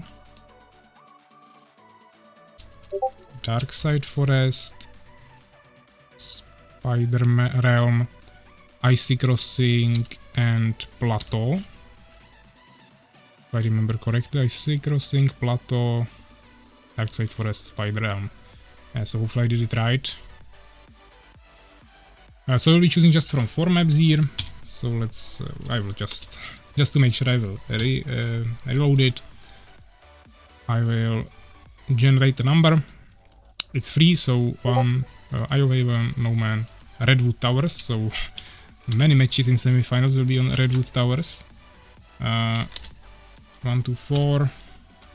Number 1, so that's Eye of Haven. And last game, number 3, which is once again Redwood Towers. Okay. So 4 games will be played on Redwood Towers if we go to the third game in both matches. In both games, let's say. So this is it. Of course, we'll do this one more time in the finals, but for now, this is everything. So let me actually, or maybe I can let it be open like this. I will just really quickly check what Soulskeeper told me once again. Yeah, he will use his laptop if it's needed, but maybe he will be ready after they finish their games, so that will be also fine. Now let me try to swap to in-game overlay. Maybe it won't work again, where there was this weird delay, let's say. But the first game that we are supposed to play now should be on Redwood Towers. So I will try to host it, maybe. Yeah, it started working. Redwood Towers tournament, I will go as referee, map explored. And as I said, we will have the team Spirit and Knights of T. Which is... Yeah, actually, okay. So Skipper is telling me that they interrupted him during the last game. He's talking about his parents. So that's why he didn't really talk to me. He was muted, so that's fine. I probably also influenced the game a little bit, but yeah, that's fine. That game didn't really matter, so that's okay. Now we are playing what teams? Once again, I totally forgot again. Team Spirit and Knights of T. So that is Urakar, that is Matt. Not MK19, Matt. I'm writing them on Discord, of course. And that is Pravsha. And that is Aegis. Join the lobby. And once they are here, we will just play their half as first. Of course, I will also create prediction for each of the matches. There will be 3 of them, so you will have ton of options or ton of opportunities to win some coins. So new prediction. Actually, I need to change the overlay first. So we have Knights of T and Team Spirit. So let me really quickly swap that. You should see it now, fine, and now I'll create a prediction.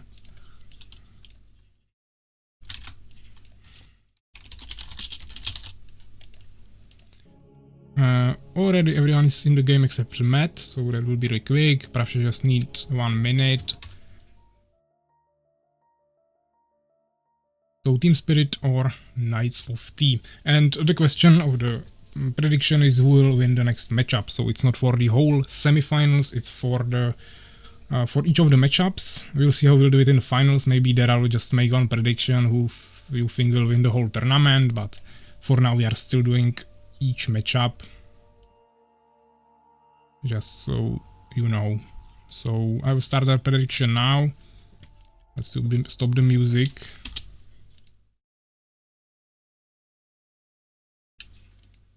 And once they are ready, we will of course start. That is already here. We are going double Empire, okay. Russia Age is random for now. So I'll just ask once again if they are ready, just to make sure. Team Spirit is blue, so we'll be watching from Russia or Aegis point of view.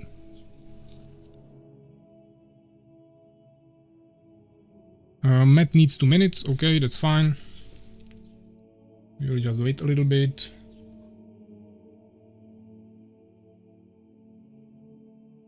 Yeah, at least I can check the chat between that, but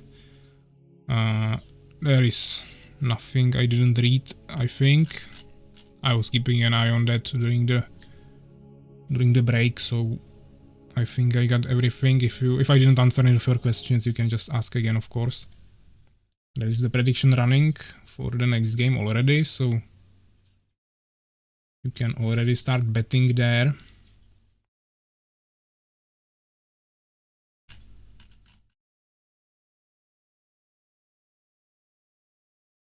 Probably also nothing on Discord for now. And I think everyone is ready except Matt, who needs 2 minutes, so we'll just wait for that and we should be able to start. We already see the race is actually Prussia going Beast. This is interesting. Everyone going Empire and Prussia going Beast. Prussia plays everything, but most of the time I think he plays Empire, I would say. It's not that crazy like Suvak, who plays Empire every single time. Matt is ready, Prussia is ready, Urakar is ready, Aegis is ready. Okay. Let's start the first game of the semifinals, which will be just one game from the best of 3 series, so they still have chance even if they lose this. Let's begin. I hope I didn't mess up this map as well. That would be really unfortunate.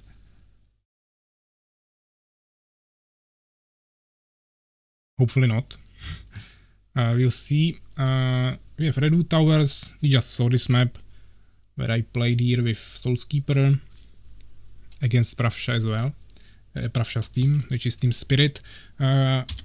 So we have Prussia actually down here, so I need to swap to him. Prussia down here is Beast. Actually Aegis changed to Fallen at last second, because he was Empire before, as I was saying, everyone is Empire. And Matt and Urakar playing as Empire. This will be interesting. Of course, we saw Matt playing as Fallen before, I think, in both games. Even though I'm not 100% sure right now. Actually, no. In the first game, they were playing on Eye of Haven, and they were going for mercenaries with double Empire as well. But there are no mercenaries on this map. Only storehouses right here. But we'll see. Seems like Urakar might be going for fast expansion, but he should definitely already have a peasant there if he wants to do that. And if he wants to just build more barracks advance, he'd also go for it already. Yeah, it seems like he's going for an... No, he's not going for expansion. I was thinking that he would, but eventually he went for barracks. We also see barracks from Matt. He did his idle peasant for some time, but hopefully didn't lose too much time there. We see Pravsha already building his setup here. Urakar now spending all the resources on 2 barracks and farm. That's nothing too crazy.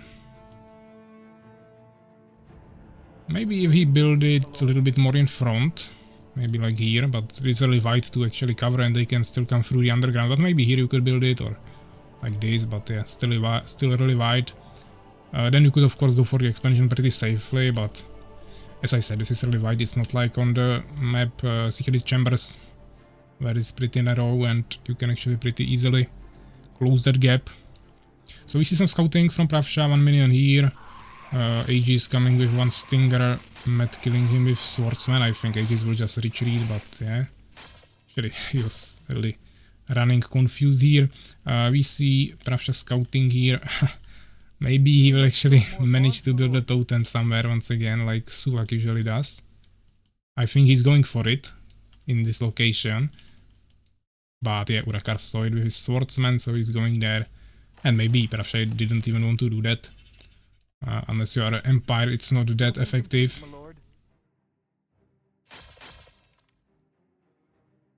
Yeah, so Med doesn't have anything here. So definitely some builders could run through there. But we don't see any fast expansions yet. This is what I was talking about. Yeah, you can try to close this gap. Especially with Fallen, it might be quite interesting option. So Aegis is going for that. But seems like there will be no rushing. We see tower from both Empire guys on the top. Immediate bestiary. Yeah. Pravsha is going for trolls without even building the goblin hut for goblin riders. Because I mean Empire can just counter it with ton of pikemen, so it wouldn't be too effective anyways. I'm interested if we are going to see some Valkyries or just any flying units. Maybe even Hive Stingers or Wyverns. But I don't think so. He's going for Henge. Okay, maybe he wants to make Ogres, which are of course countered by Pikemen even more than Goblin Riders. But we still don't see a Blacksmith from either of the Empire players, so Pikemen will not come soon. And of course, if you don't have Pikemen, then Ogres are super broken because you have the splash damage that can just totally kill everything. Or the Swordsman. Actually, Matt killed some peasant here or something, which was definitely important because if he built a tower there, he would have a problem. Okay, Urakar going for expansion, but Aegis as well. Which means that will be kinda balanced. We see Urakar fighting here. He has more soldiers, but of course the warriors are much stronger. Also, he has a witch. Yeah, but the healing fountain is also pretty strong. It seems like he's really going for ogres because, yeah, actually making him. I wasn't expecting that, but Urakar is still not prepared for that because of no blacksmith. Also, none of them have Elven Century, so if Aegis actually decided to build, Vile Cocoon and created some Hive Guards, he would still be able to push this, or just cheese them with flank units. This is no-go for Urakar. He will need to immediately retreat once he finds this. Yeah, I mean, he maybe saw it, maybe he didn't. But he will just lose some units here unnecessarily. Just one swordsman, but still. Matt is also taking the middle part with his swordsman. Pravsha saw that Urakar ran away, so he wanted to heal his units, but now he found out that there are even more swordsmen. I don't see the Ogre, he's already here with the army. I mean, yeah, it's a really strong unit, but is it really worth it? I think Troll will just do more, but I mean, we'll see.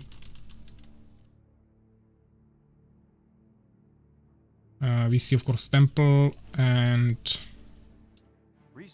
maybe some Valkyries here. Yeah, okay, so Matt is actually going for Valkyries, but they have ton of Hive Spitters, and they'll also have Avengers really soon. And Avengers with Ogres might be quite interesting combination.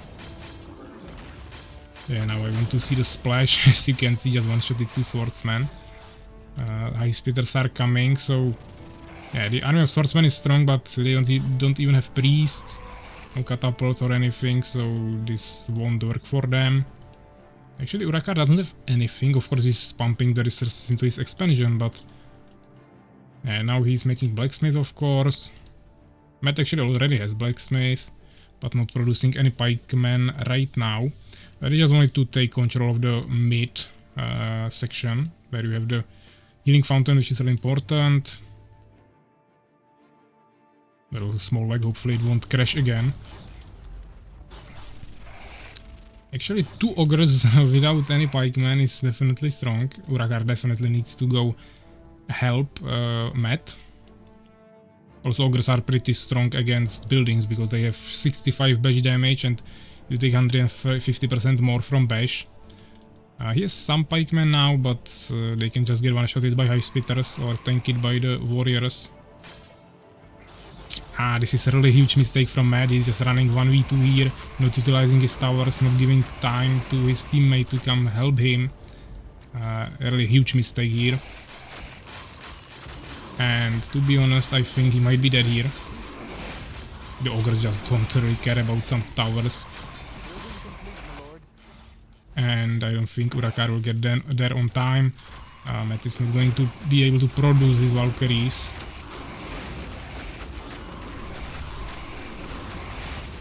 And he's just going to lose all of his buildings, saying GG, so yeah, also, actually Pravsha also made an expansion now.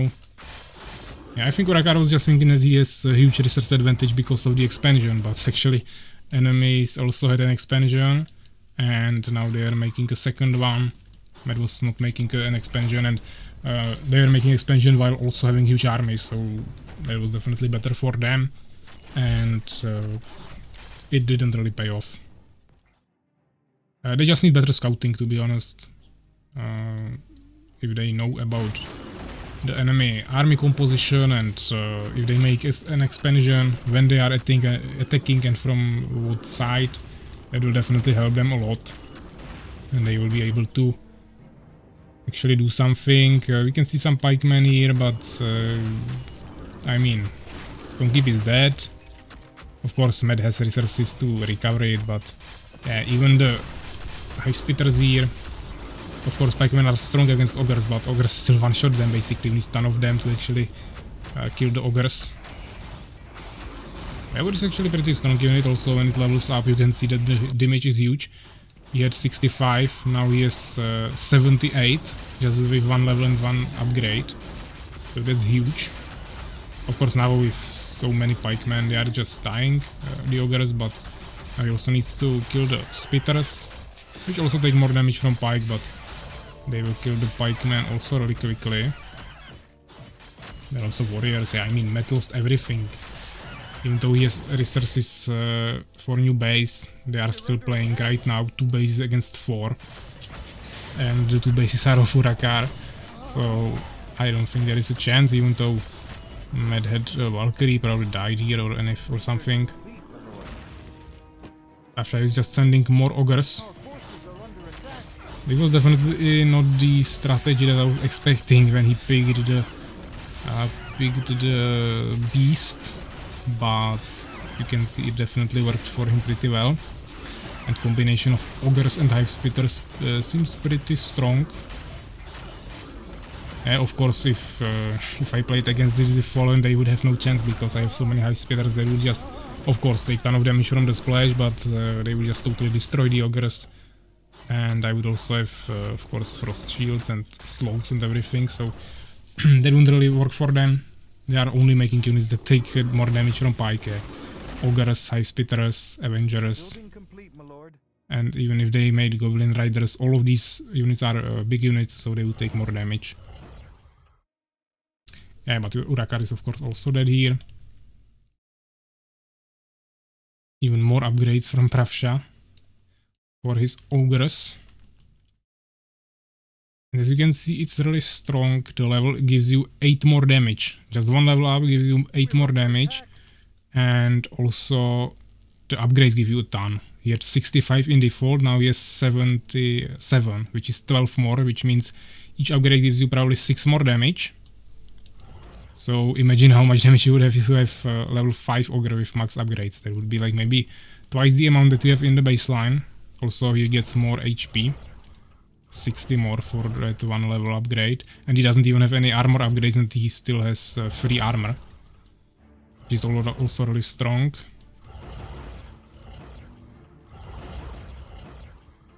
Yeah, Urakar is not giving up, but he's not spending his resources anymore, so I'm not sure what he's waiting for here.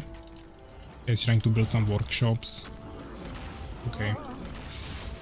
Yeah, but of course they are not out yet.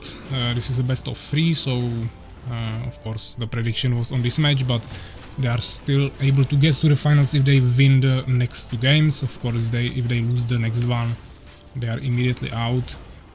Yeah, maybe actually he has so many resources because Matt also sent him all of his resources, but it will still really matter that much. As you can see, the ogres are actually pretty brutal. He's totally smashing everything. Of course, taking some damage, but not a huge problem. And in combination with the Avengers, you really cannot do anything against that. Even flying units. Before you destroy this, you will just totally lose your town first. So let's check the results. Of course, Pravshai is over 100 kills together, and of course, Urakar and Matt not that much here. But the armies were not that big, just strong units, let's say.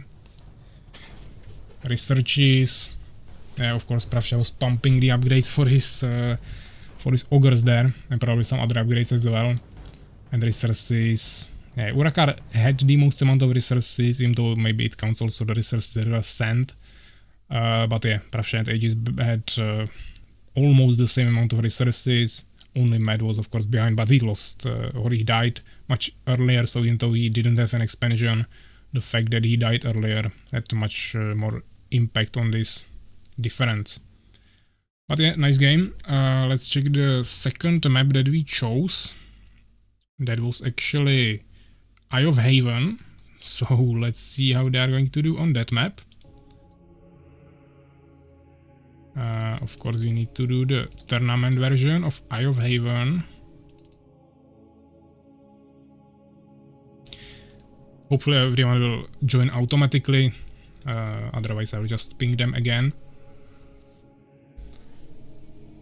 Matt and Urakar are immediately here once again. Double Empire, I'm expecting exactly the same strategy that they already did once before on the Eye of Haven.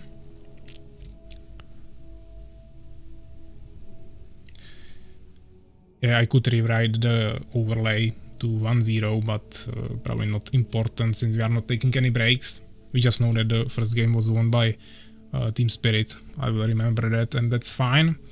So let me just ask them if they are ready, and we can get straight to the second game.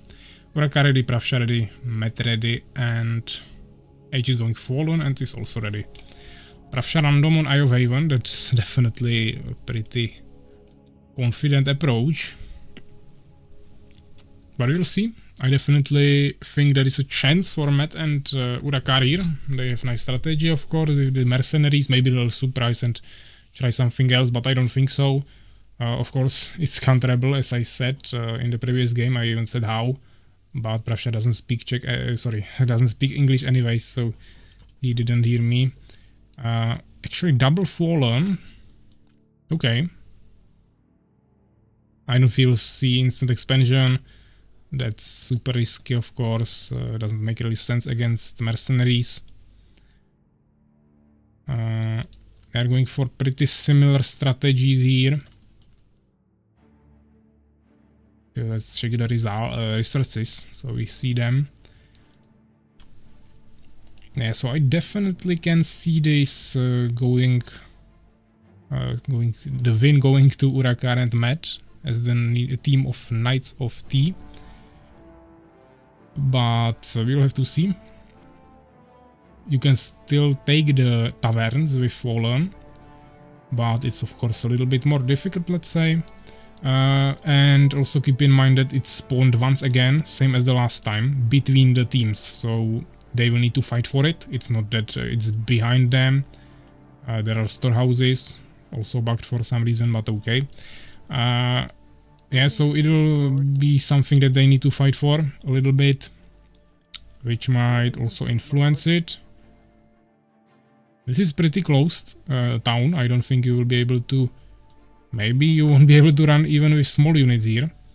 He just maybe wants to run through the barracks by entering them and exiting on the other side, which would be quite smart. Maybe he heard me last time saying that his town was not built the best and he could be rushed. Actually, Matt going for tower. Unfortunately, built the farm in the back, so it could be easily protecting the tower. This was not the best move, I think. We see Pravsha immediately going there with his Hive Stinger, of course, trying to scout this area. Or probably just going to scout the enemy immediately.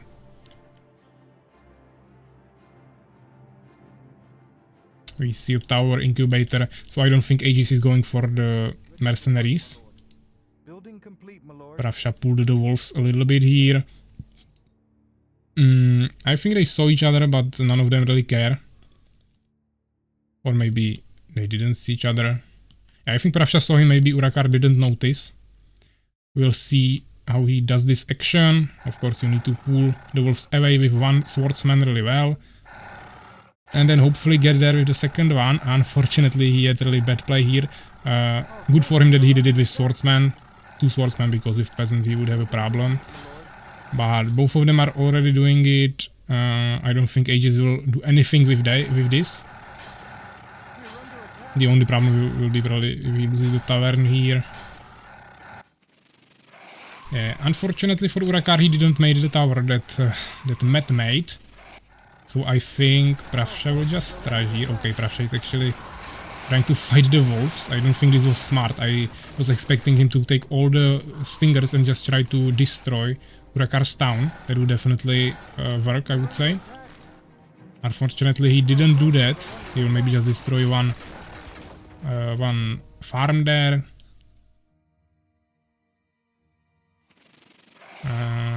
Yeah, so this farm will get destroyed, so Urakar will need to spend a little bit more resources on population, but overall this army should be definitely enough. Aegis has a tower, some hive spitters, but not really going for anything else. They're not really rushing anything, but maybe they want to go for Avengers, which would probably work against crossbowmen, but you would still need a lot of them. Crossbowman is just the most efficient price and let's say performance ratio unit. Yeah, going with one crossbowman here, he could just kill this injured Hive Stinger with one peasant there, but okay, he rather just lost 1.5 farm. That's his choice. Vengeance Hall, of course. We see some towers here. Towers are definitely smart, but then what do you want to do? You can either try to expand in the underground, but that probably still won't help you too much. You can try to get to Avengers, but I'm still not sure with that.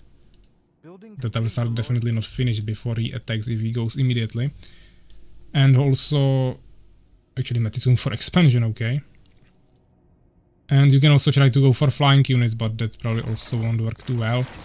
I don't know if Pravsha will stop this. Yeah, definitely at least 2 towers will get finished. Pravsha will probably lose this one. I mean, I think he can defend this with the towers, but it's still going to require some effort. Actually, Matt is going to help Urakar here. They will attack together. Which will definitely be enough to push this, so Aegis either need to destroy Matt immediately, but he doesn't have the mobility for that. Or he will need to somehow help Pravsha, but I don't think he can do that. I'm actually surprised that Pravsha and Aegis didn't even try to get the mercenaries. Also, they just willingly picked Fallen and Random for this map. While, of course, you can execute it with any race, but with Empire it's the easiest to get the tavern. Yeah, it seems like Aegis is a little bit confused, doesn't really know if he should go help Pravsha or just attack himself. Chamber of the Avenger, Vengeance Halls. Yeah, he wants to go for Avengers, but I don't think that will really help him. Pravsha doesn't have expansion anywhere, so that's also nothing good for him. He didn't even try to build any more towers, wanted to go for flying units probably with Valtopun. Now just slowing down the enemy. Matt is going back. I think he's afraid that he's going to get attacked, which is not the case. He's just trying to get to Avengers. He's already producing 2 of them. We must build more farms, my lord. So we'll see how this is going to go for him. But yeah, look at the population. It's just totally broken. The unit is cheap. Yeah, crossbowmen, they are cheap. You can make them instantly. You don't need even upgrades for them. Even though I think with Empire actually, if you if you upgrade Elven Rangers in Blacksmith, they will actually also upgrade crossbowmen, so that's another reason why I want to play this with Empire, because you can actually upgrade them. But even if you don't upgrade them, it's super tanky unit. The most broken thing about them is the super quick attack speed. You can just attack super quickly. And you have decent damage. It's still higher than Elf Rangers. You have also more HP. Also, I think Elf Ranger maybe doesn't even have armor in default. I think they have 0. So overall, it's more tanky, you have more damage, and you have much more attack speed, which means better DPS, of course, damage per second. Or damage per minute, doesn't really matter, you just have more damage, which is really strong. It's Pierce, so definitely not strong against everything, and also more legs, hopefully it won't crash.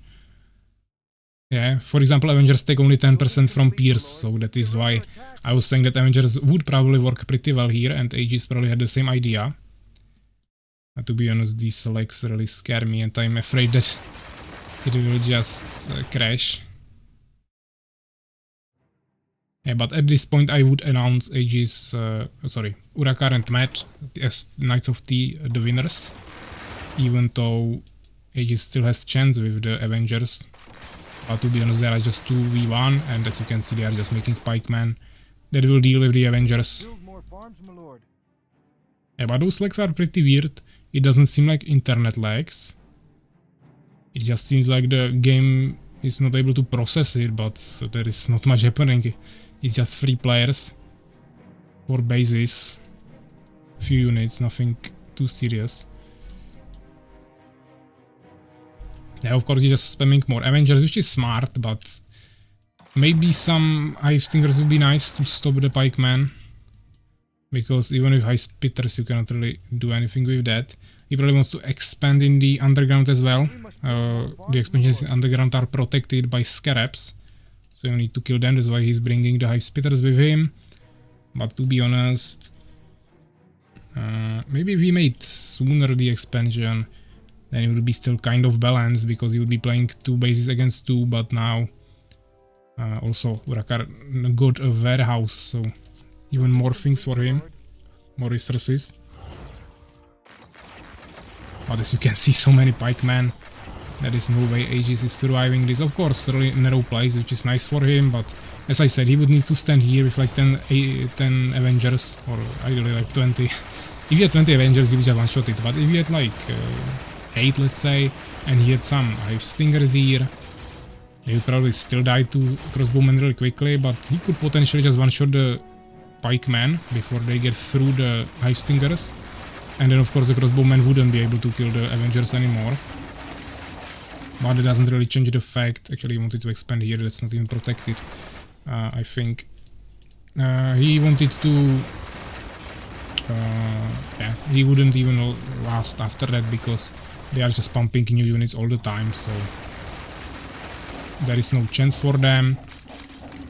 Or I mean, as you can see, he will maybe kill the pikeman anyways. As you can see, the Avengers are dying super quickly to them. He needs to micromanage this better. Now he will lose an Avenger for no reason. But if he killed them and they were not sending new ones, he would definitely be able to do something here. As you can see, Matt is not really multitasking. Now he started creating some pikemen, but it really took him a long time. He had like 1000 gold already. but of course Urakar is also sending a ton of pikemen there. It will be definitely enough, but as you can see, the Avengers are just not dying to this. So if we have a ton of Avengers against crossbowmen, it's definitely enough. If he doesn't have, if the enemy doesn't have any pikemen. But yeah, we are going to the third match. So it's 1-1 now for Team Spirit and Knights of T. Our first battle in the semi-finals. Let's check the results. Urakar 52 kills, Aegis 38, Met 22, and Pravsha of course died there pretty quickly with just 7 kills and actually 39 losses. That's a lot. Probably a ton of Hive Stingers and also of course his Harvesters. But Aegis also lost his Harvesters. Building's nothing too interesting, and resources. I mean, Aegis went for expansion, but probably didn't even finish it, so overall he of course had less resources because his base got destroyed a few minutes before the end.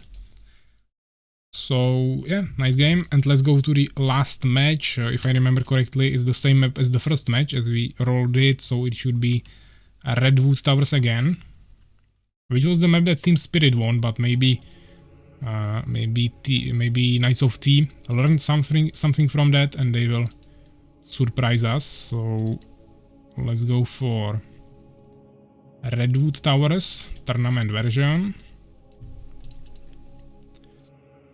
Referee and map explored, and we will see how this will go. I'm not expecting Urakar and Met go double Empire again, but maybe they will.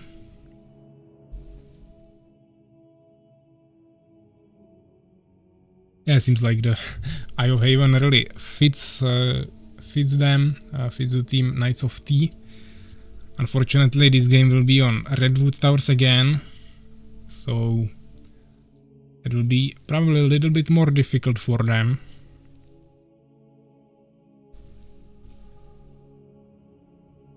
Yeah, also if Soulskeeper is on the Twitch, you can just let me know if you'll be ready after this game. Expect like 15 minutes or 20, where we would be playing the next game. I mean our part of the semi-finals, or maybe 20 minutes. But yeah, just let me know if you will be ready or if you will play from the laptop, as you said, something like that. Med wants 1 minute, okay, we can definitely do that. And what we can see is Empire and Fallen, Pravsha and Aegis, Urakar Empire, and we see Met random for now. I don't think he will go random because from what I know he really hates beasts, so he wouldn't dare to go random. But we'll see if he will also go Empire or if it will be a mirror between Empire and Fallen. Pravsha of course not going beast again with his ogres. That will be too obvious. It worked because of the surprise, so now they need to figure out something else. But Met said 1 minute, now he... Okay, Urakar ready, Met ready, Aegis ready, Pravsha ready. Okay, we can start the next match then, which is the last part of the battle in semi-finals between Team Spirit and Knights of T. Yeah, actually, sorry, I didn't do predictions for the last 2 games, but as I said, the first prediction was for the first game, which was won by Team Spirit, so even if the whole semi-finals are won by Knights of T, they will still get points for that. Let me swap the players to Pravsha, because that's our blue team, Team Spirit. Hopefully I did it right in the last game as well. Edge is going for his usual opener. The difference here is that players spawned on left and right side instead of top and down, top and bottom, which is not that common. Usually they spawn on top and bottom, which allows you that quick expansion as we saw against my team in the last game of first round. Now they spawned like this, which of course makes this base a little bit more exposed. So we don't see any immediate expansions, and I don't think we will even see any other early expansions. It's a mirror, as I said, but it's across, so the same races, Fallen here and Empire here, are across the map, not next to each other, which might make it a little bit more interesting. Of course, I'm expecting some control over the map, trying to maintain the maintain pressure, so you can gain control over the center of the map with the healing fountain. That's really important. Here, of course, we have Pravsha. Sorry. Here we have Pravsha going for the normal opener, of course, with Empire. I think we'll have fun a little bit later, but still. Yeah, so just one barracks. I'm expecting second barracks right about now. It's actually still pretty late. Maybe he wants to go for expansion, but I'm not expecting that. Someone wrote me now. I think that was maybe Soulskeeper, as I said on the stream. So he's probably watching. He will tell me. We will read that after the game. So yeah, so Aegis is typical opener, especially on this map. Just double hive with Deformer and Lightning Spire behind it. Incubator, he always plays like this. There is nothing really interesting about that. Of course, it's not like super standard. Usually you don't build a Lightning Spire like this, but he always does it, so I'm not surprised by that. Urakar coming here, probably gonna run away really quickly once he realizes there is a Lightning Spire. This gives you a really good option for the expansion. I should probably also do that. It doesn't slow you down that much, you just need to go a little further. And then you have really nice opening for the expansion. Also, it's really hard to defend here with Fallen if they actually decide to attack you. So this is probably fine, but I definitely don't have place in my build order, in my strategy for a Lightning Spire, so that will slow me down too much. And I think I have good enough scouting to know if they are going to rush me, then I can build it if I need to. But yeah, this game is not about my strategies, this is about Urakar, Met, and Pravsha with Aegis. We see Pravsha scouting Med here with his peasant, trying to get in the back, maybe some towers, but I don't think Med will let him do that.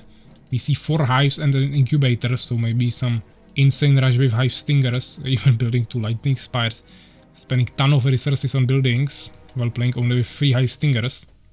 But as you can see, actually, Aegis doesn't have any hive stingers, only some of them scouting the map. Pravsha going for Elven Centuries, so definitely we are going to see Valkyrie rush probably. Even though he has Stonekeep and not building the Valkyrie beacon yet, unless I missed it somewhere, but yeah, now he's building it. Urakar, we will see what he'll do, maybe he has the same idea, but he's definitely really late with his Stonekeep and didn't even build a single Elven Century yet. Of course, Med will maybe go for some Hive Stingers, or I mean Flying Hive Stingers or Hive Splitters or Hive Guards, so he might be able to deal with that. But once again, they have pretty poor scouting. They are trying to attack here. I mean, there is a tower. This is unattackable or undefeatable with the kind of army they have. But yeah, I mean, we see Hive Stingers. Still don't see the Valkycoon, which I would expect. I think he will go for Hive Stinger rushes, or not rushes. He will make this Hive Stinger fly with Metamorphosis, and then he will probably try to drop them on enemy peasants or something to stop them from getting resources, which would be definitely wise, but that will probably get stopped. As you can see, the Valkyries are really being pumped here. Also, we see Avengers really quickly from Aegis, so there will be Avengers with Valkyries totally broken. Sorry, I didn't put up the resources for you. So yeah, they will be really strong. They will have really strong ground and also really strong air. So that will be really interesting. We see expansion from Urakar with a tower. Also one tower here, but he has no tower in his main town. He usually forgets to do this or just neglect it. You should definitely build a tower somewhere around here if you try to play defensively like this.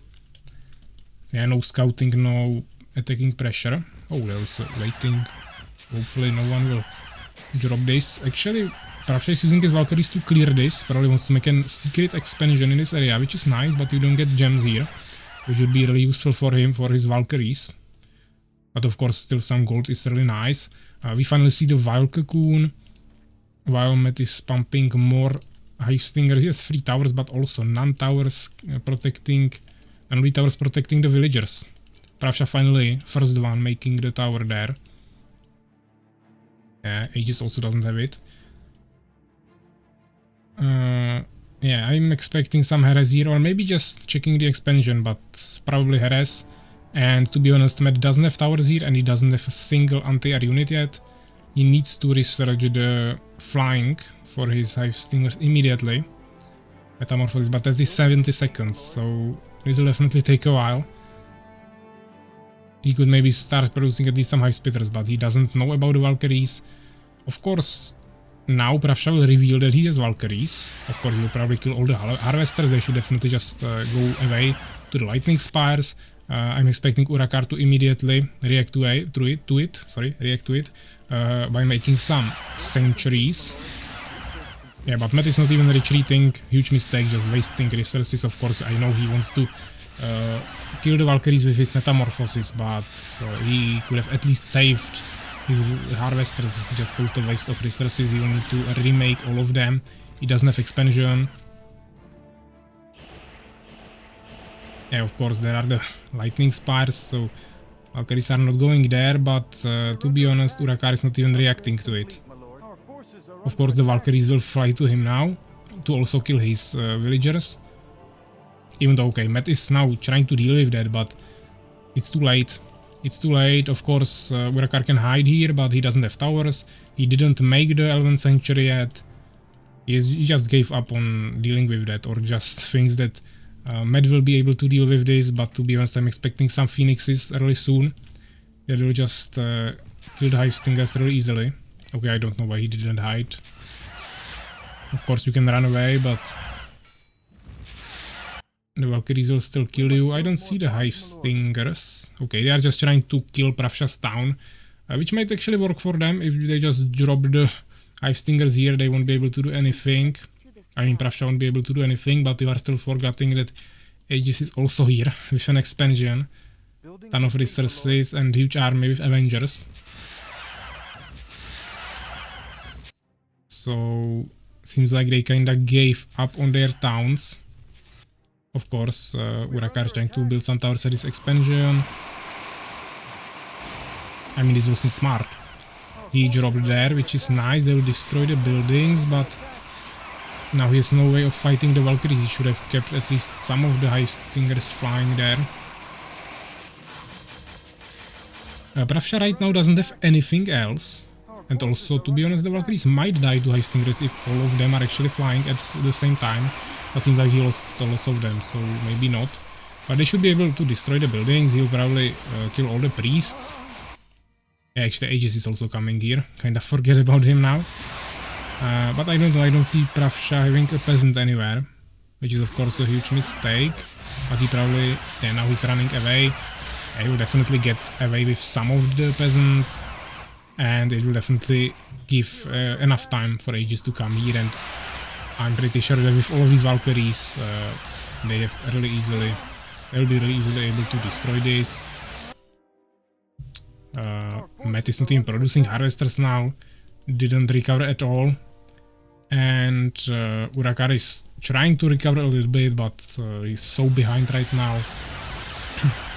They didn't even destroy the town.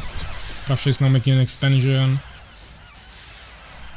And of course Aegis full expansion. 2 production buildings for Avengers, also 2 hives. I don't know why Pravsha cleared this when he didn't take it, but okay. Of course they don't want to give up, because this is their last chance to actually stay in the tournament. But as I said, this is probably GG. I don't see a way how they could turn this around.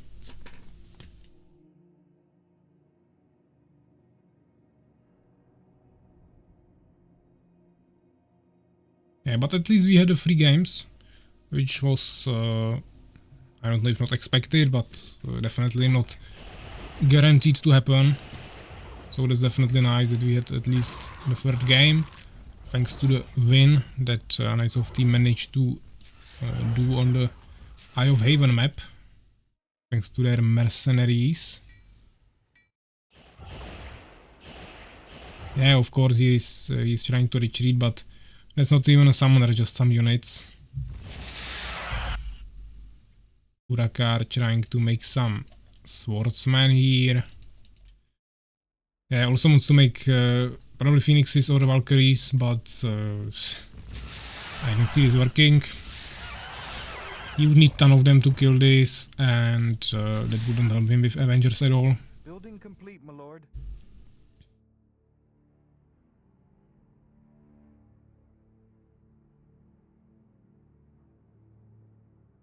Yeah, perhaps some idle peasants here. Not really the best multitasking, since he's not even doing anything here. Yeah, so Matt actually trying to finish the buildings. Yeah, he's going to destroy the blacksmith, but before he destroys anything else, I think this will die. Perhaps actually retreating with all of his units. Doesn't know if more units are coming from Matt, he doesn't know how many of them escaped.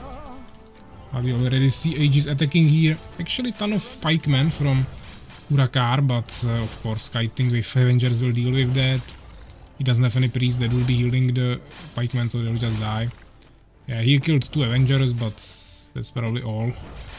More of them are coming over time. He would need, of course, catapults, and even then it's pretty hard. And Matt is already dead, of course. Doesn't have anything except 3 buildings. So now he sent all the resources to Urakar. And he's just spamming pikemen that are dying to Avengers, of course. He didn't even use the potion, elixir of strength that would give him speed, so he was easily kited.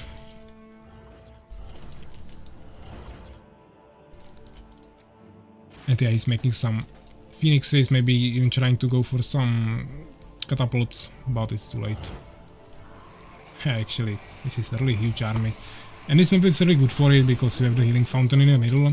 For example, on Eye of Haven there is also fountain in the middle, but first of all, the map usually ends with mercenaries, and even if it doesn't, that is just the thing that is protected. There are 2 green worms in the center, above the healing fountain, and they are actually pretty strong, so it's quite hard to kill them and utilize the healing fountain. Well, we win 1 of 3, I'm happy, like, okay. They are happy that they won at least 1 game, so that's nice. And of course, Team Spirit will be our first finalist. And they will be playing either against Team Erased, which is Suak and Makrozerk, or Team Ageless Ones, which is me and Soulskeeper. There will be no match for 3rd place, because we have rewards only for the 1st place anyway, so it will be quite irrelevant, and we are trying to finish the whole tournament in 1 day, so we are on a tight schedule anyways. Yeah, so also, if we are in this situation, definitely good if we just leave, so we save up some time. Don't need to destroy every single building. Yeah, this was not too close, because Aegis was just doing whatever he wanted during the whole game here.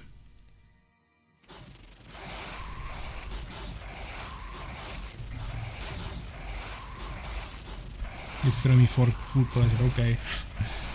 We will wait then a little bit. Unfortunately, the Avengers are pretty far away. And Valkyries are just healing on the mid. As you can see, the heal is pretty quick, it's much faster than, for example, the temple healing, of course, that's like super slow. And then you of course have priest healing, which is quite fast, but you won't be usually healing so many units at once. Yeah, the healing fountains are just really super powerful. Yeah, everyone thanking for game, that's nice. Age is actually ending with almost 3000 gold. Yeah, so let's check the results. Of course, Pravsha killed with Valkyries 95 units. Didn't lose almost anything. Aegis also almost 50 kills. 26 constructed buildings. 2 researches, pretty same here.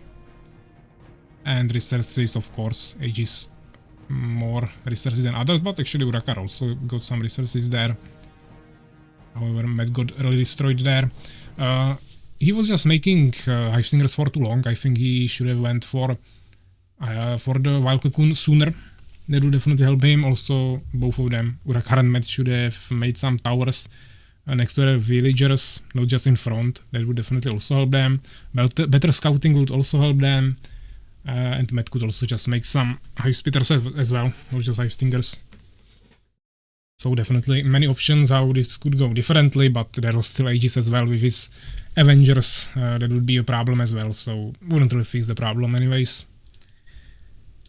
So yes, now I will actually take care of all the other stuff that I was supposed to do between the matches.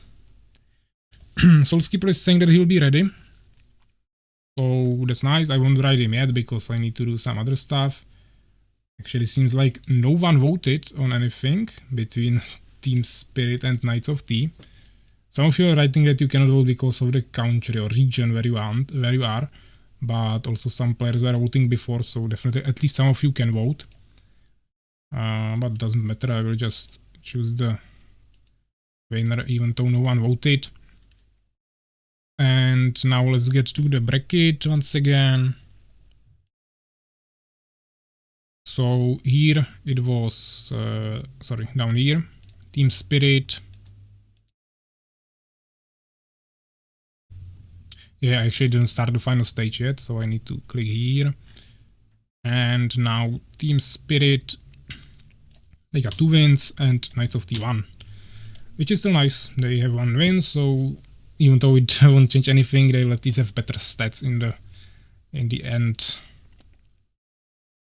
So submit the scores. Team Spirit, our first finalists. Now we'll play this match, or not match, but series of matches. And we will be playing on Darkside Forest and then 2 times on Redwood Towers, if we play 3 games, of course. So Darkside Forest will be the first game. Let me actually host it immediately.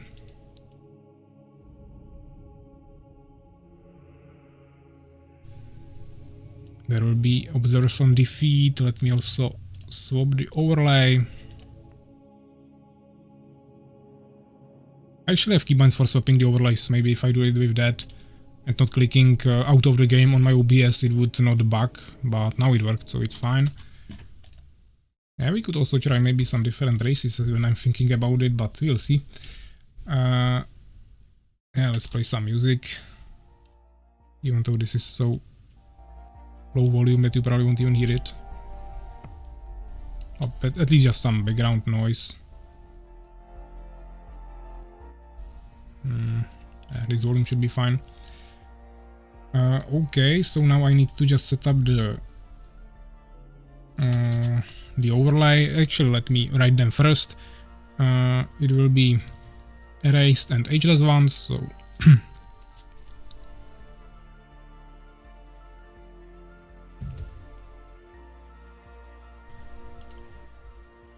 yeah, so Skipper is actually already asking me, so I will ping him. And Suvak and Makrozerk.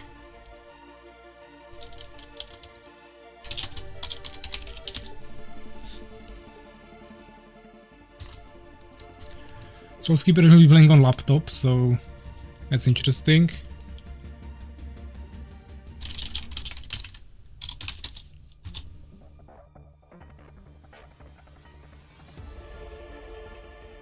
I was just asking him if he also wants to play on voice on his laptop. Okay, we will play no voice because he has bad internet, which will be a little bit more difficult. We will play without voice. Also, he will be on the device, which probably won't be too convenient to play on. Actually, let me lower down the volume a little bit. The music was a little bit louder now, I think. So legit asking if the tournament is still going on. Probably thought that it ended after he lost.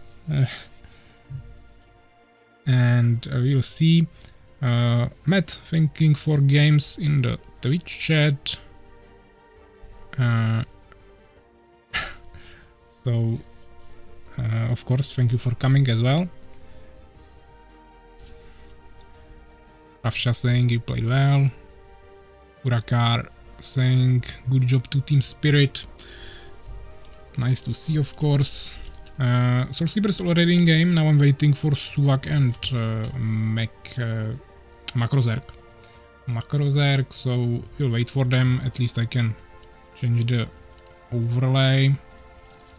So we have erased on the left, and then we have ageless ones.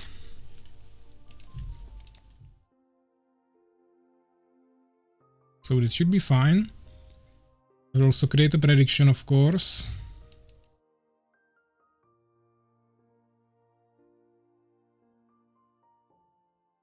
So prediction. Seems like they are still not joining. Yeah, Soulskeeper saying that his story. So I'm not mad at him. That he will be playing on laptop, probably a little bit worse than usually.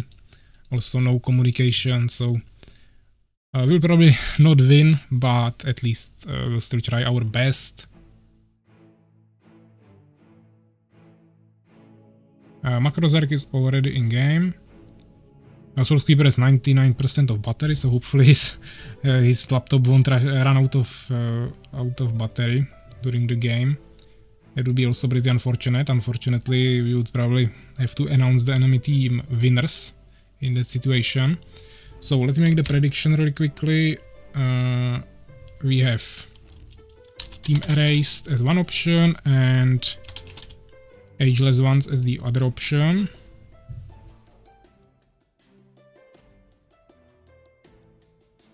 And let me actually do it differently now. I will do it for the whole semifinals. Who will win the next semi-finals battle?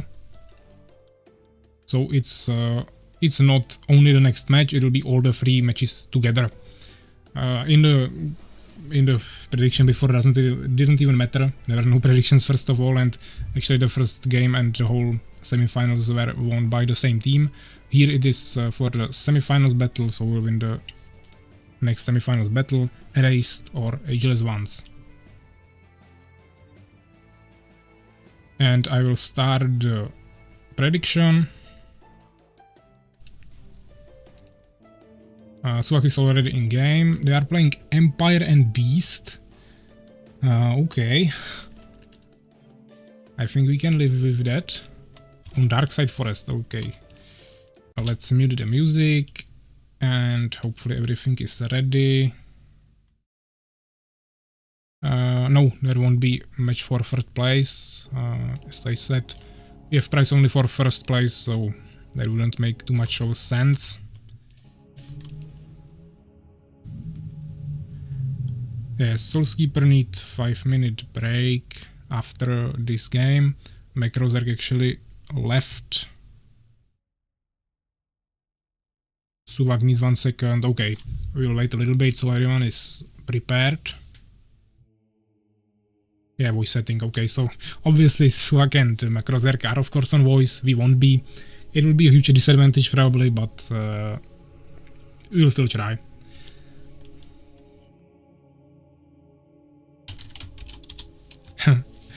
Try hard. So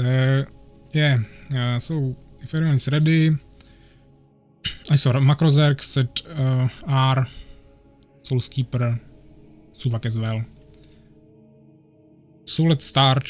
I think this is fine.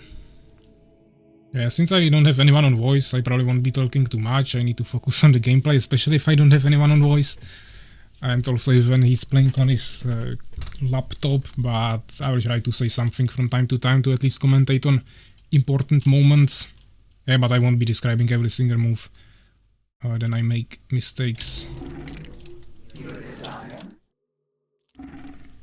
You call. As you desire.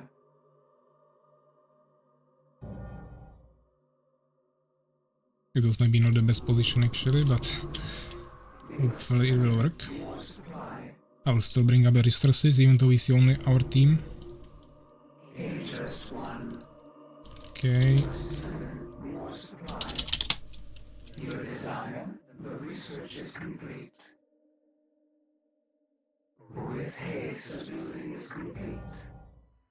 Yeah, we already played some games while training in the previous weeks or days against Suvak and Makrozerk.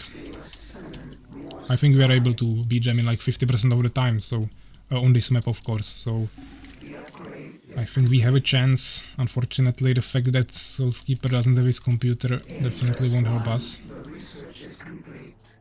We do not have enough gold. Yeah, I think this is not best position, but fine. I hope this is closed and I will just need to defend this side.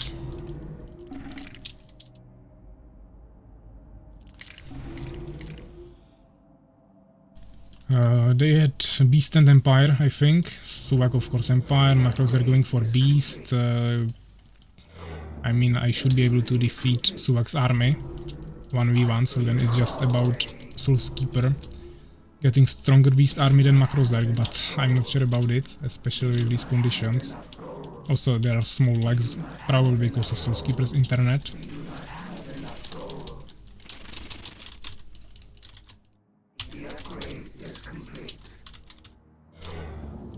I will try to scout for him, but he's actually already going there with minions, so I can just let him do that on his own. Actually, he's going here. I will try to stop him, but he'll probably just go around my Hive Stinger.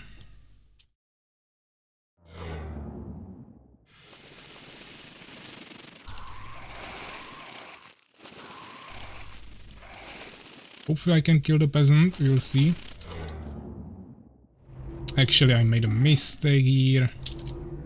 Pretty huge mistake. Yeah, this is totally messed up. That's not nice. I have no scouting and also messed up my my building order. Okay, I will try to fix it, but I'm not sure. Yeah, let's check for expansions. Makrozerk usually expands quite quickly. Suvak always makes this system of building some things here and then expanding, so I'm expecting that again, as always. Yeah, I will have a little bit later Vengeance Hall, but it should be fine.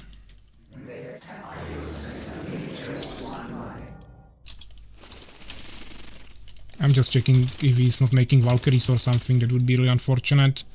I'll try to go behind. Hopefully he won't find me, but he probably will. If he doesn't, I will try to scout from time to time here, just to make sure. Yeah, seems like Suvak is trying to get in. I will try to log him in here. Nice round. Of course he found my... Yeah, he also found it. Ah, this was also a mistake. Too many mistakes happening here.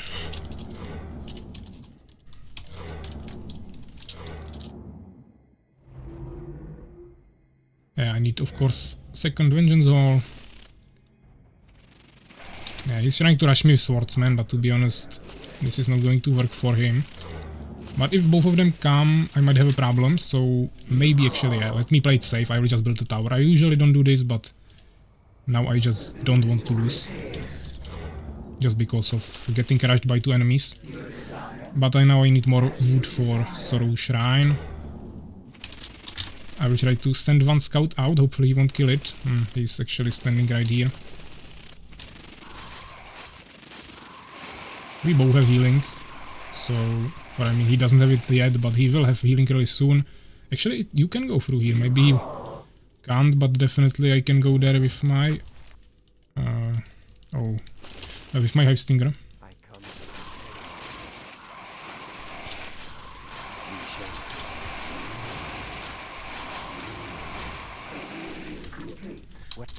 Yeah, he's definitely giving up some HP here because he knows that he will just heal. Which is smart from him, but I don't think that will help him too much.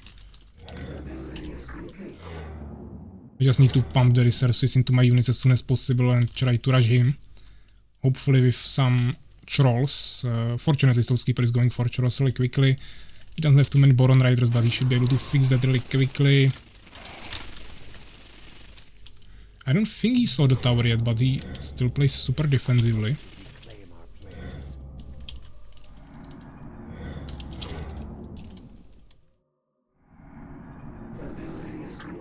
Yeah, for now I'm just not really rushing anything. I know about this expansion, he might have it on the other side, but if he has something here, yeah, he will definitely make it here later.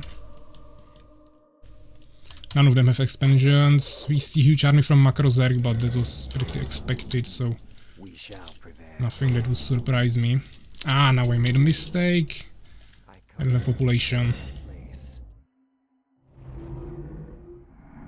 I await your This is really bad. Actually, they are scouting with harpies. Okay, they are attacking him. I need to help my ally. And he doesn't have a totem. This is a huge problem. I need him to stay alive a little bit on his own. Let me actually spend the resources on something. I just need to provide some value for my teammate.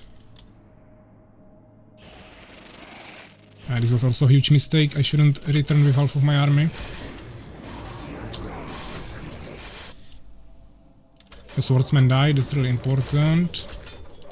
Hopefully we can kill something. I could also maybe try to give a speed to my army and also of my ally.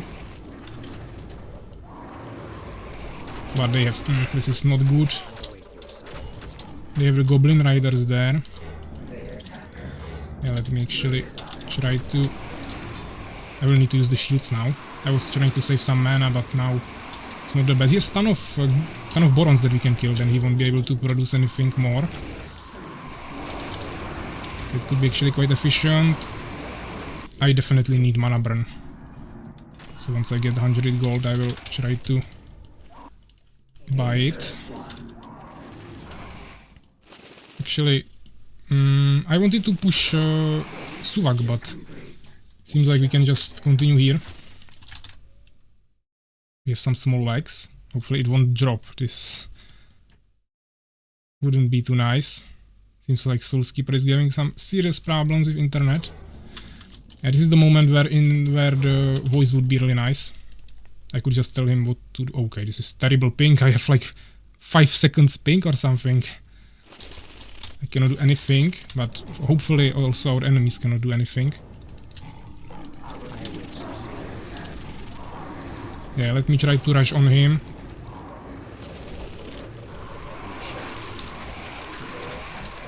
Yeah, maybe wasting my units here a little bit. I'm afraid that, yes, Suvak is going to come here with a huge army. I maybe messed up here. I should not have attacked like this. That was not ideal.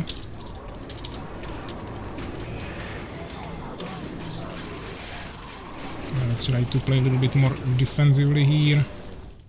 Yeah, this was a huge mistake. I mean, I got distracted by the delay and everything and didn't pay too much attention to what's happening.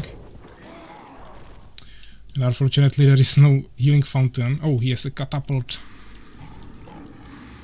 Soulskeeper has a troll here. He's not really using him. Now he finally moved him. I will need a third hive. I'm just losing ton of hive stingers and I'm not able to reproduce them. I'll try to scout here a little bit. Suvak for sure has an expansion now. But we have a ton of trolls, so we should be able to do this. So let's just keep pushing. I mean, I could also maybe build an expansion, but I don't think it's really good with this strategy. You just need to win soon, otherwise you'll just get out-pressured anyways.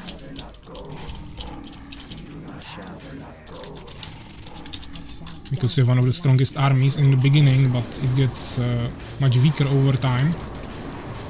Yeah, they have catapults, this is really bad. They will just totally destroy me here. Yes, trolls on my teammate, but it will take some time before he gets there. Actually, oh, he also has expansion there? I thought he didn't expand it. Okay, I think this is lost. We had a chance, but unfortunately we made some serious mistakes here. And it didn't go too well for us from there. Yep, this is GG. I mean, they have expansions. Yeah, this is GG. Douse the light. Our units are being attacked.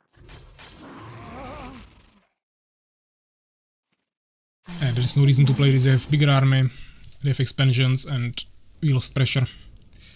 The results are not that bad. I mean, I have 32 kills. Macrozer has a little bit more, so basically the same. Unfortunately, Soulskeeper didn't get that much. Maybe the Charles weren't the best option. Just more Goblin Hunters, Goblin Riders would maybe work better. Fortunately, or I mean, I wanted him to go for Charles, but they just surrounded us from two sides.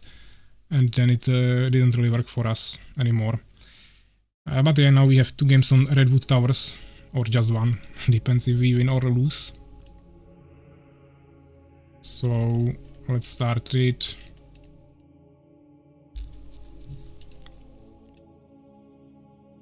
I mean, I'm trying to think of different strategy that we could try, but we mainly practice this, so especially when Soulskeeper cannot be on voice and he's playing on some not the best device.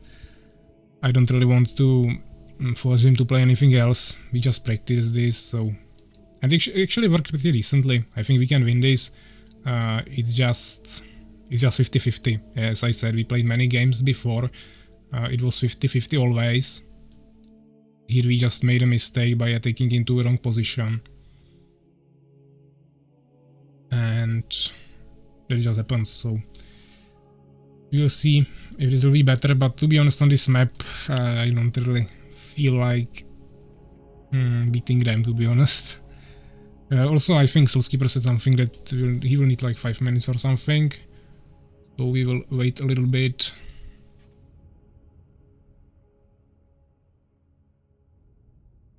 And then we'll see. Let me actually check the chat. There was not much from you. Actually, bets are 50-50. Exactly 310 Norn coins on both teams.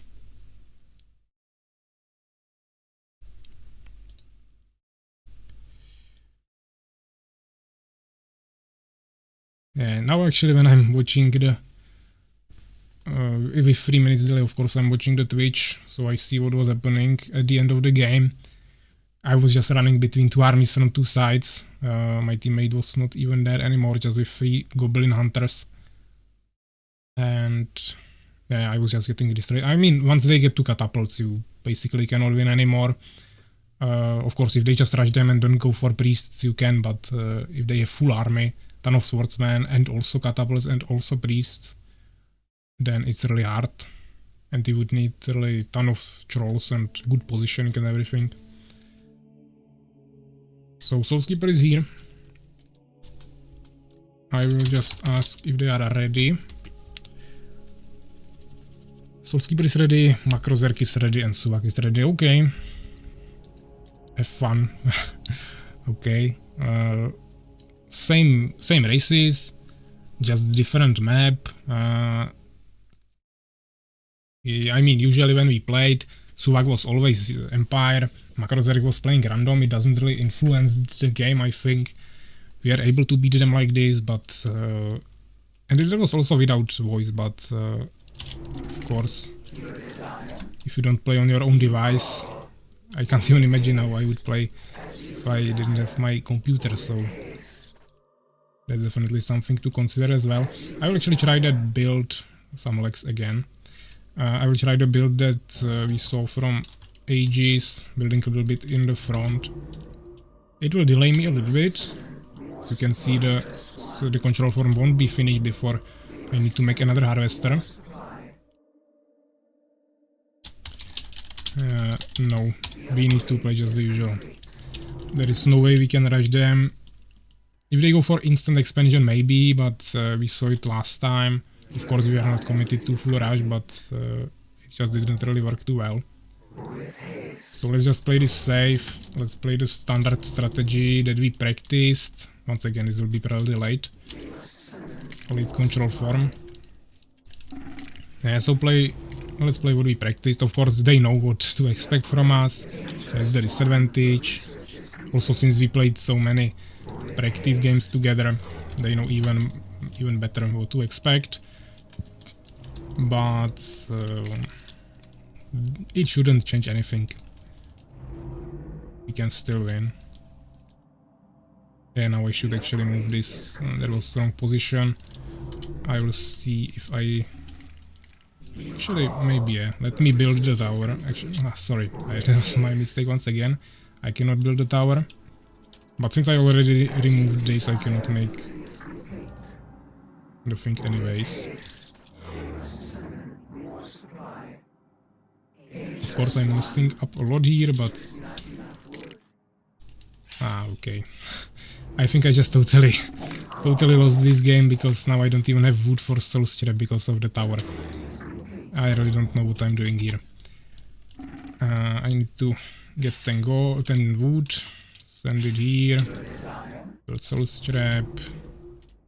I was trying to somehow save this, but I'm afraid this will be already too late. He just scouted, saw everything he needed. He will probably just run away.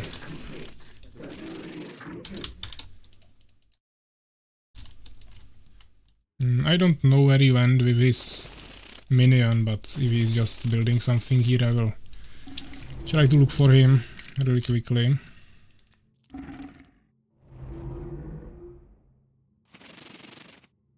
Yeah, so let me actually check all the areas if he's not somewhere around here.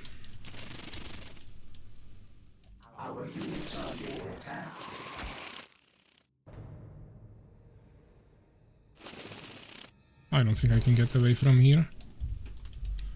But at least we know he's not expanding. Yeah, seems like... Okay, I don't know where he went with the minion, but he's definitely not here. Okay, we really need to start focusing on the game, because I'm making too many mistakes here.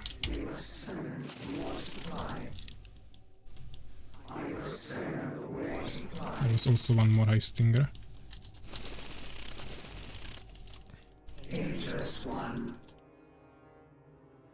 Yeah, I will actually build the second one back in here. Let's start producing like this.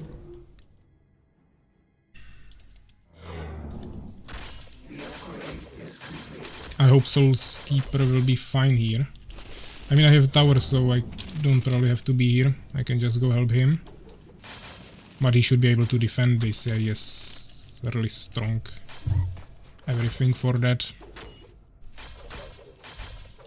He has ranged units in a closed space. And he has stronger melee units, so he should be fine.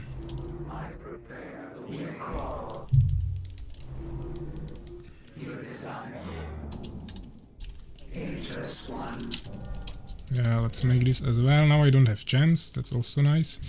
I was late with everything, so... They know what my strategy is, and I even messed it up. I'm not too sure if he's not expanding, but he was rushing a little bit on Soul's Keeper, so... I don't expect that, but... Seems like Soul's Keeper still wants to kind of rush, so I will try to help him with that. Okay, the minion was hidden actually somewhere up here in the trees, but I didn't see it, so couldn't really do anything with that. Now he ran away.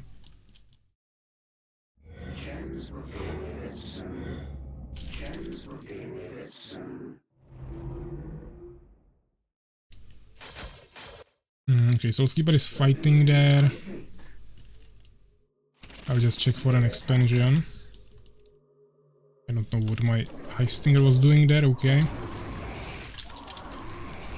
He has ton of hunters. Goblin hunters. I will go heal. We want movement speed. I want matriarchs as well, but not yet. Okay, so Skipper is just wasting his units there. Your summons. We shall prepare. I don't have the movement speed yet. Maybe they actually expand it in the underground. I need to check that. What do you want? Okay, let me just hit him with the ranged units. Summons.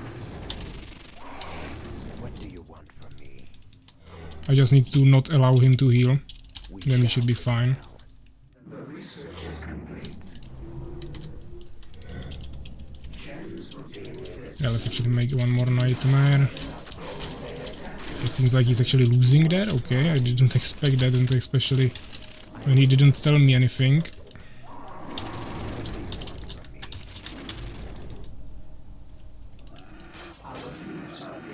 But it really seems like he's dead. Or not dead, but definitely dying.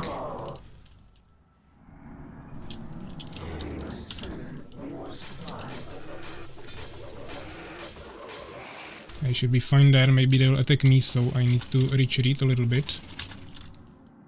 We shall upgrade is complete. I await your summons. But I think they slowed us down too much at this point. We needed to do something way before this. We shall prepare. And now they actually have the healing fountain advantage. But seems like that won't be enough for them. I'll try to keep pushing, but my teammate cannot really help me, and if Suvak also comes here, I will have big problems. And maybe he even expand it.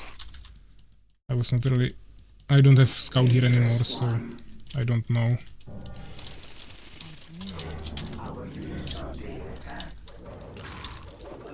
Okay, he has a totem there. His ton of units. Okay, this is nice. I want to fight them on open field, so if they can do that for me, that would be nice, but I'm afraid. Once again, this is the same that happened last time. They just attack me from two sides. And I'm just losing everything for no reason. Unfortunately, my teammate was already dead, just to Suvak basically 1v1 there. So I had no other option than just try to fight here. Fortunately, Suvak has a huge army while also still killing all the units of my teammate. Yeah, we are dead here. So yeah, it's GG. Erased will be the second finalist. Unfortunately, my teammate was not really prepared with his devices. Of course, not blaming him for that. I await your summons. But yeah, it would be good, of course, to make sure that this is prepared for that one moment of the tournament, that one day. We shall. What do you want from me? But we can do an unofficial rematch with them at some point of stream, of course. We shall prevail. Yeah, I will, of course, keep trying, but as I said, this is GG. They have probably both of them have expansions, even though we don't see it here. He probably has it somewhere else. And there will be definitely an expansion here behind the totem. And they have more soldiers and everything. My teammate is actually right there. I didn't go there yet because I don't see the second enemy, so I don't know where he is. There's some scouts here. I'm expecting him to be on the center, just protecting his... actually, now he's making an expansion, okay. Protecting the healing fountain. He probably has some trolls there. Yeah, I really think he's well prepared. Actually, this is once again Suvak. And here is the huge army that What do you want? we're talking about. So let's try to add some speed to our army. Hopefully he won't catch me, but this really, Shall prevail. really messed up the whole process. I probably won't fight here. Won't want to fight here next to the tower, even though it wouldn't change much. They could definitely just delete me here, but it's beneficial for them to buy some more time, so they have no reason of attacking. Unless I really make them do that. They can just play like this how long they will want. Yeah, I should have expanded also. Maybe that we still would have had some chance. Fortunately, I was not prepared for that too well. What would you have of me? Yeah, I mean, they will have scouts everywhere, so I cannot really run into their backs. And without a surprise, I don't think we can turn this around. Resist us. They have catapults, but as I said, there will be scouts for sure.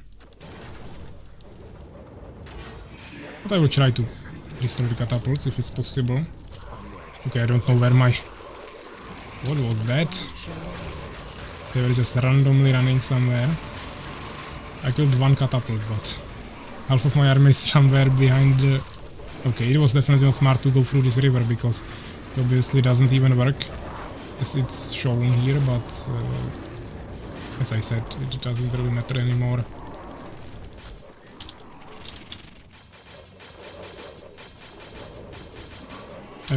Let's say GG, so we don't waste any more time. We still need to play the finals, it's already pretty late, so... let's just call them the winners. Yeah, of course, no real kills here. Research, actually, okay, maybe they didn't have expansion. I was expecting Macrozerg to have expansion for sure. Maybe they just decided to pump more units. That was definitely also an option. The problem is that we just played... I mean...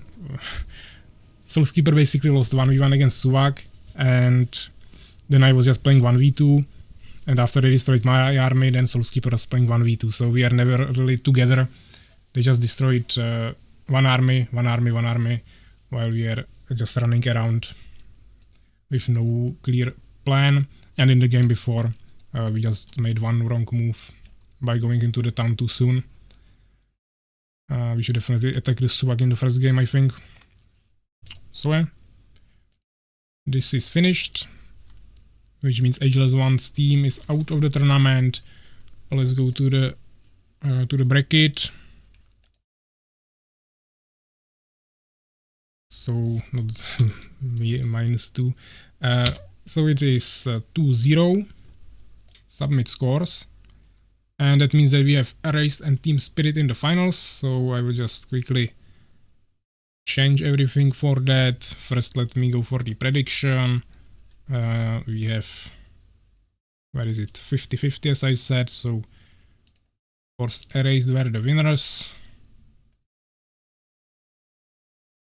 And now we will go for the finals, of course. So let me first, actually first we need to choose the maps.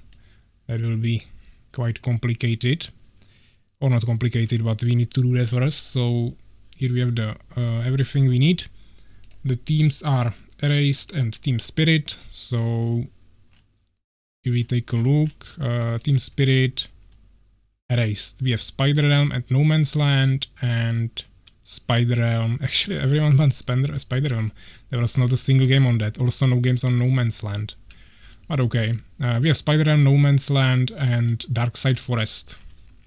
So No Man's Land, Darkside Forest, Spider Realm, and we have 5 more maps to choose from. So let's go 1 to 5, and I will be writing it down here to finals. It will be Erased, or what's the order actually? Yeah, Erased versus Team Spirit. And we will have up to 5 matches, so we need 5 maps. And we'll be choosing from the ones that are here. Actually, where are they? Here. So 1 to 5, let's generate. First map, map number 5, which is the Secret Chambers. Second generation. Actually, I will click here. I want to reload it. Next it's 2. So we have Icy Crossings. Next is 5, which is again Secret Chambers. Next is again 5, okay. Secret chambers, and next is 2, which is icy crossings. Okay, so 5 maps, 5 matches, 5 games, and only 2 maps.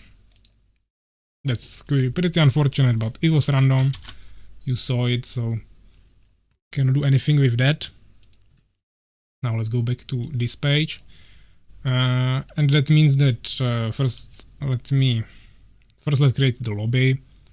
So we'll have secret chambers as the first game. That was the map I actually adjusted, so if some of them don't have it, they will have to download it again.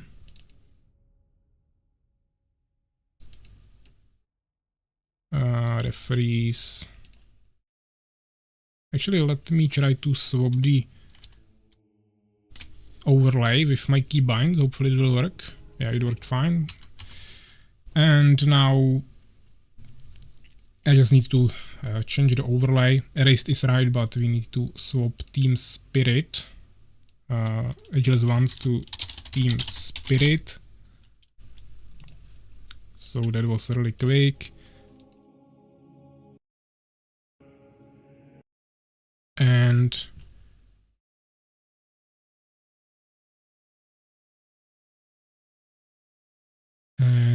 sorry, now I need to actually take them on Discord. So that will be Pravsha, Aegis, Suvak, and Makrozerk.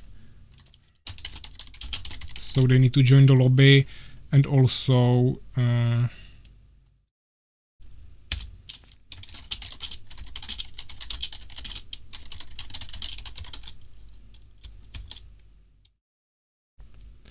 yeah, I also need to send them the updated map.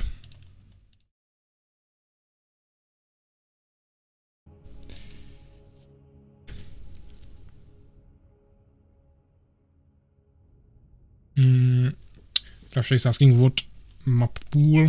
I'm not sure what you mean.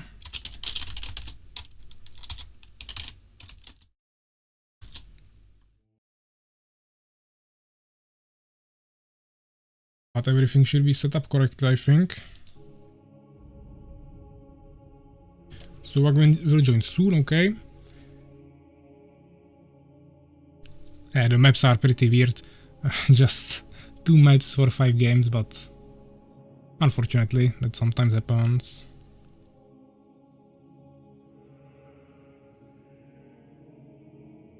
MK19, I've completed the campaign. Congratulations, of course. Hopefully it was on the hard difficulty. Now we can continue with my custom campaigns if you want, if you didn't play them yet.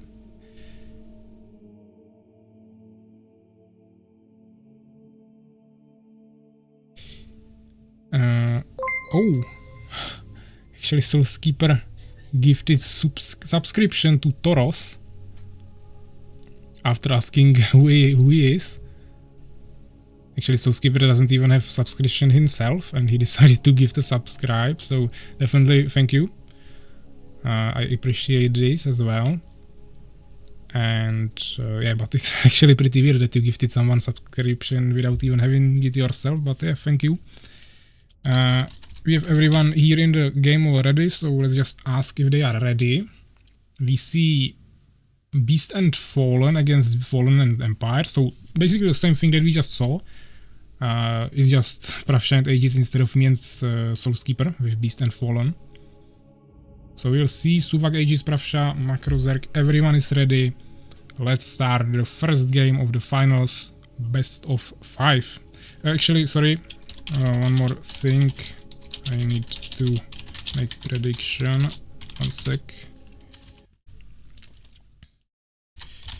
So I will just create a prediction for you. I totally forgot about it. So really quickly, new prediction. Who will win the damage? Who will make it? Will win the whole tournament.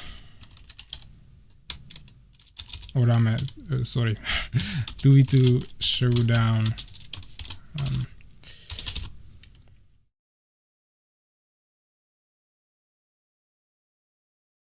Yeah, so it's either erased or team spirit, so you can vote.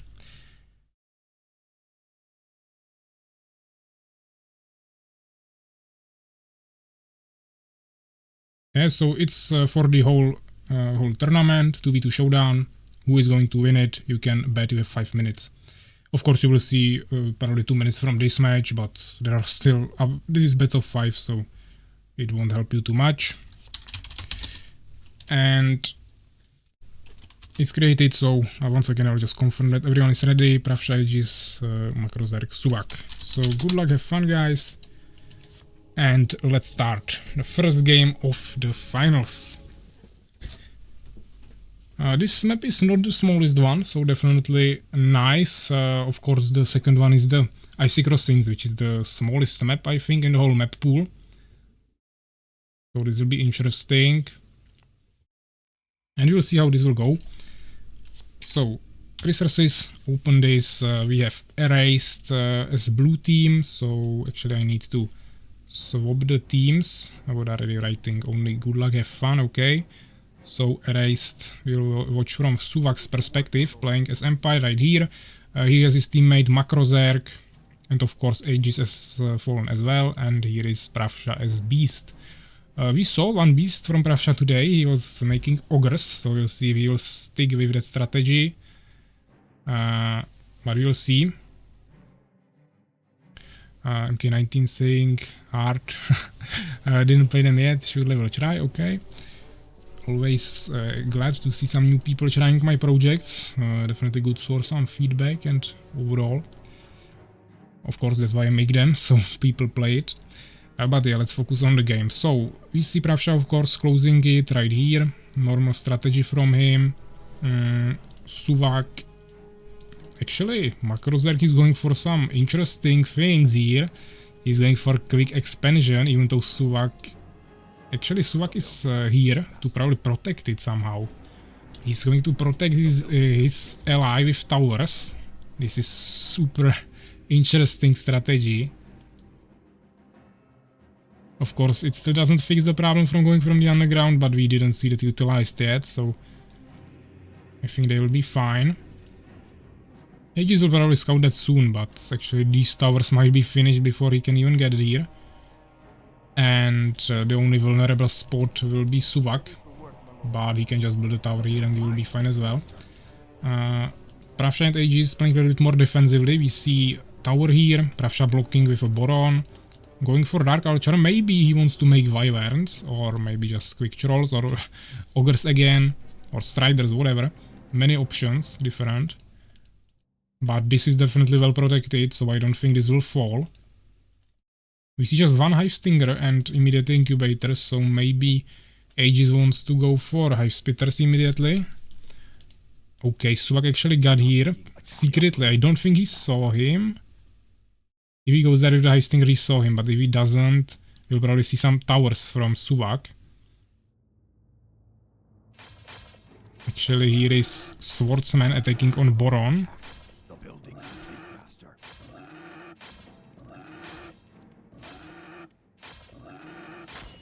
And that's fine. We see a hive here, of course. Actually, Suvak was found by Aegis, so this is definitely nice. Or I mean nice, that he won't get overrushed. That would end it pretty soon. Soulskeeper saying that I really don't know what happened. What I did, I just pressed a button. I mean, you can press it more times if you want. No, I mean, you at least received some badge there. You are the gifter leader one because you gifted the most amount of subscriptions. Because there are no subscriptions, of course I have subscription automatically, but outside of that, Toros will be now the only one with subscription. Unless someone else buys another one or gifts another one. Yeah, I think you probably gifted a random subscription and it just chose him.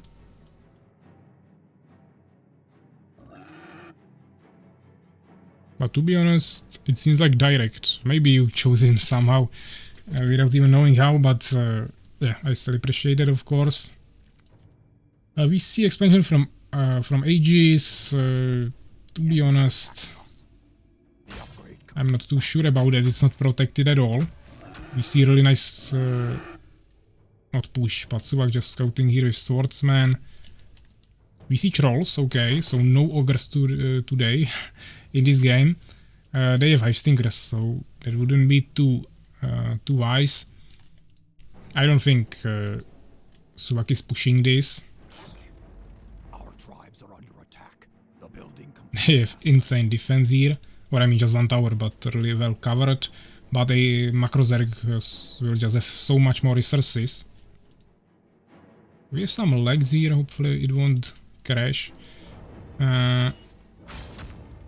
We see, of course, the troll, even with a witch. So this is definitely nice. But now we see actually Suvak coming here. He doesn't know about the expansion, but definitely can find out about it pretty soon. We see Gnome Workshop trying to go for some catapults, definitely wise against the trolls. He needs something to fight back. And we'll see.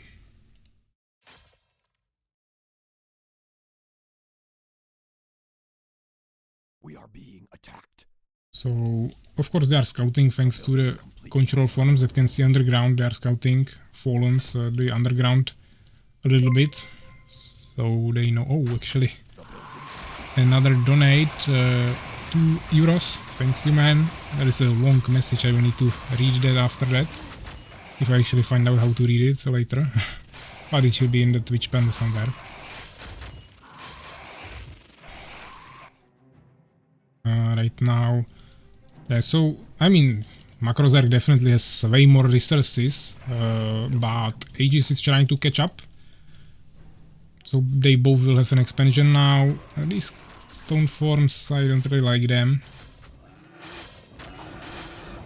Yeah, but we see Aegis coming with huge army here.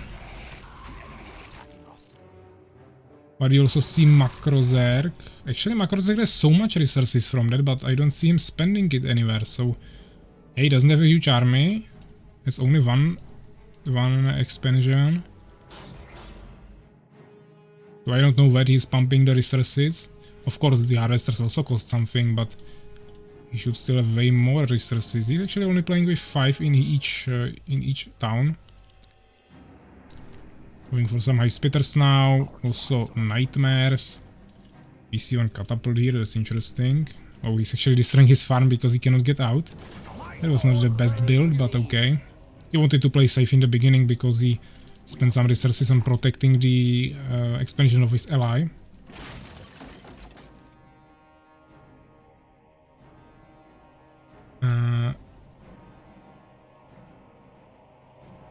Good for Thoros, what I should say. Hopes all the best for him. Eh? I mean, he will probably also be glad. Right now, yeah, as you can see, they are all playing not super defensively, but like not committing to anything.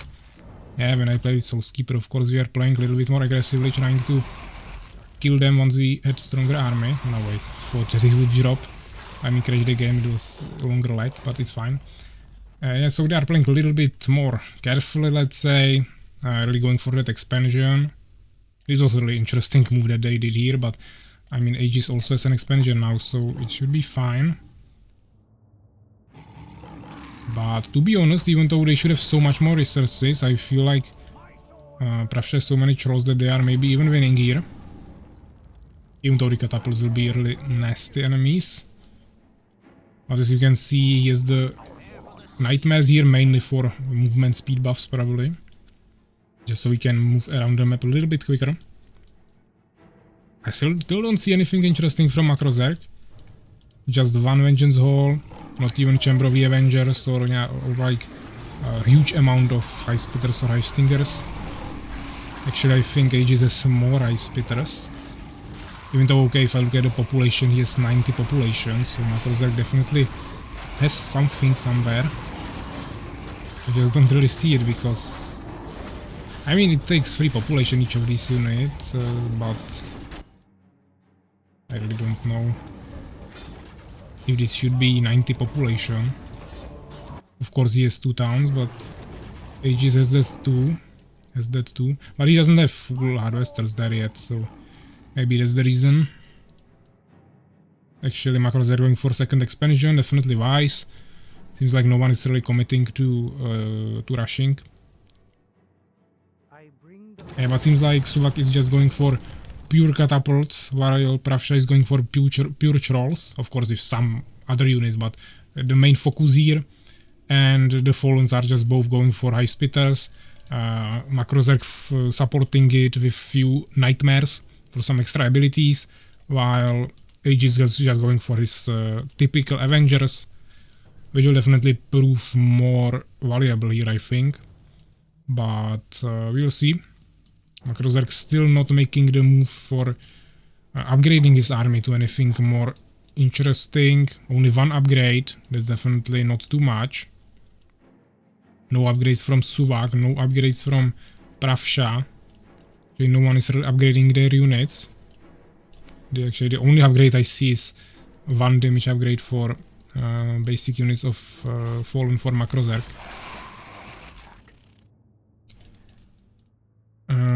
Here died one swordsman of Suvak, probably from the trolls. Of course, they will still have more resources. Once again, a long lag. I really don't know why it's lagging so much. But it's just happening. Hopefully it won't crash. Our boron herd is too small.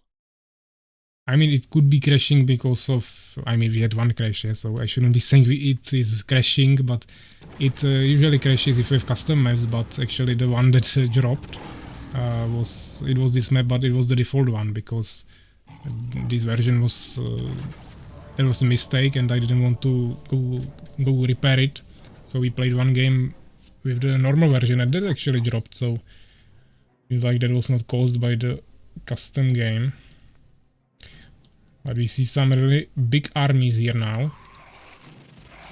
The building complete, master. Both teams have some hive stingers, but there are only 2 witches, but he has ton of goblin riders, so it's probably stronger than these priests here. We see Gnome Arc trying to pick up some catapults probably when it's going to be needed. But to be honest, Makrozerk has much bigger army than Aegis, but I think 5 Avengers will just deal with this super quickly. Also, the trolls are dealing, I mean, the attack speed they have, that's insane, and that's definitely going to deal much more damage than the catapults from Suvak. To be honest, I feel like this might be a GG, even though they had so much more resources. I believe, at least, I think we will see it in the results. Of course, at this point also Suvak has expansion and Pravsha is making an expansion, but Makrozerk should just have so much more resources. And as I said, I hope we'll see it in the results, but it seems like he didn't really utilize them well enough. Well, I mean, it was seen in the population taken, in the resources stats, but I just didn't see the army. Yeah, but main mistake was probably not going for Avengers, because of course his army of Hive Spitters and Nightmares will just get totally destroyed by Avengers every single time, so this was not the best option, I think. Yeah, of course, it's just a war of siege units. Avengers have the best utility, with great movement speed, instant shooting, and tankiness. While catapults have high damage, trolls have also high damage, but not that high, but they also have the stone form. They can also easily level up. You cannot level up catapults actually, which is quite a disadvantage. And once you level up trolls, they have more damage than catapults, so then it's just a better unit overall.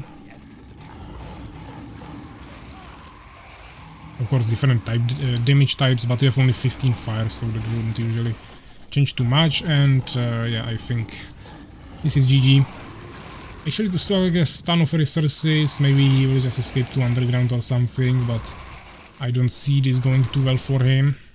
Actually, all of this is super damaged. They're trying to finish it. I think he should just send the catapults there. But he's trying to play it super super defensively. Yeah, they should probably pick up the high stingers here with the arc. That would be more effective. Yeah, so he'll kill some units here, but overall he seems pretty dead, even though he has so much resources. Also, they have one more expansion now in the underground, so potentially losing this town is not the end of the game, because they should still have four bases against 4. But of course, Suvak doesn't even have the production buildings or anything, so now it's really just about Makrozerg, who is finally going for at least Sorrow Shrine, but still don't see actually the Chamber of the Avenger.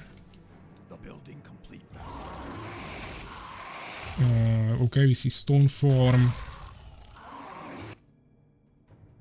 Seems like they actually also lost all of their units, so now it's basically balanced again. The problem is really with Suvak, that doesn't really have anything available. He has ton of resources, but don't have the peasants for that, don't have population, don't have production buildings. He's probably going for expansion in the underground, even though this is probably gonna be taken by Makrozerg, seems like. That is one troll, okay. I probably wouldn't take this back, it's almost empty. You definitely want to go here, you have arc, so that's the best option, or you can just try to take the normal underground expansions, but those are vulnerable. The team or Team Spirit, Pravsha and Aegis, they don't have any flank units, so that would be safe there. As you can see here, it will just get destroyed. Fortunately, it was just Makrozerg who doesn't really care about it, but Suvak should definitely run somewhere else. We see a nice attack from Makrozerg here. Fortunately, the trolls are just super broken, so they might be able to still deal with this also if Avengers come here to help.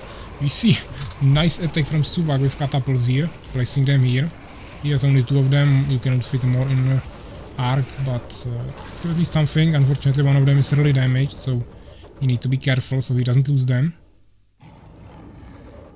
But he's still trying, keeping up the pressure here, but I should definitely retreat with this catapult. He was really lucky there, but I wouldn't risk that again. Our boron herd is too small. We see only scouting from Aegis here. Suvak kinda just sitting there, AFK with his peasants. But he's finally at least producing some swordsmen, trying to upgrade his town hall, even though he doesn't have peasants. He should at least use the ones in the underground for mining. They are not doing anything there. Either he needs to make an expansion somewhere hidden, or he needs to use them for harvesting resources, but this is just a waste. But as you can see, the population of Makrozerg is really high, so maybe he still has a chance here. But I still don't know how he wants to deal with Avengers. He would need flying high stingers that would drop on them. Then with the quick movement speed from Nightmares, he might be able to deal with that.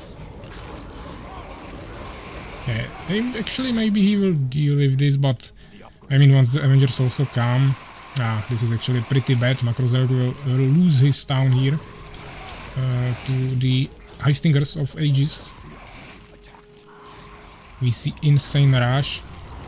Actually slowing him down. Makrozerg slowing Aegis. Which means Makrozerg will also maybe destroy Pravsha's town as they did with Suvak's town. While also losing this, so it will be once again balanced. But I'm not sure if he will actually destroy this, because the Avengers might be coming, even though they are maybe attacking here. The tower won't help with that. There are some units, but I'm not sure if that will be enough. Actually, we see quick attack with catapults, but he lost them. Because actually there is one more, he cannot attack on it, but he has flanked high stingers, so he'll eventually deal with that. And he's actually destroying the Pravsha's expansion as well, which they didn't do before with the Suvak's town. If they did that and destroyed the Suvak would be already dead. Fortunately they didn't, and now maybe that will not pay off too well to them. For them.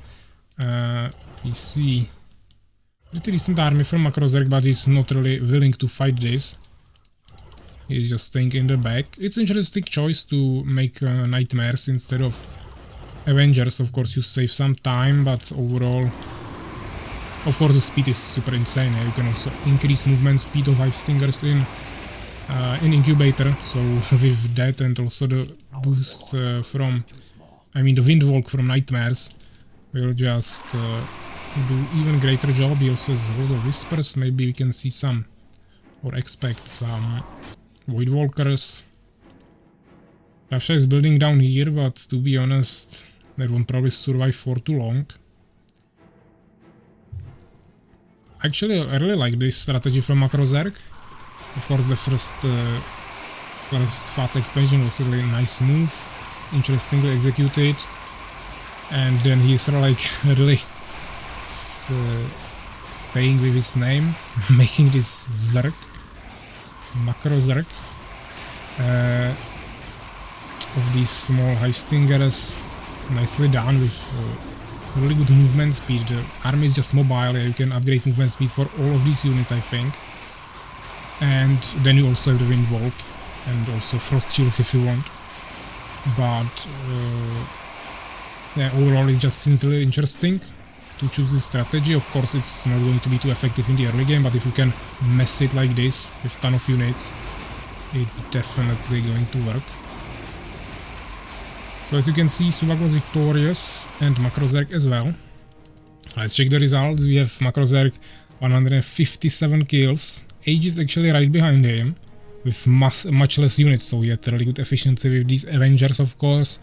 Pravsha 92 kills, actually Suvak only 45, so he didn't do much there, but he was like a really good support for Makrozerg there, slowing down the enemies, helping him with the first expansion, also bringing the catapults, harassing and all of these kinds of stuff.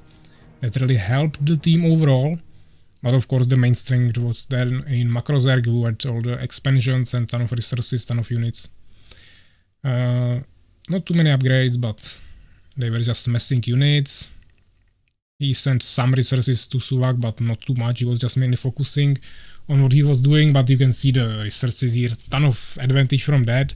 We see Suvak and Pravsha on the same resources basically, no expansions, or I mean Suvak made an expansion, but right at the same time he lost this main town, so that was the same. But you can see the difference of Makrozerg against Aegis, just so much more resources, and you also see it in the units. Even though Aegis was able to kill the same amount of units somehow, the mess will always win if you have so much more resources. Yeah, so definitely nice. I will actually save this game, this was super nice. I should have saved all games, but I always forgot. Yeah, so let's save it like a 2v2 Showdown.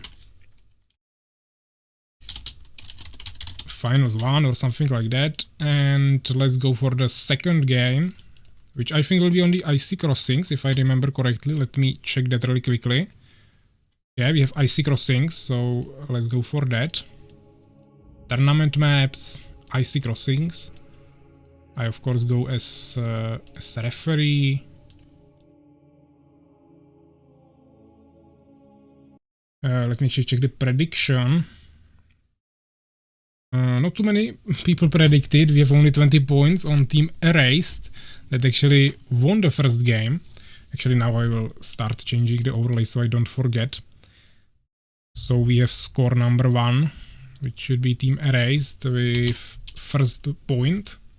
You should see it on the overlay, updated.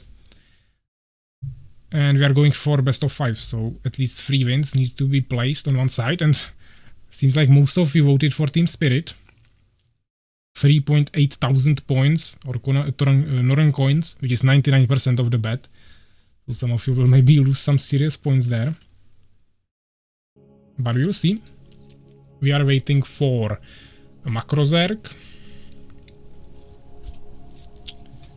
We of course saw the strategy on this map from Pravsha, building the towers behind villagers, but to be honest, first I ever saw this strategy, it was from Suvak, so definitely both teams will know about this strategy. I don't think that will be anything that we'll see in this game. Both of them will probably, both teams, all 4 players will probably close their towns. Even though we see actually Aegis going Empire, even though he was fallen last time. Probably doesn't like fallen on this map, I can understand that. Suvak still Empire as always. Pravsha actually going fallen, and Makrozerg is going random, which is interesting. Suvak need 1 minute, definitely fine by me. What a game. Yeah, it was definitely a nice game. It's always nice to see those late games in the finals where we have the best players already only left. I'm actually glad that I didn't get to finals because it's much more enjoyable if I can look at the game and commentate on it. Even though I'm already losing my voice a little bit here, but that's fine. The main thing is that we can enjoy the games, and this is much more fun to actually watch and commentate on it than just playing there. Of course, this is also a nice experience, but especially if I know that my teammate has some bad conditions of playing, and yeah, on some laptop or something with bad internet, we are not on voice, and I know my enemies are in the best shape, then of course I'm not enjoying it that much. And overall, of course I like to play the game as well, but when I'm making a tournament, I of course prefer to maybe rather just commentate on it. That doesn't mean that I won't participate in the future tournaments, I definitely will, but this is just a nice addition, and in the finals I just think this is more enjoyable. I hope that you also find it more interesting if I actually spectate and commentate on it instead of just playing and not talking too much, let's say. These guys know what they are doing, of course. So I just started a campaign. I see an issue with the missions. 10 and 11 come after 1. Yeah, okay, you just play it by the numbers. Yeah, you don't care about the position. It just bugs out. You cannot change it. It's automatically sorted by the game. Yeah, so just start with 1, 2, 3, 4, 5, and end with 10 and 11. So yeah, we have everyone ready here. I'll just confirm that everyone is ready. I think they just wrote it, so I think we are fine, and let's start.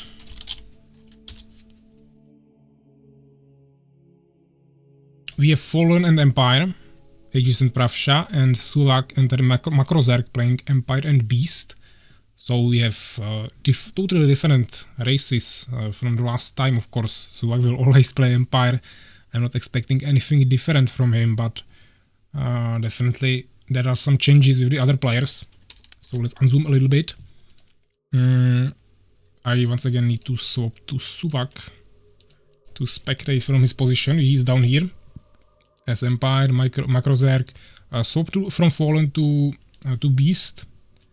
Then we see Aegis, so from Fallen to Empire, and Pravsha playing as Fallen now instead of Beast. Good luck, have fun, of course, and seems like everyone is, of course, as I said, blocking the path outside, so they don't get tower rushed. Yeah, more difficult with Fallen, as you can see, he has downtime on his Harvester production, but still, he committed to this. Yeah, I don't think Fallen is too good for this map, but you can still play it. I would play it as well if I was playing on this map, because it's not like I don't play any other races, just with Soulskeeper.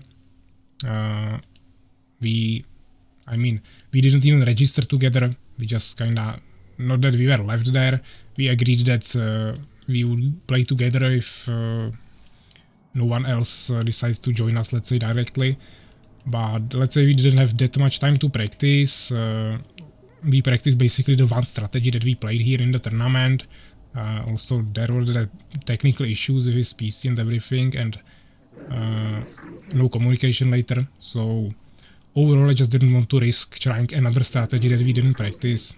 Outside of that, of course, I can play any races. I have guides for that. So hopefully in the next tournament, I'll be able to enjoy some more different variations and strategies. But yeah, let's go back to the game. I don't even remember how I got to this topic.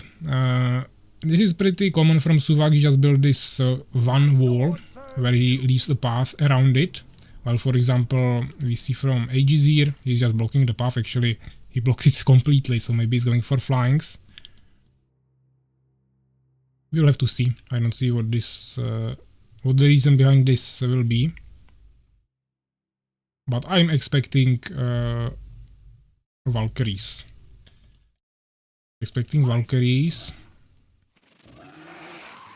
Of course, this is nice from Pravsha, trying to kill the Boron of Makrozerg, at least damaging it.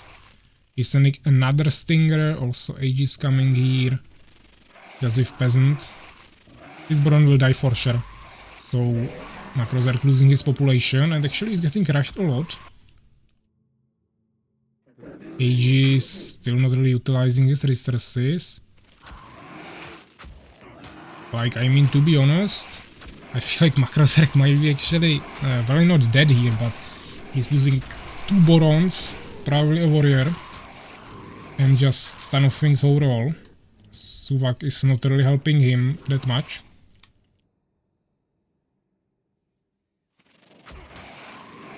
Okay, this is interesting, building second stables. He probably thought that he would lose these. Or he just needs to remake the Barons that he lost, that's obvious, but okay. We actually see AG is building a tower here. Of course that's not going to work since Suvak came with his swordsman here. His tower here at his town, so he won't get rushed too. I still don't understand what Aegis is doing. He's making advanced barracks, even though the farm is still pretty vulnerable, so this won't be a strong point anyways. But I was expecting at least something from him. Yeah, I mean like some buildings, which we don't really see yet. Of course you can see the game is totally different than last time, it was much bigger map. So they went for expansion and played a little bit more safely. Now it's total, not rushing, but all the time trying to keep pressure. We see temple from Aegis, also farm, so maybe no flying units. Basically the same from Suvak, but he has 2 barracks. Aegis just has advanced barracks, which doesn't really matter, it's basically the same. Macrozerk just pushing, being pushed by Pravsha. These stables will fall, but he's going to lose some high stingers for that. But Aegis is coming to help him with some help me push with some swordsman. Fortunately for Macrozerk, Suvak is also coming with some swordsman. We see second barracks here as well, even though he is advanced.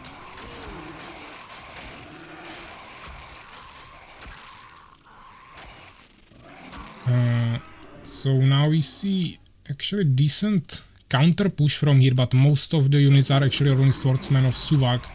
I think, yeah, they are definitely on the backside right now, or how to say it, just a little bit behind. Definitely this army of spitters and swordsmen is much stronger than this. Yeah, 2 super injured warriors, just few swordsmen that will probably just die here to the spitters. So, and I don't think we will see catapults actually in this game, because everyone, I mean all the empires, just closed their towns, so they won't be able to get out and in with huge units. You cannot actually enter buildings with things like catapults, so you would need an arc for that, or build it outside, which is not too convenient, so we'll see. I don't also expect any expansions. Macrozerk is just under really huge pressure. All of this is super injured. If it was all full HP, there might be a chance. But right now, yeah, we don't see much. Basically, just they just keep spamming units, all of them. And to be honest, since the army of Pravsha and Aegis is just much stronger at this point, I think this will be enough. He's building a totem. Definitely just came here with all of his, not all, but some of his minions, because he needs to finish that. Which he will, but the question is it enough? That's definitely a decent question to ask, because of course these swordsmen will just die here, but the high spitters can just focus it and destroy the totem pretty quickly. Now they are actually coming to the other side, but there is a tower, so I don't think they will want to stay here. Pravsha actually Suvak actually going for the gnome workshop anyways, even though the catapults won't be able to exit that area. We will need to use the arcs, as I said, or just destroy something. Actually, maybe I made a mistake here with a statement, because he can go around. As I said, Suvak builds the entrance to his town a little bit differently. So that's something that can be utilized. So maybe he can get with catapults out. But how Aegis build it, I don't think he will be able to get out.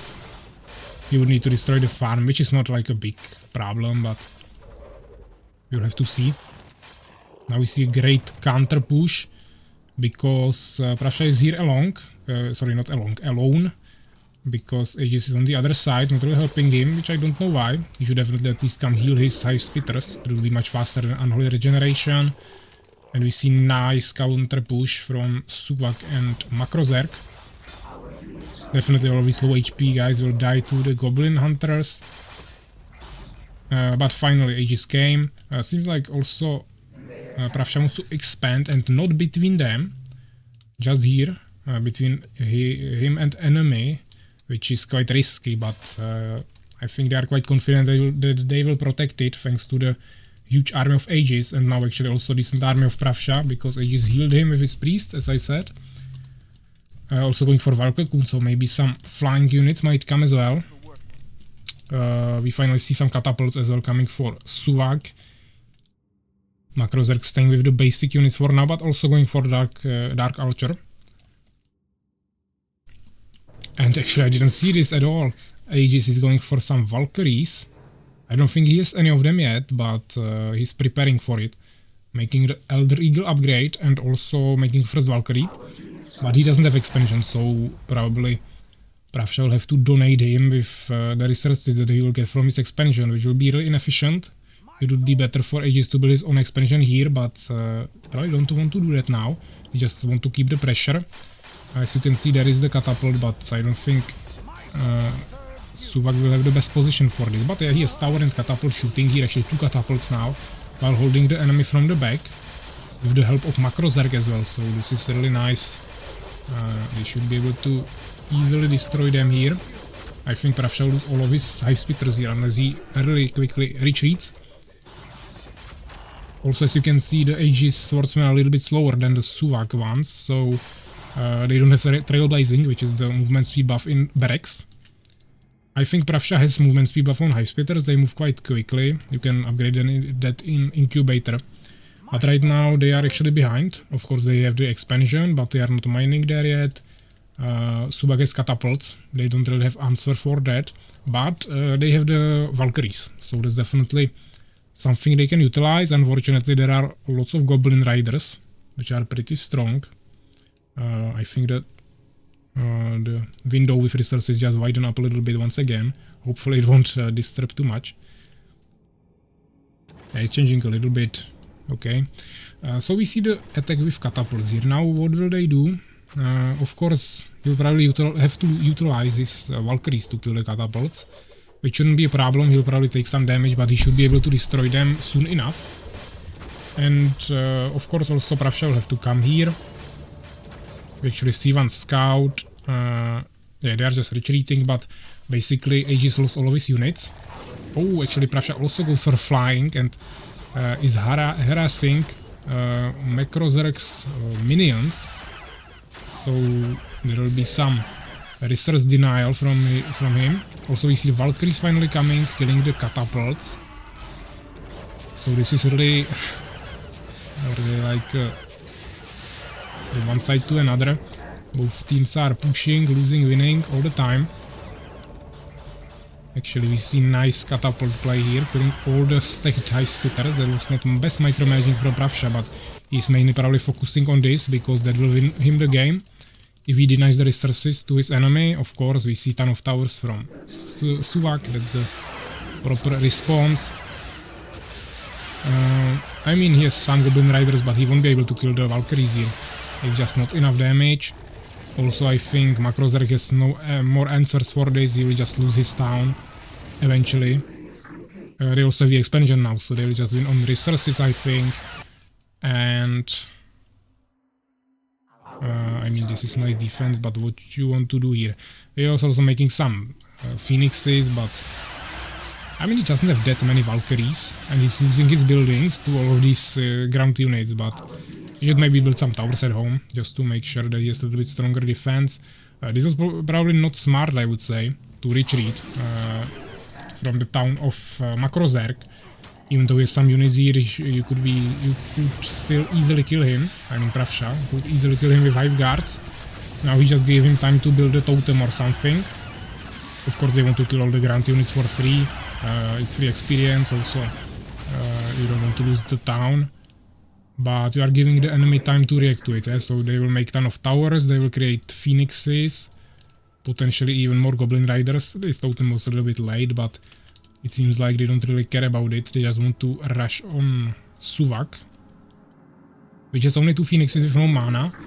I think it costs 35 to cast. Actually, maybe 30. No, I don't remember exactly. Maybe 30, yeah. Nova costs 30, but he has towers here, so he will still do some damage with that. Even though, yeah, probably rush here. It didn't kill anything really. So, yeah, seems like Suvak is probably dead here, and Makrozerg didn't have enough time to actually make something meaningful. Of course, there is this still this place, but even if he can defend here with the towers, which he probably can't, it's just 2 towers, even though one is upgraded. Even if he can defend there, he just won't have any resources because he has no more income. And also, as we said many times, Pravsha also has an expansion, so they have even more resources on that side. Also using Temple to heal. But I think this is probably GG. Which means that will be 1 point for Team Spirit.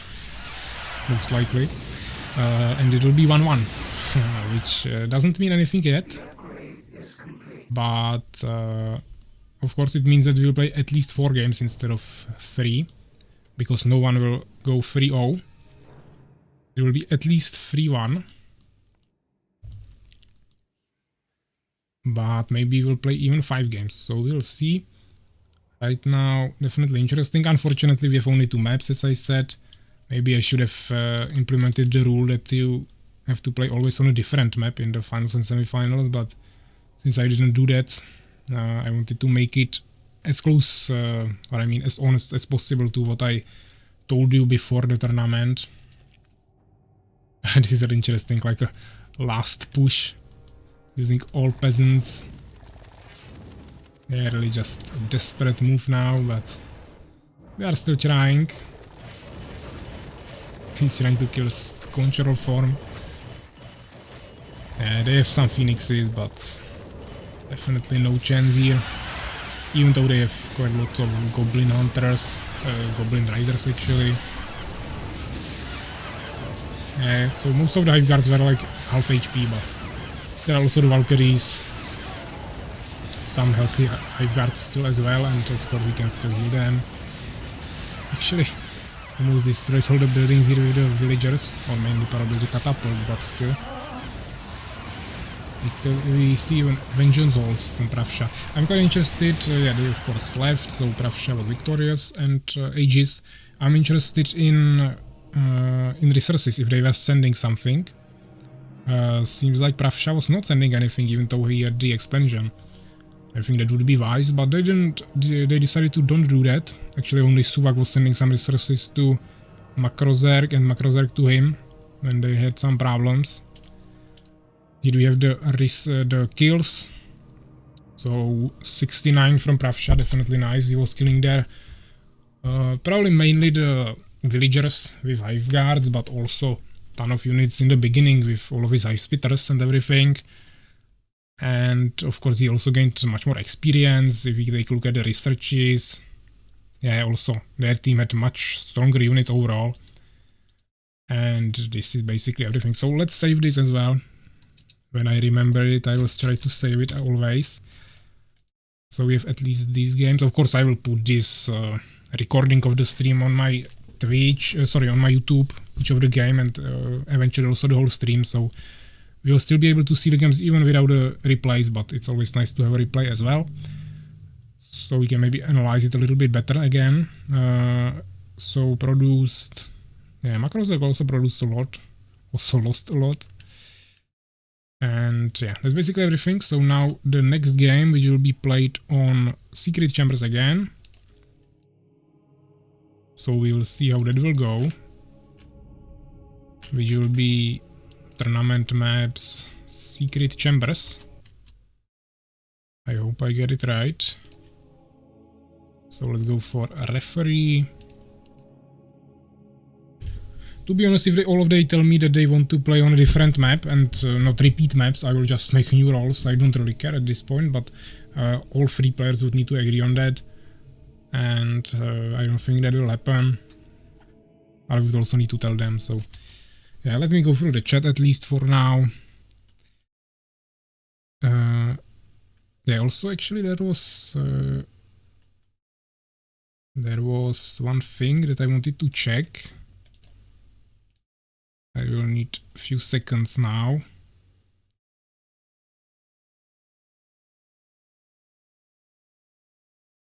Yeah, actually I'm not sure how to check this.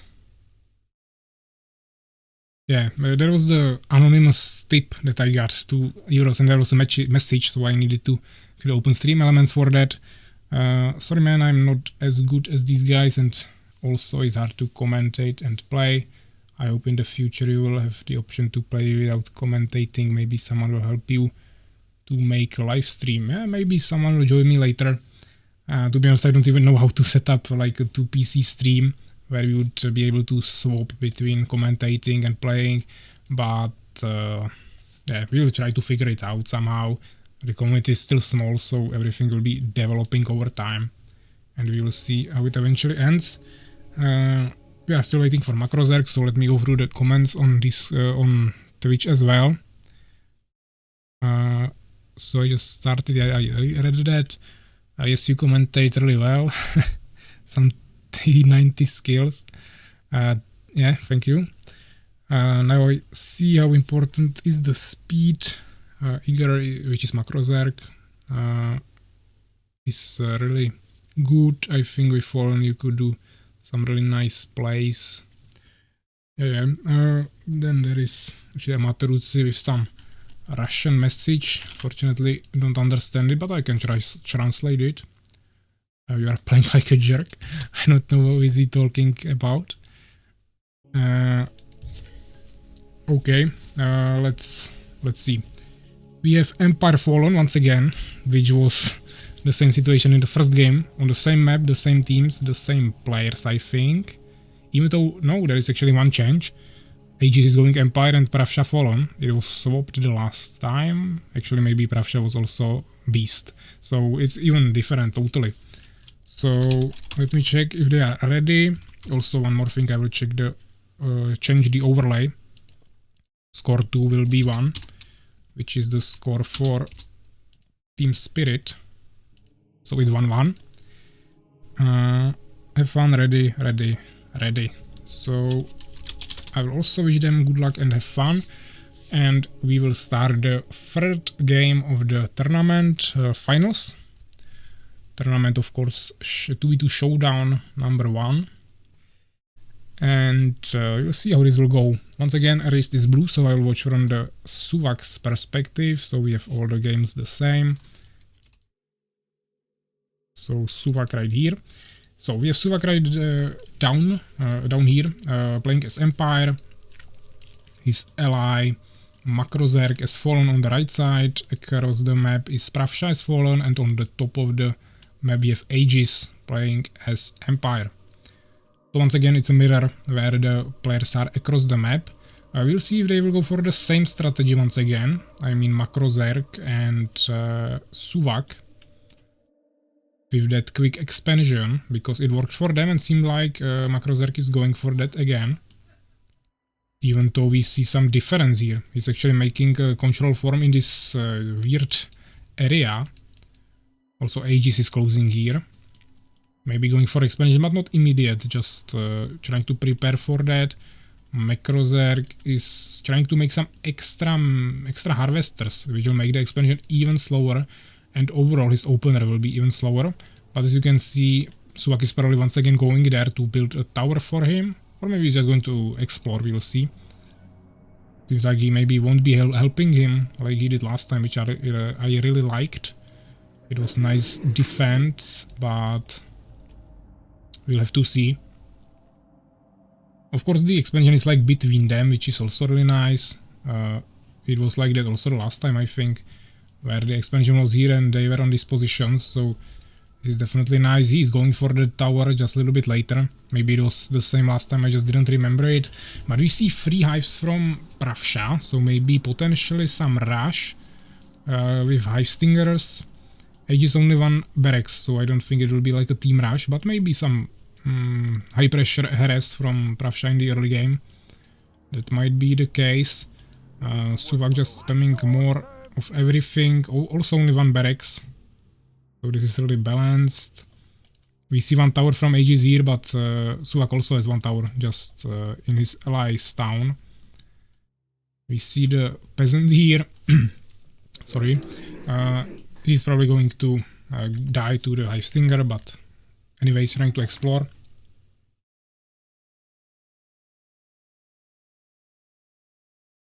Yeah, those explosive peasants, it's actually quite useful. Peasant is pretty quick unit. You can also build towers there if they don't pay attention to it. You can also, of course, scout the enemy strategy potentially, and you can mainly also slow down the enemy. So if he pays attention to it, to the peasant, you just run around. You can just drag multiple units there around. This is different from last time. They actually found out about the expansion immediately. Unfortunately, there is the tower, so I don't think they will be able to deal with that. But last time they didn't even find it, so I don't think they even saw the expansion during the whole game. Right now it's a little bit different, but to be honest, I don't think they can really do anything about it. Pravsha is trying to rather rush Suvak, who of course doesn't have a tower here since he built it at his teammate's town. Also, no one can really help him because Makrozerk has his own problems. He also doesn't have any population. Actually, I think Pravsha might be, Suvak might be just straight up dead here. I don't think he expected this rush of Hive Stingers from Pravsha. Maybe another tower near to his villagers would be nice. But once he got in like this, stopped the tower, I really feel like this might be a problem. Of course, Makrozerk will try to pump some Hive Stingers there, but it might be too late. He just really underestimated his own self-defense. He went all in for that expansion of his ally. He even built the tower there. Also scouted for him and everything. But now, when he's under pressure, there is no one who could help him. He already lost some of his buildings. Now he's going to lose barracks. Both of the players, Aegis and Pravsha, are pumping units here. Yeah, we even already see the second barracks, even temple, yeah, he's just going quickly for those priests. And, I mean, he lost all of his peasants at this point, and it seems like Pravsha is actually going to die here. I'm still kinda scared of these legs that he will drop, but fortunately, no games were disconnected yet in the finals.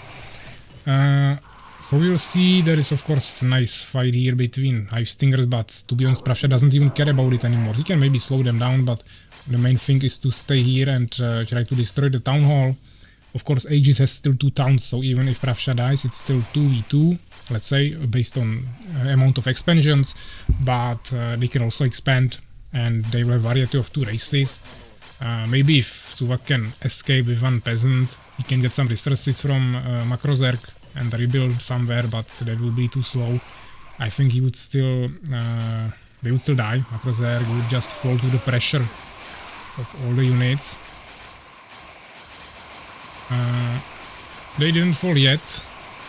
We see ton of units from Makrozerk, but the swordsmen from Aegis are just much stronger, and we still see ton of Hive Stingers coming from Pravsha as well. If we take a look at the populations, of course, we see that Makrozerk has way more population than anyone else, thanks to the expansion, of course. Unfortunately, he has actually 3 hives, also spending resources on upgrades in Incubator. So maybe he will be able to repel this eventually. The problem is that Suvak doesn't have any resources. He doesn't have even 1 peasant, doesn't have resources for 1 peasant, only... Actually, he has 1 peasant here, but I don't think he can do anything with that. Maybe receive some resources from Makrozerk for this swordsman.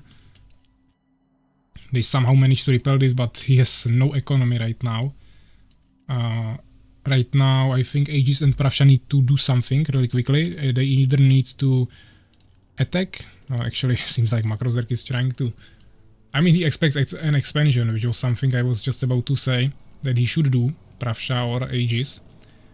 But he could actually also just attack this before the tower is finished. I think they have enough damage to... they have power to actually push this. But of course, if Aegis comes to help, then it won't happen and the tower will probably finish eventually. Soul Keeper, yeah, 5 games in the finals maximum. It could be only just 3, but not anymore, since each team won 1. It's basically best of 5, so first team to get 3 wins will win the game.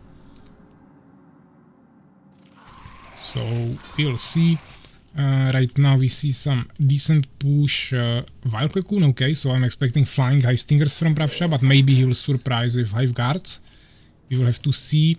Tower is being finished here, but actually a really huge push. I don't think the tower will last. Even though Aegis is coming with ton of swordsmen here, we also see a huge army of Macrozek. This is going behind him. Probably going to swarm this and just destroy everything. But we'll have to see. Of course, still a ton of resources for Macrozek, even though he's not mining gems there. As you can see, he doesn't have too many of them, but doesn't seem like a problem for him, at least for now. Yeah, definitely Macrozek is not... I mean, he might destroy this, but every time Pravsha and Aegis come here, they just destroy more and more of Pravsha's town, even though he's trying to... Sorry, not Pravsha's town, Suvak's town. Even though he's trying to rebuild it. At least he has some peasants now, but overall he's just losing a ton of everything. I think this was the biggest mistake maybe he made in the beginning, because he didn't lose his town hall when they rushed on his town, and he just lost all of his peasants. If he just retreated to the town hall, just saved them there, they would probably just survive. You have like 10 spots there, so you can definitely save ton of peasants, and then he would be totally fine. You just need to rebuild the town, but he would at least have the economy. Right now he's just totally relying on Macrozerk with everything. We see Pravsha actually going for the Hive Guards. As I said, that will be an option as well. We see another expansion from Macrozerk, basically the same play that we saw last time. I'm just waiting for the nightmares again. But as you can see, Pravsha is going here with his Hive Guards, trying to harass the villagers of Macrozerk. He has no towers there, but he needs to retreat because Macrozerk is pushing here with his Hive Spitters. And together Pravsha and Aegis with the Swordsman and Hive Guard, they can definitely repel this. We still don't see any towers here, so he'll probably just go there with his Hive Spitters trying to protect his peasants or harvesters, but he doesn't even have towers in his expansions, so definitely everything is pretty vulnerable to these flying units, and that might actually win the game to the team spirit.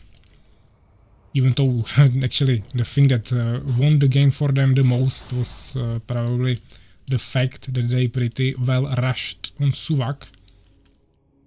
But finally we also see expansion from Aegis and also expansion from Pravsha in the underground, so this is definitely nice. Of course no gems here, but Pravsha probably doesn't need them for the Hive Guards. They are not that expensive, only 40 gems.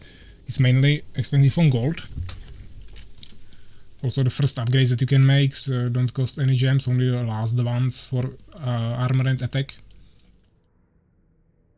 We see some extra harvesting or mining from the underground. Of course, it will be finished really soon. But yeah, I think Suvak is dead here. There is no way Macrozerk can get here on time with his ground army. Of course, the towers won't be able to deal with these Hive Guards.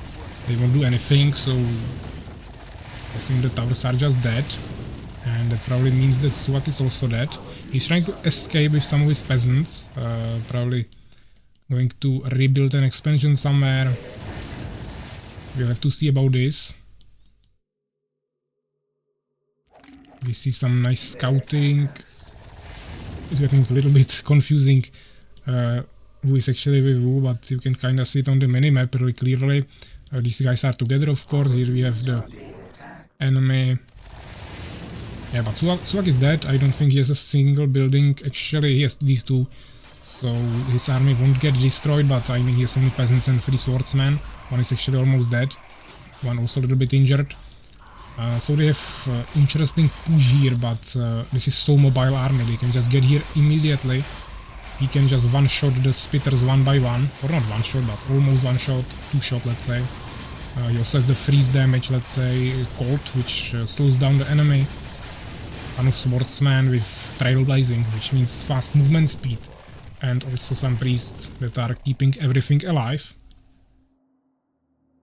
They didn't destroy the barracks here, but I mean, he doesn't have any resources. He just can receive something from Makrozerg, who is now losing his resource advantage, economical advantage as well, because he's losing his main town income. Of course, actually this is pretty interesting, but 4 Hive Stingers won't deal with the army of Hive Guards. Yeah, we see nice push. I think Makrozerg will also fall pretty soon. Of course, this is already GG, since Suvak is already dead, and actually both Aegis and Pravsha already has an expansion now as well. But I think Makrozerg should still have the most amount of resources during the whole game. Of course, it depends how fast it will end, but he still has 2 expansions right now. So even though he's not mining too much in his main town, he still has better income than the other players, I think. It just really depends. Actually, we see Soul Scrap so late from Pravsha. He was just totally focusing only on Hive Guards, which means he doesn't get any experience from what he did. But at least now he's trying to fix it. We see just a ton of swordsmen from Aegis with some priests, which is of course really effective. He doesn't need to worry about ranged units because flying units will be killed by Hive Guards of Pravsha. Actually, Makrozerg rushed here with flying Hive Stingers. Didn't really see that, but I mean, that didn't really change anything, and as you can see, Aegis just retreated with his peasants to his castle. As I said, Suvak probably should have done, so at this point it doesn't really matter. Makrozerg and Aegis both have some resources, definitely should try to spend them now a little bit better. But I will also see another rush of Hive Stingers here. He's just trying to slow down the economy of his enemies, but at this point it won't change much. To be honest, Suvak could receive some resources for an expansion at this point, even though actually Makrozerg doesn't even have wood. But the question is where he would build it. He could just rebuild it somewhere here, but that's pretty vulnerable. Or maybe fly here, but Pravsha has flying units, so that's also not safe. So overall I think there is not really anything that will be like too efficient. Pravsha like kinda scouting here, wanted to harass, but don't want to lose too many Hive Guards to the tower and Hive Splitters, so he rather just retreated. Of course, really huge army of Aegis, ton of swordsmen with priests. He doesn't even care about catapults, they would just die to the Hive Stingers. So this is more efficient. You see ton of Hive Stingers that are flying, they are trying to maybe drop on the priests, but priests are still pretty mobile, you can really easily defend them with swordsmen with trailblazing. And of course the Hive Stingers won't even get there because they will die to the Hive Guards basically immediately. Actually some of them escaped, but what are they going to do here? Of course he will retreat to the tower, maybe Aegis won't really push into that. I think he will retreat in a second. Otherwise he will just lose all of his swordsmen here, but he has another army down here together with the huge army of Pravsha that actually added a ton of Hive Stingers as well to his Hive Guards, so now it's even bigger. Suvak was defeated now. Of course no spectate mode allowed since I'm the referee here. But he didn't leave yet, probably just waiting for the game to end. And this means that Team Spirit will actually get another point, even though they actually lost the first game. Now they went from 1-0 to 1-2, or actually 0-1 to 2-1 from their perspective. And if they win the next match, they will actually be the total winners. If they lose the next match, it will be 2-2 and we will go for the final game. So we will see how this will go. Actually the next match I think is also on this map, so this is getting really a little bit annoying already. I don't really like this map too much, but basically no one really banned it, so it somehow just happened that it was chosen so many times. So I guess left the game. For example, I really like No Man's Land, but unfortunately that was not picked a single time. Also few teams banned it. Yeah, but let's check the results. Here we have the scores, units, actually pretty balanced, only Suvak just got totally destroyed there. Outside of that it was really nice. Once again, Makrozerg totally going for a ton of units, with ton of resources, of course. Actually, let's check the experience. Yeah, he has ton of experience, but he didn't have soul strap, so it didn't really count. And I mean, towards the end he had it, but before he didn't have it for a long time. And research is, I mean, he was making mainly one unit, so he didn't need more. Macro Zerg, Aegis, kinda just everything they needed probably. Here you can see the results of the resources, yeah. Even though Suvak died so early, they still had more resources total, I think. It's like 21, actually basically the same results with the resources. So this is definitely interesting. Of course they had half the gems, less wood as well, but overall the gold, the most important thing, they had basically the same amount. However, just placing it all on one player is usually just not too wise, I would say. They need to diversify a little bit better, which seems to not really work for them on this particular map. Even though they won the first game actually on this map. So yeah, let's save it as well, and who's the next game? I'll just adjust the overlay, so Team Spirit going for second win. And next game is actually, as I said, again on the secret chambers. So let's host it. I don't know if they all watched the stream when I was choosing it, so maybe now they will be surprised why they are playing on this map all the time. But as I said, if all of them will ask me to change it, I don't have a problem with that. We will randomly choose another map, but for now we are sticking with this because it was randomly chosen. Even though it somehow happened to be 3 times at the same map and the other 2 times another map. So we'll just wait for them to join. Actually, maybe they thought that it was best of 3. And now they are not joining.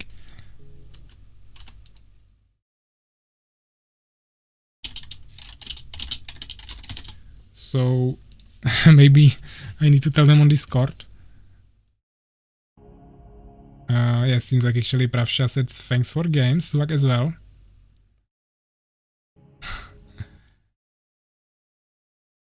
I mean, if they really have to go, we can make it best of 3, but it was announced as best of 5.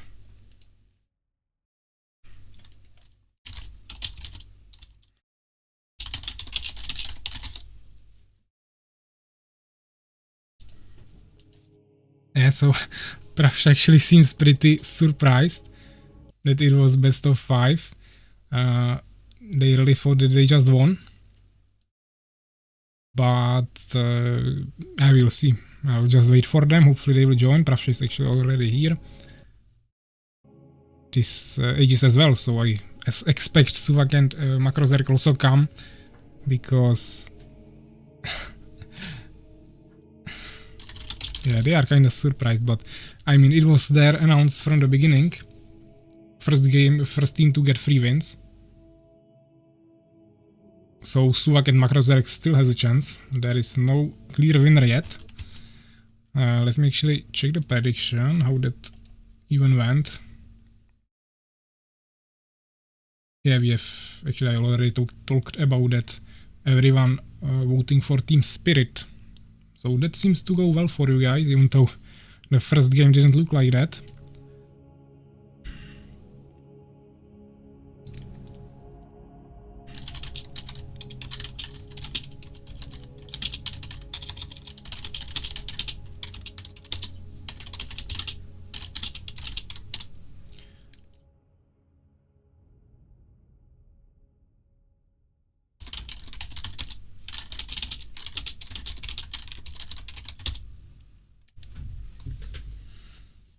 Yeah, maybe I wrote it a little bit wrong there. I wrote first team to get 3 wins, which is synonym to best of 5.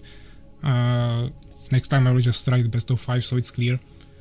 Because, for example, some of the players of course don't speak English, so they need to somehow translate it, and then they just see 3 written there, so they think it's best of 3 even though it's just 3 wins. So we'll just wait for Makrozerk. Hopefully he will join soon. He's online on Discord, so I'm expecting him to join any moment.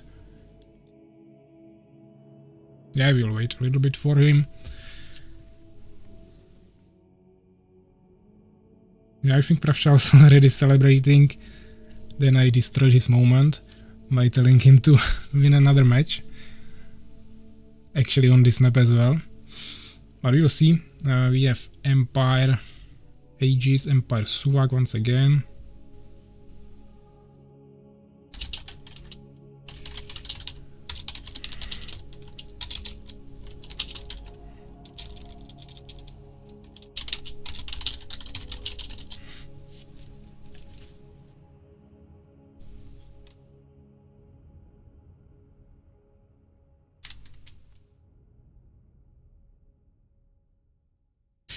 Yeah, Suvak is saying that he would like a dark side forest, but of course, unless everyone agrees on that, I cannot really change that.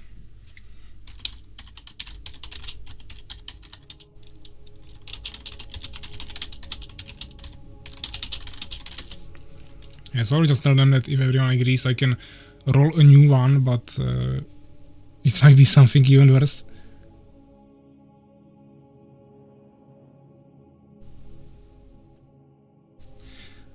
But even if one player wants to play on this, I won't change that, because it was chosen randomly based on the rules and bans. So seems like everyone agrees except Makrozerk for now, and he also agrees. Okay. Okay. Let me roll it on stream.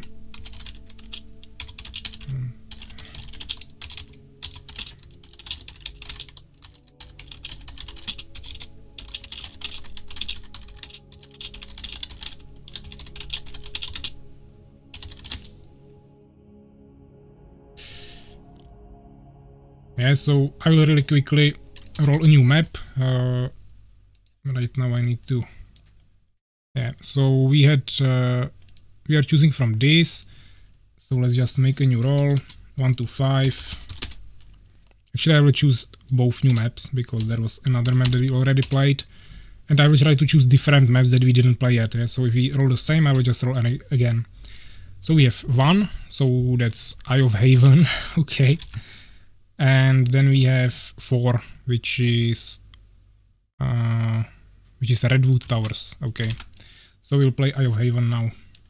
Hopefully they will be at least a little happy about that. Now the overlay is not working once again. Okay.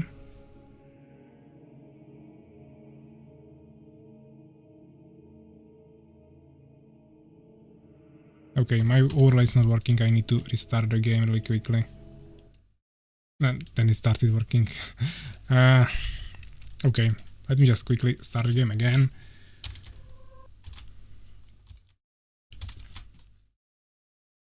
It should take a second and you should see it on the overlay. Fine. Create a map. Eye of Haven.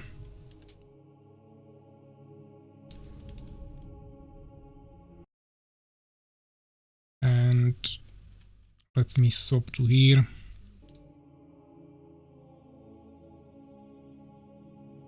Okay. Seems like everyone is going Empire. I'm expecting some mercenaries again, even though we already saw a game between Pravsha with Aegis against Knights of T. So Team Spirit against Knights of T, where they didn't go for mercenaries. The only team that was playing a mercenaries on this map were Knights of T. So we'll see if they will also go for it now. Everyone goes Empire, of course. And this will be interesting. And if we go to the 5th game, as I said, that will be the Redwood Towers. No Dark Side Forest, unfortunately. There was only one game on that map that I was actually playing with Soulskeeper. Against... it was against Suvak and Aegis, I think. So everyone is ready. Let's start the 4th game of the finals of 2v2 Showdown number 1.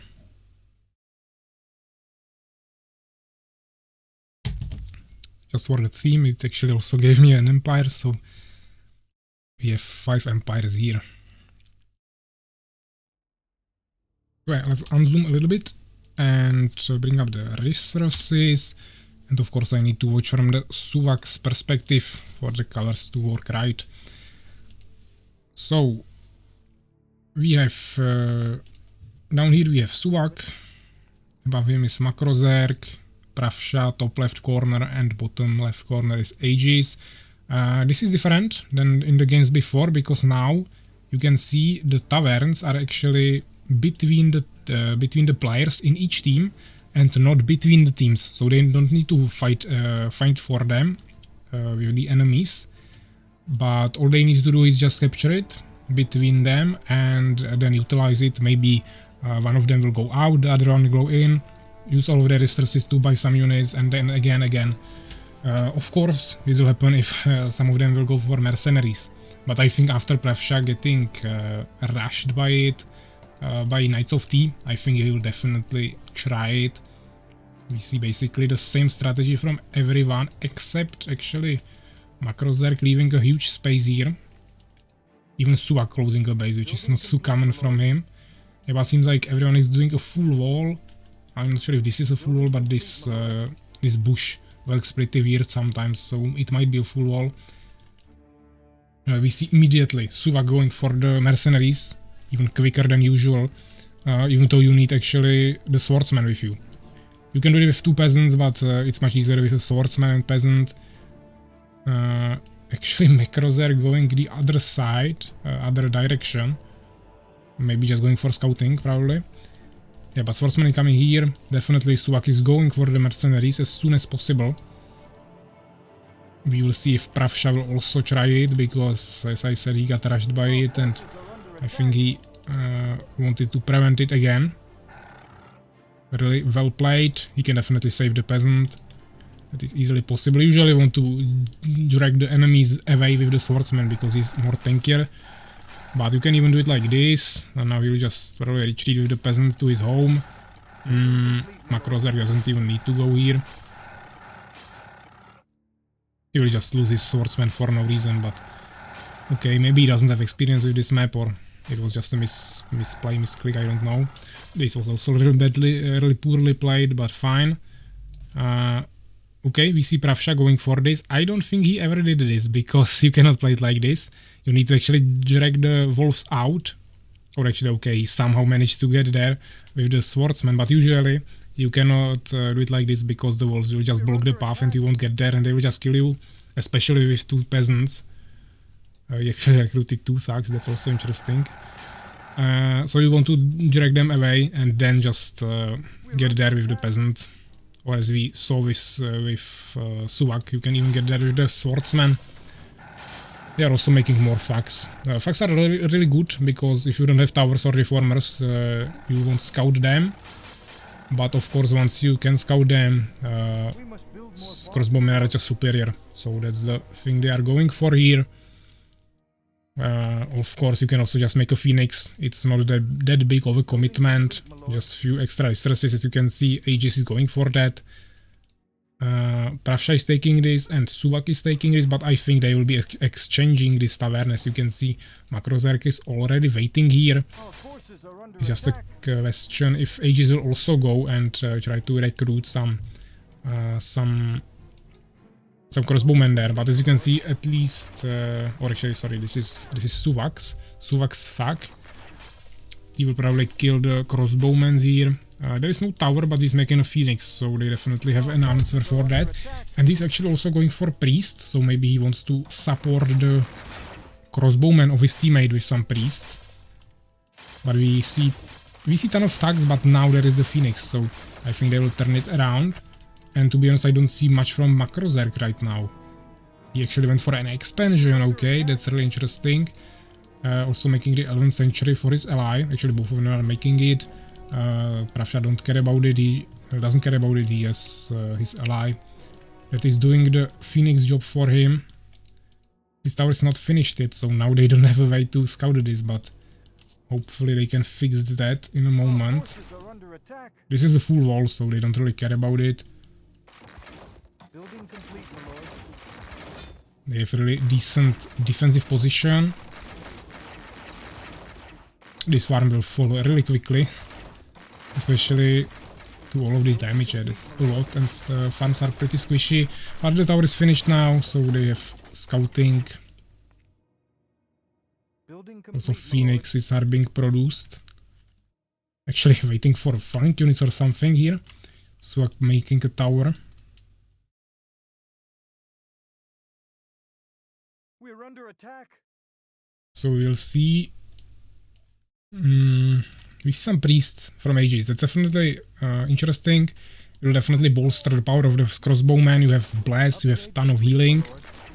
But to be honest, this is really important. Pravsha is going and destroying the tavern, which means that Suwak won't be able to produce any more units here. But he has ton of units behind it, so we'll probably just destroy this.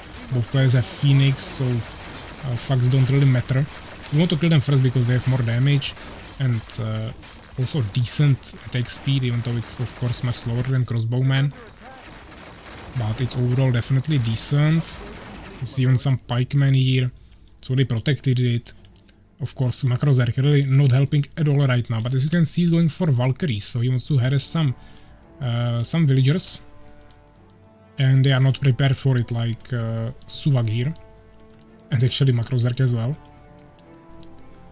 They are not only making a strategy, but also trying to prevent the enemy from making the strategy by making sure they don't get rushed by some flank units. Of course, we see pretty decent army from Pravsha here, My lord. combined with some swordsmen. I think this is just a waste of resources. Yeah, more crossbowmen would be more valuable, but the priests are definitely nice, at least for the blast and some extra healing. Of course, they are 2v1 here, so this is not gonna work. Also, Macrozerk lost his Phoenix there. They of course want to take the storehouse, that's some extra resources.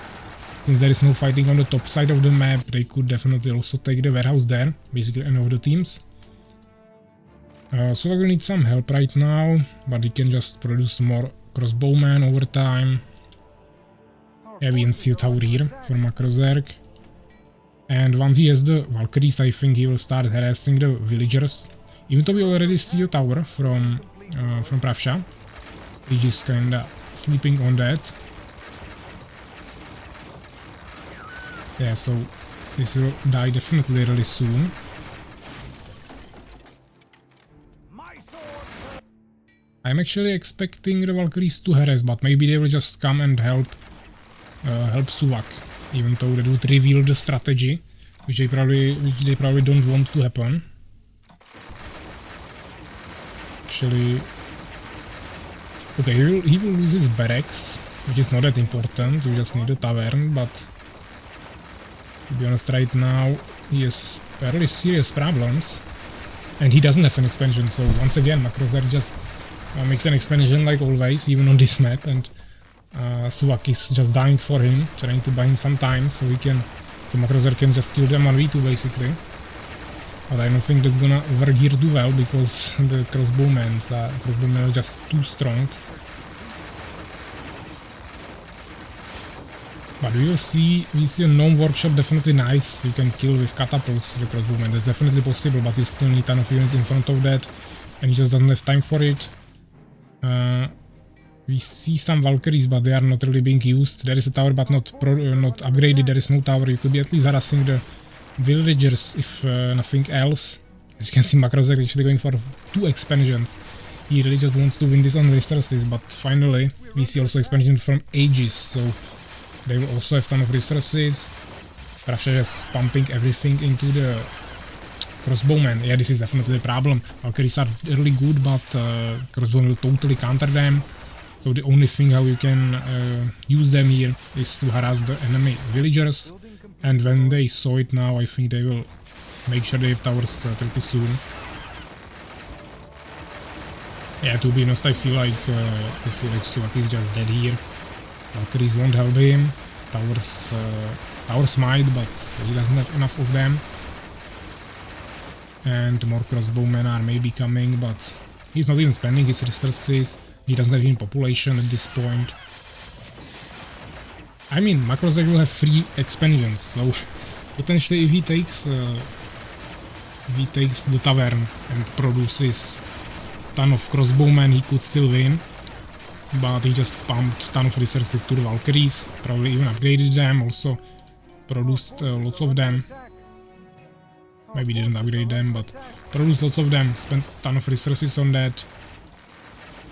So I'm just going for some stealth units now, but there are phoenixes everywhere, so it's also not an option, let's say. We don't see any upgrades for the crossbowman, but yeah, they didn't even make blacksmith. Actually, there is a blacksmith for Aegis, but Aegis was not making too many crossbowmen.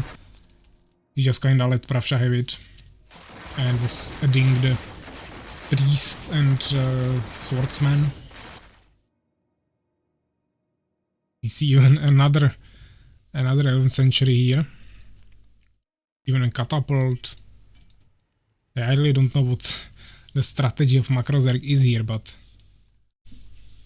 he's just trying to get as much resources as he can. I mean, he has 3 bases, enemy has 3 bases, but definitely he has weaker army. Tuvok sent him all of his resources.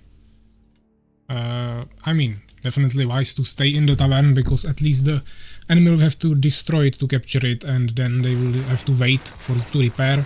If you just leave it, they can take it immediately and create some extra units in the attack. We finally see some harass from the Valkyries, but Subak was defeated. Actually, this was a crossbowman and 2 tugs of Subak. They were trying to stop the expansion there.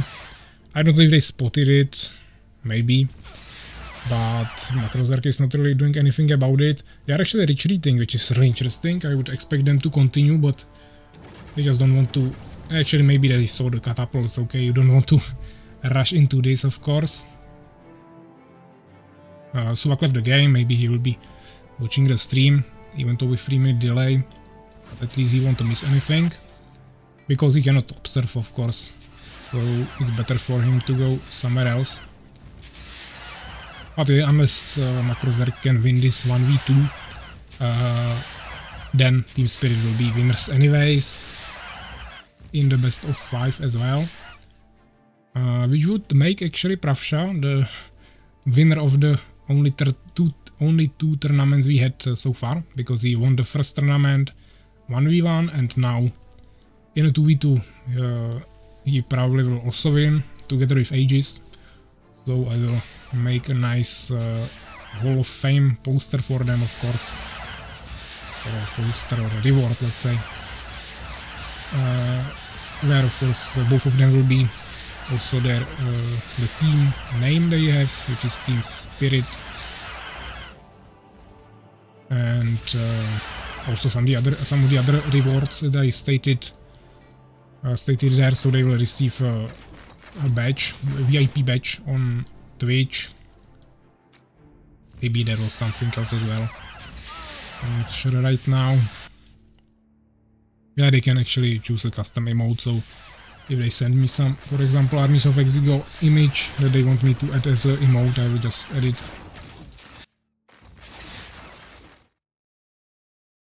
Even though it won't be a free emote, yeah, it's emote for subscribers, but you can unlock it with Northern coins for 24 hours. So, for example, if you want to use it during a tournament, some nice emote, you can definitely do that. Or just on the community streams. It of course costs some Northern coins, but it's not that crazy. You can definitely get during one community stream more than you will spend for it. So that's definitely an option as well. Macrozerk actually has 2000 gold, not really spending it, even though he's producing more Valkyries, but he doesn't have any gems. Actually, he's tower rushing neutral base of scrappers. Yeah, but of course Pravsha is making ton of phoenixes now, bolstering the army here as well. Also, Aegis is for 11th centuries. So I think Valkyries won't work anymore for Macrozerk. Catapults are good counter to this, but You still need something in front of them.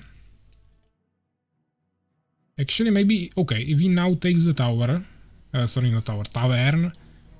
He has ton of expansions, so he maybe has more resources than the two enemies together. He even has teamwork to build new expansions even quicker. So if he actually utilize all of his resources, takes the tavern and creates something in front of his catapults, maybe just an army of crossbowmen, and then try to fight them together with the Valkyries, maybe harass with Valkyries while fighting the ground army, land army, he might be able to actually do something. Okay, this is total suicide. 2, 3, 4 towers and I don't know, 5 catapults that are not approachable. Oh, actually taking the middle, that's really smart, he can heal here. Also he could maybe take these expansions if he had an arc, and he has no workshop, so he could definitely do something with that. He has even 2 phoenixes. Yeah, now actually Pravsha spotted this town, but there are towers, so... I think Pravsha and Aegis have no idea how many expansions actually Macrozerg has, because he really has ton of resources.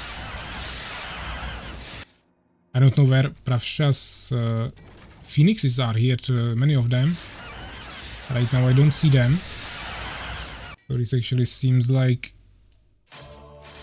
they might have a problem, but they are destroying the expansions.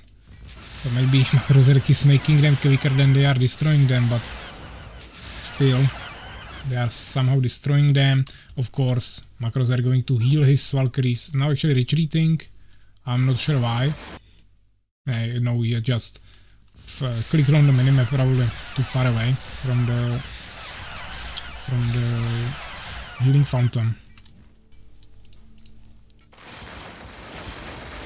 But of course the crossbowmen would deal with the Valkyries. The problem is that they don't have the mobility of the flying army, which means that it's really hard to actually catch the Valkyries, especially if they can actually even retreat to the mid and heal. They have speed auras and everything, so you cannot really fight with them. Of course you could just stand in your home, but and they wouldn't destroy it if you have crossbowmen there, but they would, I mean, Macrozerg would just take all the expansions on the map then and win on resources anyways. The question is just if Pravsha and Aegis can actually destroy all the expansions of Macrozerg in time. As you can see, Macrozerg has 164 population, so he has a huge army, he has ton of catapults, ton of Valkyries, even though we cannot use the catapults for destroying the enemy. It will be definitely valuable. He is actually making a no mark. He needs to transfer them out, maybe here or something, and start destroying the buildings a little bit quicker, especially some towers and these kinds of stuff. After that he should be actually able to maybe destroy it in time. The problem is that he is losing his bases really quickly. I think they will find out about this, even though there's a ton of towers. Yeah, now they found out about it. Yeah, he has a ton of phoenixes, so making Phoenix army to destroy this is no longer an option. Macrozerg has also a ton of gold, so he should definitely first of all start creating expansions everywhere on the map, or some random buildings at least, even though we see here one building as well from Aegis. He should definitely start creating more buildings and maybe even spend it on something. Of course he doesn't have gems, but he can still produce at least swordsmen.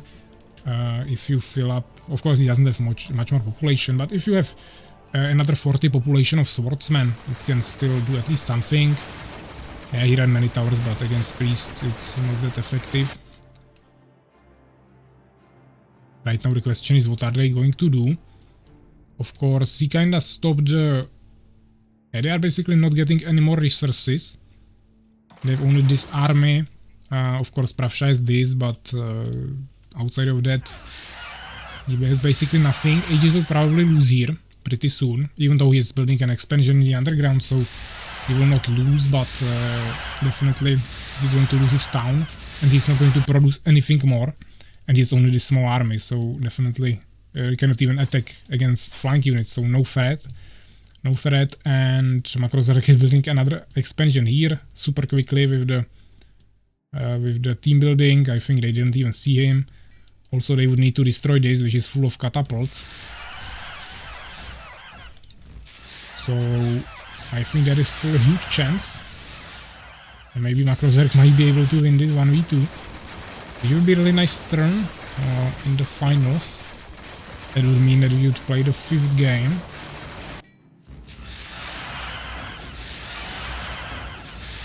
Because, I mean, Aegis still has this, so his army won't go grey.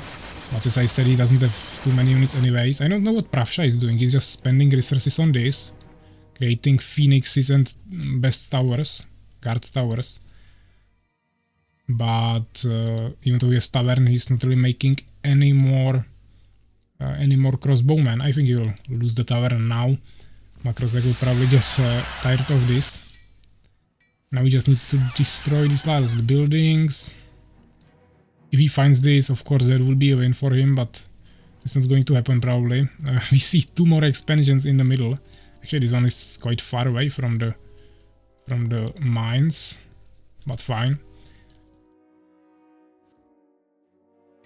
Yeah, this would be definitely pushable, but not against the catapults. I mean, this is really unkillable, and at this point, I mean, there is so many expansions, the one in the middle are basically undestroyable for them. So honestly, I actually think this is GG for, even though I said in the beginning that Pravsha and Aegis are going to be winners, it seems like it's GG, and Makrozerk is going to bring his team erased together with Suvak to the finals, 5th game, which will be played on the Redwood Towers. Yeah, of course it's not end yet, but seems like Aegis kinda gave up. And as I said, they have no way of destroying the middle expansions, and also no way of destroying this. So even though all of this will probably kill the Valkyries, Pravsha cannot win with this. He just won't have enough resources. This is not the answer you are looking for from his position. They just needed to create really quick catapults, destroy the buildings here, and then rush with their crossbowmen on the catapults or something. Or transfer them here with some arcs or something, but overall they cannot just play it like this. And the question is if actually destroying this would help them in some way, but at least something they would try. Okay, now I don't even see the phoenixes. Yeah, he's just bringing them with his army. Makrozerk didn't even bother to destroy these buildings. I don't think he knows about this. He would go destroy it probably, but as you can see, it's only 3 small mineral fields, and there is not too many peasants anyways. Makrozerk building another expansion, or at least towers, preparing them for it. So it will probably still take a few more minutes, because they need to destroy everything, but I think this should be GG. Yeah, he has actually 200 population right now. Actually managed to spend all the gold that he had eventually, mainly on the new expansions probably, but now he has so much income. Yeah, I think Pravsha and Aegis actually must be really upset at this point, because they thought that they won after the 3rd game, because they thought that it was best of 3. Then they found out about it not being best of 3 but best of 5, and now they actually will lose 2v1 after successfully defeating Suvak. So this definitely upset them a lot. Okay, this was actually really beautiful. Pravsha just came here from the underground with his priest and resurrected the whole army that was just killed by Makrozerk. It was a nice moment. Someone should clip that. And yeah, I mean, eventually Makrozerk will also find out about this. He'll finish these buildings. I mean, he must be making so many upgrades, because he has full population. He has like 10 expansions, and he still has only 1000 gold. He's not really going up. So I don't know where he's spending it, but we'll probably see ton of researches in the results. So he decided to destroy this. Hey, where are the phoenixes of Pravsha? Maybe they already died to phoenixes of Makrozerg. Yeah, of course, I mean, this kind of amount of towers is of course really disgusting, but it won't change much. And he still has full population because he has so many production buildings that he can easily remake his army really soon. Maybe he could create some more elven centuries in the middle, just so it's a little bit more. It's all more near. I don't know how to say it. More near to the enemy. Of course, from the middle you have the same distance to all places on the map. Actually, now Makrozerg decided to destroy his own farm, so he can finally get out. Even though he was producing one arc before, but he probably just used it to get here. Now he didn't bother to transfer all the catapults. He will just destroy one farm. He has still 200 population, and he will just move away and destroy all these towers here. Overall, even if there are no towers, it would be just much faster to destroy buildings with catapults. Yeah, he could definitely also kill this just with the Valkyries, but catapults will definitely make it easier, so that's definitely the preferred option.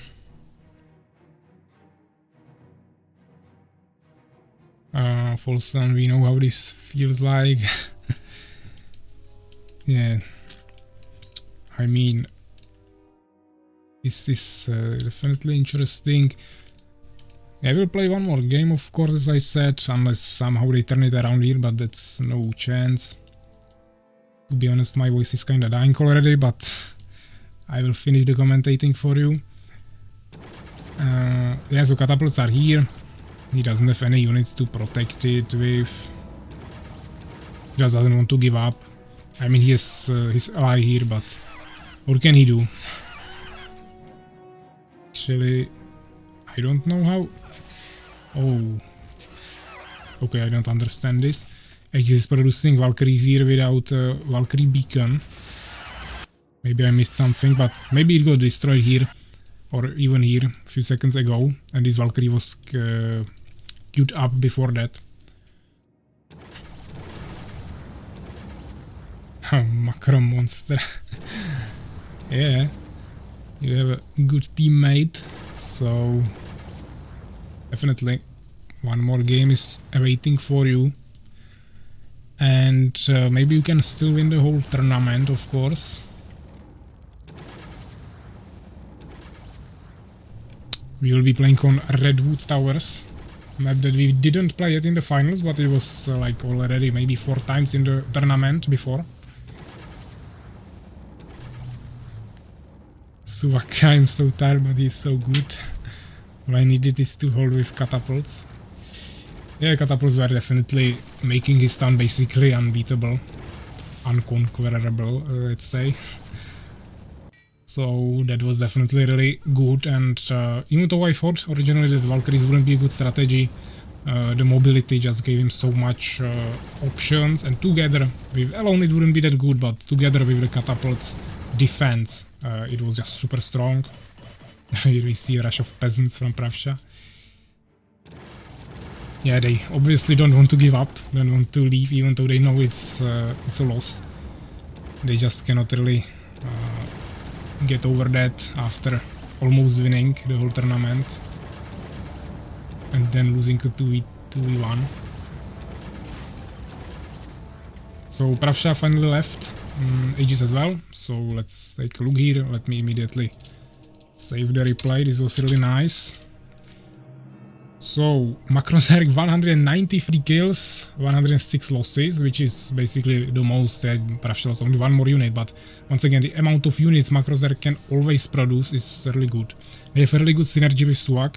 I think Suwak is definitely not playing at his best potential here. He also said it in the Twitch chat now that he's tired.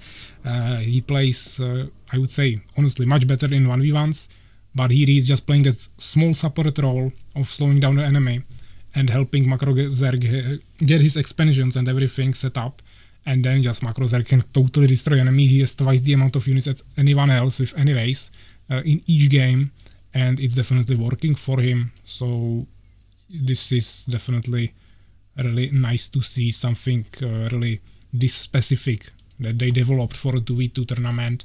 Something actually they were not really utilizing this in the games we are training, even though we played most of them on Darkside Forest. You can't really do it there, but overall this is something I didn't see before, and it's really good to see something new.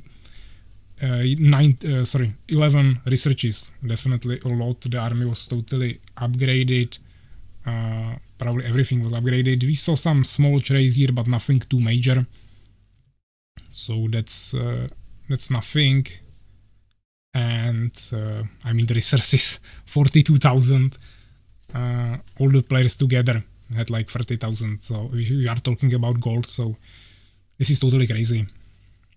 I mean, he captured so many expansions. So yeah, now let's get to the last game, which I said I will check it just for you. It's Redwood Towers. So we have custom Redwood Towers referee, and let's of course wait for them. I will go through the chat really quickly. Macro monster. I'm so tired. Yeah, that's what I already read. All I need is to load with catapults. Glory to our Lord, Lord Macrozer. Micromanagement god. Yeah, I mean, it was not too much about micromanagement. It was more about macro actually.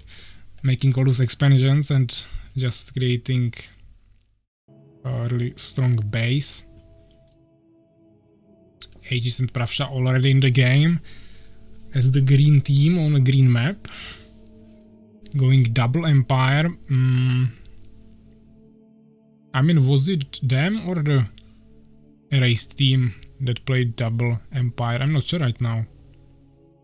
Yeah, that was actually the Team Spirit, I think, which is this team.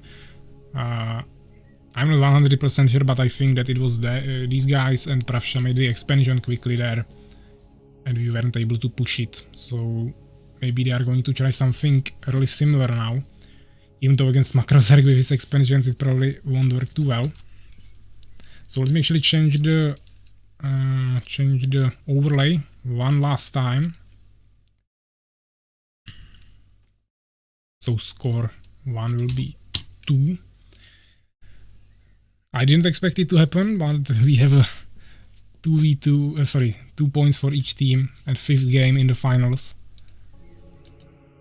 Suvak joined, and we are just waiting for Macrozerg, who is probably enjoying the results after what he accomplished.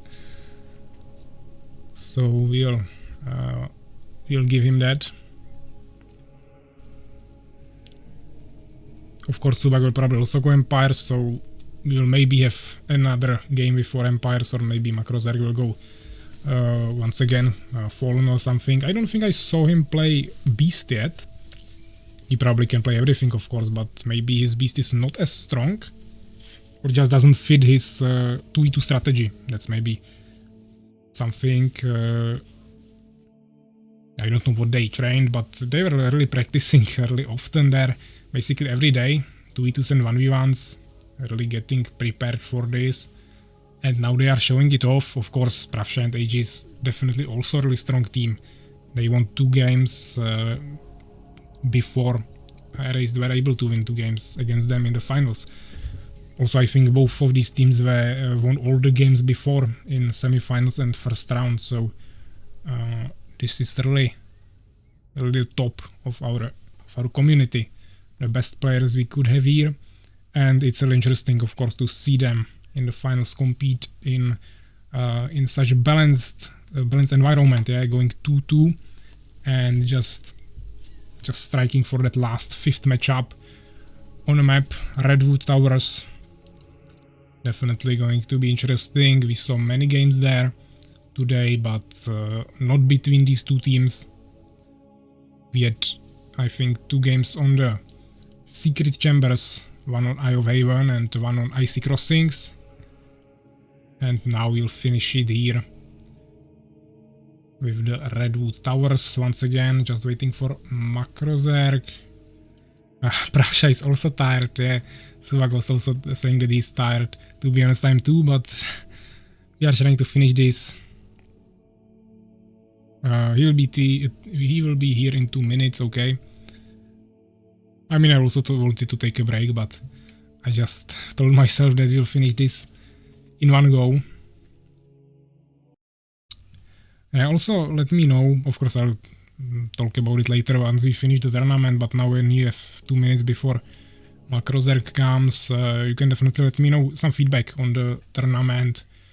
I tried to make it similar but a little bit different from the previous tournament. So we are just changing it a little bit. I'm not doing those small breaks of 5 minutes when I always play music and place the be right back scene there overlay. I'm just doing it all in one huge block, let's say, which is definitely a little bit harder for me, but I hope. I wanted to make it like go as fast as possible because I knew that we have so many games to play through. So this was the goal, and I decided to take this route for it. And I think it worked. Even though it's super late, it's still not taking as long as it could. Also, we skipped 3 games in the beginning, which was really nice. Matt is actually trying to use some commands there. As I said already multiple times, you can see your coins below the chat. I have a whole video on that, so you can see it there. Commands don't work anymore. That was for the old system. Yeah, so you see it right below the chat. If you of course have opened the stream, maybe it looks a little bit different on phones, but on PC it should be right there. Yeah, I find that I just rotate only in the bottom of the chat, you can see your coins. So we are still waiting. FK19 also trying some commands. Actually, I can see the predictions there that Matt voted for, in his prediction, for erased, even though only probably 10 coins. And MK19 voted for Team Spirit, quite lots of points. But it's really balanced, so even though he just betted 10 points there, Matt, and maybe one other guy as well. I can see Soulskeeper and MK19 betting on Team Spirit. Erase can still win, and you will get actually 190% of what you actually betted there, so you get like 2000 even though you voted only with 10 coins. So you can still get a lot, and Macrozerg just joined the lobby. As Pravsha is saying, may the best man win. That's definitely true. Rip Pravsha's fighting spirit. Yeah, but you can't check the ranking of your own coins compared to everyone else. That's true. Unfortunately, even I cannot check that. I don't see your coins. So maybe after we end the tournament, I will actually ask you how many coins you have, just for comparison. But yeah, I cannot check that myself even, so you also cannot check that. So let me ask if everyone is ready, and we'll finish the tournament with this last game. Everyone is already tired, but hopefully it will still be an awesome game. Age is ready, Pravsha ready, Macrozerg ready, and we are waiting for Suvak. Macrozerg swapping between all races, cannot decide, but probably going to stick to Empire just for this clean setup of 4 Empires. But as you can see, he can play anything probably, so maybe he's just going to stick with random. Suvak needs 1 more minute, we can definitely do that. People just get tired of 8 hours of Exigo in one go. Yeah, I mean, MK19 you didn't even play, so you should be fine. But to be honest, commentating 8 hours and also playing like, I don't know, what was that, 5 matches during that? That was definitely quite a lot. Maybe I will put a smaller limit on amount of players next time, so we don't have so many matches. Or I will just have to figure out the format a little bit differently, but yeah, definitely this is a lot. And of course players are also tired. I don't know how many these guys played games, but of course they played every single match they could. Yeah, I mean Suvak and Aegis, they actually played only 2 in semifinals, but and also they didn't play 1 game in the first round because Nevi didn't show up. But Pravsha and Aegis actually played ton of games here. We'll see it in the end game results. Ready. So once again, just confirm me that everyone is ready. Aegis, Makrozerk, Pravsha. Okay, let's go. Good luck, have fun. Last game of the Armies of Exigo 2v2 Showdown number 1. On the map of Redwood Towers between Erased and Team Spirit.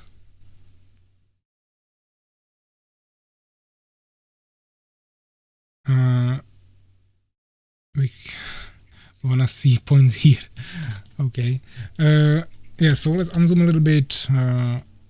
Watch from Suvak's perspective. So we have Suvak right here, top left corner, Empire, playing with Makrozerk, also Empire. On the other side, Aegis, top right corner, Empire, and Pravsha, bottom right corner, Empire. We see immediate expansion with Empire from Pravsha, which is not how it's usually played. I actually already have built orders for this on my channel, but he just wanted to make it as soon as possible. He doesn't care about economy right now, he just wants to make the expansion. He's tired, as I said. He wants to just throw it out here. Either this works and he will probably win, because it worked for him before against the team Ageless ones, and so he's trying it again. Of course, this is not the best position. Once again, they spawned on the sides, so this is pretty exposed. It would be better if they spawned next to each other, or either on the top or on the bottom, but he still decided to went for this. Aegis is building his usual wall, so he will try to expand probably later. And also we see from Suvak the similar wall, maybe a little bit more in the back. No, it's actually pretty similar, maybe just curved a little bit more, so it protects this a little bit better. And we see basically the same from Makrozerk. We don't see immediate expansion from him, which we are used to, but as I said, this position is pretty exposed. It's pretty dangerous. They spawned like this on the side, so it's really difficult for them to actually expand safely. Pravsha went for it, but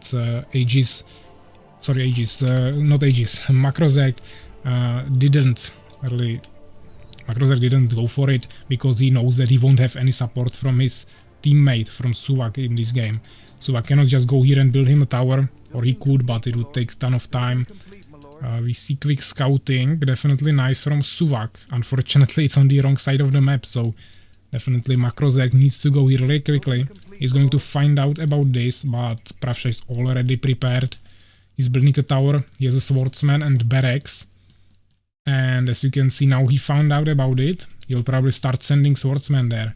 But as we saw in the game before, where they actually defeated us here, Pravsha and Aegis, on this map with the same strategy, it's just not easy to rush this.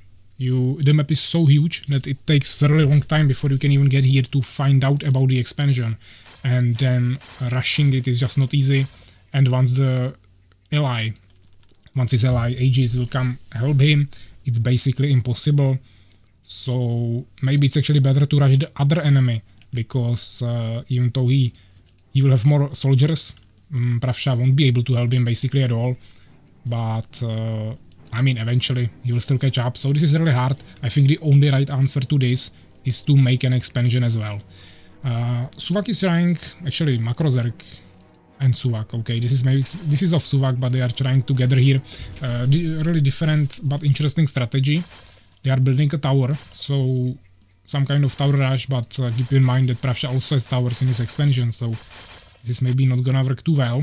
It seems like Aegis is not going to help Pravsha for now, and Pravsha is getting swarmed by both of the enemies, so I'm expecting Aegis to go there any second, but it doesn't seem like that. Pravša trying desperately to build some last towers here as well. But as you can see, Subak is just building with Makrozerk more and more towers there, creating a stable support. But to be honest, I don't see Pravša surviving this. We see attack from Aegis here, but that's also not too effective. Aegis is just not going there, not helping his ally at all, which is quite surprising. But he just decided to do it like this. Pravša finished the tower, but it's not upgraded, and there is so many swordsmen that this is not gonna definitely hold for too long. Of course, Pravša still has the second town, so maybe they are trying to bet on that. But he cannot create any more buildings near it because these towers will just destroy it immediately. They don't really have a way of destroying the towers anyways. And to be honest, Pravša just lost everything here. Of course, he still has the economy in his other town. He has quite lots of resources, but now as you can see, this tower can shoot on this town hall and these towers cannot protect it. So Pravša will just lose his expansion anyways. We see Aegis trying to do like a small rush here, but that's not working. Of course, we see also attempt going for some Valkyries. We will see if they are prepared for that. We see 11th Century from Makrozerk, also 2 towers. I think he's well aware of this plan of Aegis. We also see 11th Century and 1 tower from Suvak, and seems like they are going to destroy this. As I said, this will just fall. Pravša actually, I don't know where he went. Actually, right now I really don't know. He had so many peasants here and now he has none of them. So I don't know if he actually escaped to his ally or if he just actually gave up at this point. Yeah, he's actually retreating here. He has resources but he doesn't have wood. I mean, he has gold but he doesn't have wood. And he has last buildings, so we definitely need Aegis to give him some wood really soon, but to be honest, Aegis also doesn't have any wood, so that's really bad. He's getting slowed down here by Suvak's swordsman. Also, he spent a ton of wood on these buildings. He will need wood for Valkyries. This is really not good, looking good for him. Also, this is already spotted, so they are preparing phoenixes, preparing towers. They are just not getting rushed in this situation. They don't even care about expanding, they will just heal their units in the mid. They will wait for this to fall, there is no reason to destroy that. There are towers, so they will just lose units there, and they don't need to do it. And I mean, Aegis is trying similar strategy as Makrozerk last time in the previous game with some Valkyries, but Makrozerk also had a ton of expansions with that, so we could afford it. We don't see any of that. Aegis doesn't have single expansion. Pravša could send him his resources, but I mean, Aegis actually has resources, he's just not spending them too well. Right now he's not producing anything, even though he has population and resources. But he just doesn't have wood. That's probably his main problem here. He somehow managed to actually get enough wood for Pravša to build a town hall, but to be honest, at this point I would rather just let Pravša... Actually, Pravša actually has a blacksmith here, so he's getting a ton of wood. Maybe he's going to send some to Aegis. So he might still be pretty useful, but I don't think the town hall was too necessary. He won't be able to actually recover and make something before they attack. So it will be maybe just better to stay with the blacksmith, get some extra wood for Aegis, and he will be just spamming everything and maybe just create his own expansion here, but they decided to play it like this. We see ton of swordsmen, ton of phoenixes. Really just scouting here, trying to make a push. Yeah, but they are going for catapults. There is just 1 tower, but they don't want to risk anything. There is not much ground army, so they could just rush it with the swordsman, but they are playing it safe. Now, of course, Makrozerk also made an expansion, probably with teamwork. No one expanded in underground yet, but we see some peasants going here. So definitely Aegis, Pravša actually wants to take this. Makrozerk actually going to the underground. Maybe just transferring through here, but I think he will check the expansions. And since Pravša is just going here, it will be the exact moment when he gets killed. Also, he got spotted by the Makrozerk Phoenix, even though he probably didn't notice it. it won't change much. I mean, he has a decent amount of Valkyries, but they have even more Phoenixes, so especially Suvag here, so I think he will be fine. Also, they have towers at home, so they are fine even from this perspective. Actually, there are more scraps, I think, so maybe they killed some of them. But no expansions in the underground. One scout tower here, a watchtower actually. Our forces are under attack. Yeah, so we see a small attack here from Aegis, but I think the Phoenixes will move there immediately, and if all of them use their ability, Nova, which they have mana for, they will just instantly kill all the Valkyries. I don't think Aegis realizes at this point how many units Suvag actually has, how many Phoenixes he has. So this is going to be a really... Yeah, he just totally disappeared. So many Novas, and even more Phoenixes are coming from Makrozerg, yeah, so everything is dead. They have catapults as well, so they will just destroy this. I mean, this is just a matter of time. Pravsha and Aegis can just leave at this point, but of course they want to probably finish it as a full game in the finals. Last game. But I think it's pretty safe to announce that Erased will be actually the winning team of the tournament. Pravsha saying GG. So, as he said, may the best team wins, even though they were winning 2-1. After actually losing the first game, they turned it around, but then Erased actually turned it around again and finally managed to win the whole tournament. As you can see, the stats were really clear in this game. 24 and 20 kills against 6 and 7. Basically reversed losses and kills, of course. And largest army, just some Valkyries in the end from Aegis, nothing more really. Yeah, not too interesting, to be honest. This game was really quick, I think. Pravsha, I mean, everyone was really tired in the end, but Pravsha really just wanted to commit to something like that, just made the expansion. To be honest, when we are playing against it before, first of all, it was more or less advantageous position for us, more disadvantages because we are further away from them. It was they were both on the top and we are on the bottom instead of on the sides. And also, it's much harder to actually rush it with Beast and Fallen. If you have just a ton of swordsmen, you will always just rush this. So that was definitely better. Maybe on this map I would next time also play Empire or at least Beast, but with Fallen I think I would need to make like quick expansion as well or something for it to actually work. But yeah, nice game. This was the final game of the tournament. So GG, congrats to the team Erased. Now of course let's get to this side. Let's play some music on the background, just something not too loud. And yeah, we have the winners. Team Erased, they actually won 3-2, which was nice. Submit the scores. And we can end the tournament. I'm just looking if I set up everything correctly, but I think so. So ended the tournament, and here we can see the results. First place, Team Erased, which was... Actually the results here are a little bit weird, I'm not sure how this works. I don't know what is 2-0. But okay. So we have first Team Erased, second Team Spirit, and third is Team Ageless Ones and Team Knights of T, both on the third place.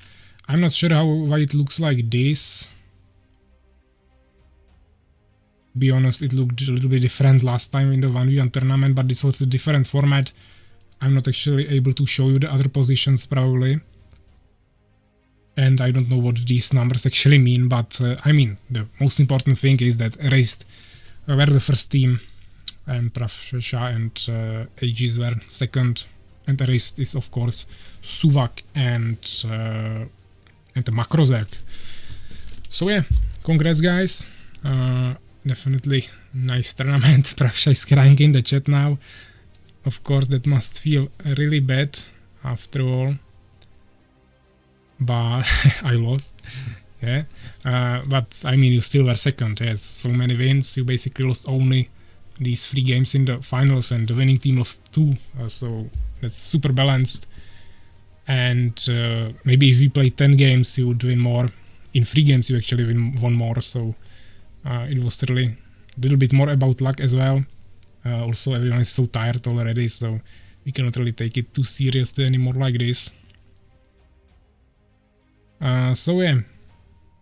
Now let me actually go through the chat because there are many messages that I didn't read. Also, as I said, you guys can you can tell me in the chat how many Noran coins you have after the stream. I will actually make results of the last prediction as well now. So team erased.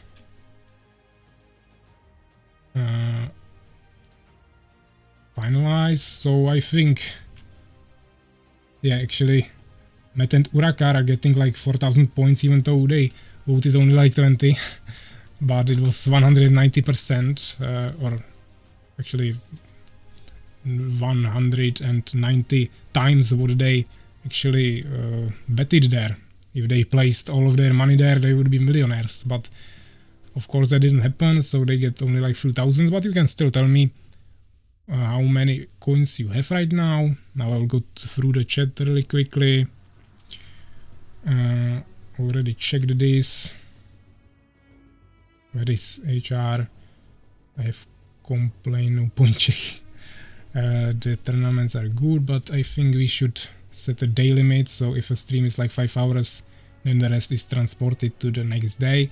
Yeah, that's definitely an option. I just wanted to not drag it between multiple days. It would be probably better, but we would need to agree on more days. Maybe someone really made like this 1 day free for the tournament, and forcing them to make 2 days, I don't know. But we can agree on that on the next tournament. We'll see how that will go. Next one will be, of course, once again 1v1 tournament, probably in like a month and a half. And there will be, of course, the Armies of Exigo tournament season 2. Yeah, but people just get tired of 8 hours of Armies of Exigo. This version of the tournament is quite good. The only change I would do is no delay. We can experiment with that. Of course, I wanted to prevent some cheating, but if you guys believe that everyone is honest here, we can definitely try it. It would be, of course, better for everyone. It would be better for me, for you probably too. Money here on a QR code. Because you want to cheat. By the way, I'm telling your coins at the end of each team has become a tradition. Yeah. It's really nice if you guys tell me at the end of the stream how many coins you have always. Finally, no, I think no one would do that, but it would be much more fluent to watch. Yeah, definitely I agree with that. It's just that I don't really believe that everyone will be honest, but yes guys, you that are participating here, I think you are all pretty chill and it will probably not be a problem. So we can experiment with that. We will have to see. 3 minutes is maybe a little bit too much. It makes cheating basically impossible, but also make the interaction like really slow. Final. Suvak, some cheering here. Give me that Northern coin, 2k free coins. Matt celebrating here. GG, Pravsha, I lost. GG both teams. Of this anymore. Okay, this feels like, it seems like Fender betted some coins there, saying that he probably won't have too much more. The money is coming for Urakar as well. That was a roller coaster. GG's everyone, definitely agree with that. It was really crazy. The finals were really beautiful matches, all of them. Really nice 5 games. Who win? of course the team erased, which is Suvak and Makrozerk. Fenrir has 7.2k coins, okay. Urakar 10,400, okay. Matt 5,100. Fenrir, I worked hard for my 7,270 Noren coins, okay. That's also nice. Pravsha 1,000 coins. Okay, he was probably playing more than betting. And also probably wasn't really paying attention to it on the other streams, community streams. Well, me too. Thanks for games. Amazing close games, yeah, definitely. The final games are really close. You just gambled your heart out. Yeah, you would have only half of it. Fenrir, yeah. Okay, so we are through the comments here. Of course, right now the winners can get their rewards. It was stated in the what is it? In the rules. Yeah, so here we have it. Prize tournament winners will be immortalized in the Hall of Fame. So I just need to create like a graphical design for you, similar to what Pravsha had, just with both of you and the name of your team. That will be on our Discord. Also below the stream down here there is a Hall of Fame with names, so I will also add you there with the name of the tournament that you won. You will also receive a Twitch VIP, so maybe I can actually do that immediately, even though yeah, I will just do that later. Maybe remind me. I need to figure out what actually are your Twitch names, so that will maybe be the most complicated thing for this. And you can also choose the custom emote that will be available to subscribers or for Noren coins for 24 hours until the next tournament, because there will be also a reward for each tournament. So the next tournament will, of course, the winners will choose a new emote that will replace that. It will be like this one small tournament emote that you can always change with new tournament. For now, the emote is there is like a placeholder, I think, which is this. Yeah, so this emote will be replaced by whatever you want, guys, and you can just either get it for subscribing and unlock it forever, or of course for the time you will have subscription, or you can just unlock this emote. This will unlock random emote, but here you can actually choose the one for 500 coins, and it will be for 24 hours. So if you want to use it during one tournament or something, a tournament stream or just any stream, you can also get it like this, and 500 you will get it. You will get way more during one community stream, so it shouldn't be a problem. K19 1.9k. Yeah, it seems like everyone is like something between 1 and 10,000. Depends on how many community streams you watched. Many people on this stream were actually betting for the same team, so we weren't getting too many points. The only big win was here in the finals, but unfortunately people only betted like 10 coins, so it was not a huge win for them, but they still got like 2,000 for free. Is it possible for you to turn off stream delay at some point, or is it free delay or normal? I can choose the delay how long I want to. It can be 10 seconds or 10 minutes. The problem is that I cannot change it during the stream, which means if I set the stream to 3 minutes, I cannot just suddenly change it when I'm talking to you to 0 and then change it back. That's just not possible, so that's one problem with this. But outside of that, I can choose 1 minute or 3 minutes delay, doesn't really matter. Big kudos to you, Bebek, for organizing this tournament also. Yeah, thank you, of course. I hope you enjoyed it. My voice is totally dead, but at least we made it through. I hope you enjoyed it. I hope you enjoyed the matches, of course. I hope you are satisfied with your result. And I'm, of course, I'm waiting to see you, of course, in the next tournaments. And I will be also happy if you show up on our community streams, which will be probably every Saturday. Of course, this week we had the tournament, so there was no stream, but next week we will probably make a community stream, which is usually just like 3 hours during this time, basically on Saturdays. So you can just come, play some chill community games, and definitely find some teammates all the time. But even on our Discord, we have the channel to look for teammates, looking for group, and you can get some nice games there as well. So that's definitely nice. Yeah, so you can find new players there as well. Some people are already writing me on Discord, so I'm gonna end this as soon as possible so I can answer them. As I said, thanks for coming, guys. Some last comments here. I'm going to buy him some milkshake, okay? Guys, thanks. Great tournament and GGL participants. Great job.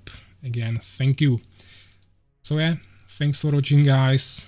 Hope you enjoyed it, and I hope to see you next week, of course, on the community stream, on our Discord, and of course also on YouTube. You have all the links below the Twitch channel. So yeah, thanks for watching and take care, guys.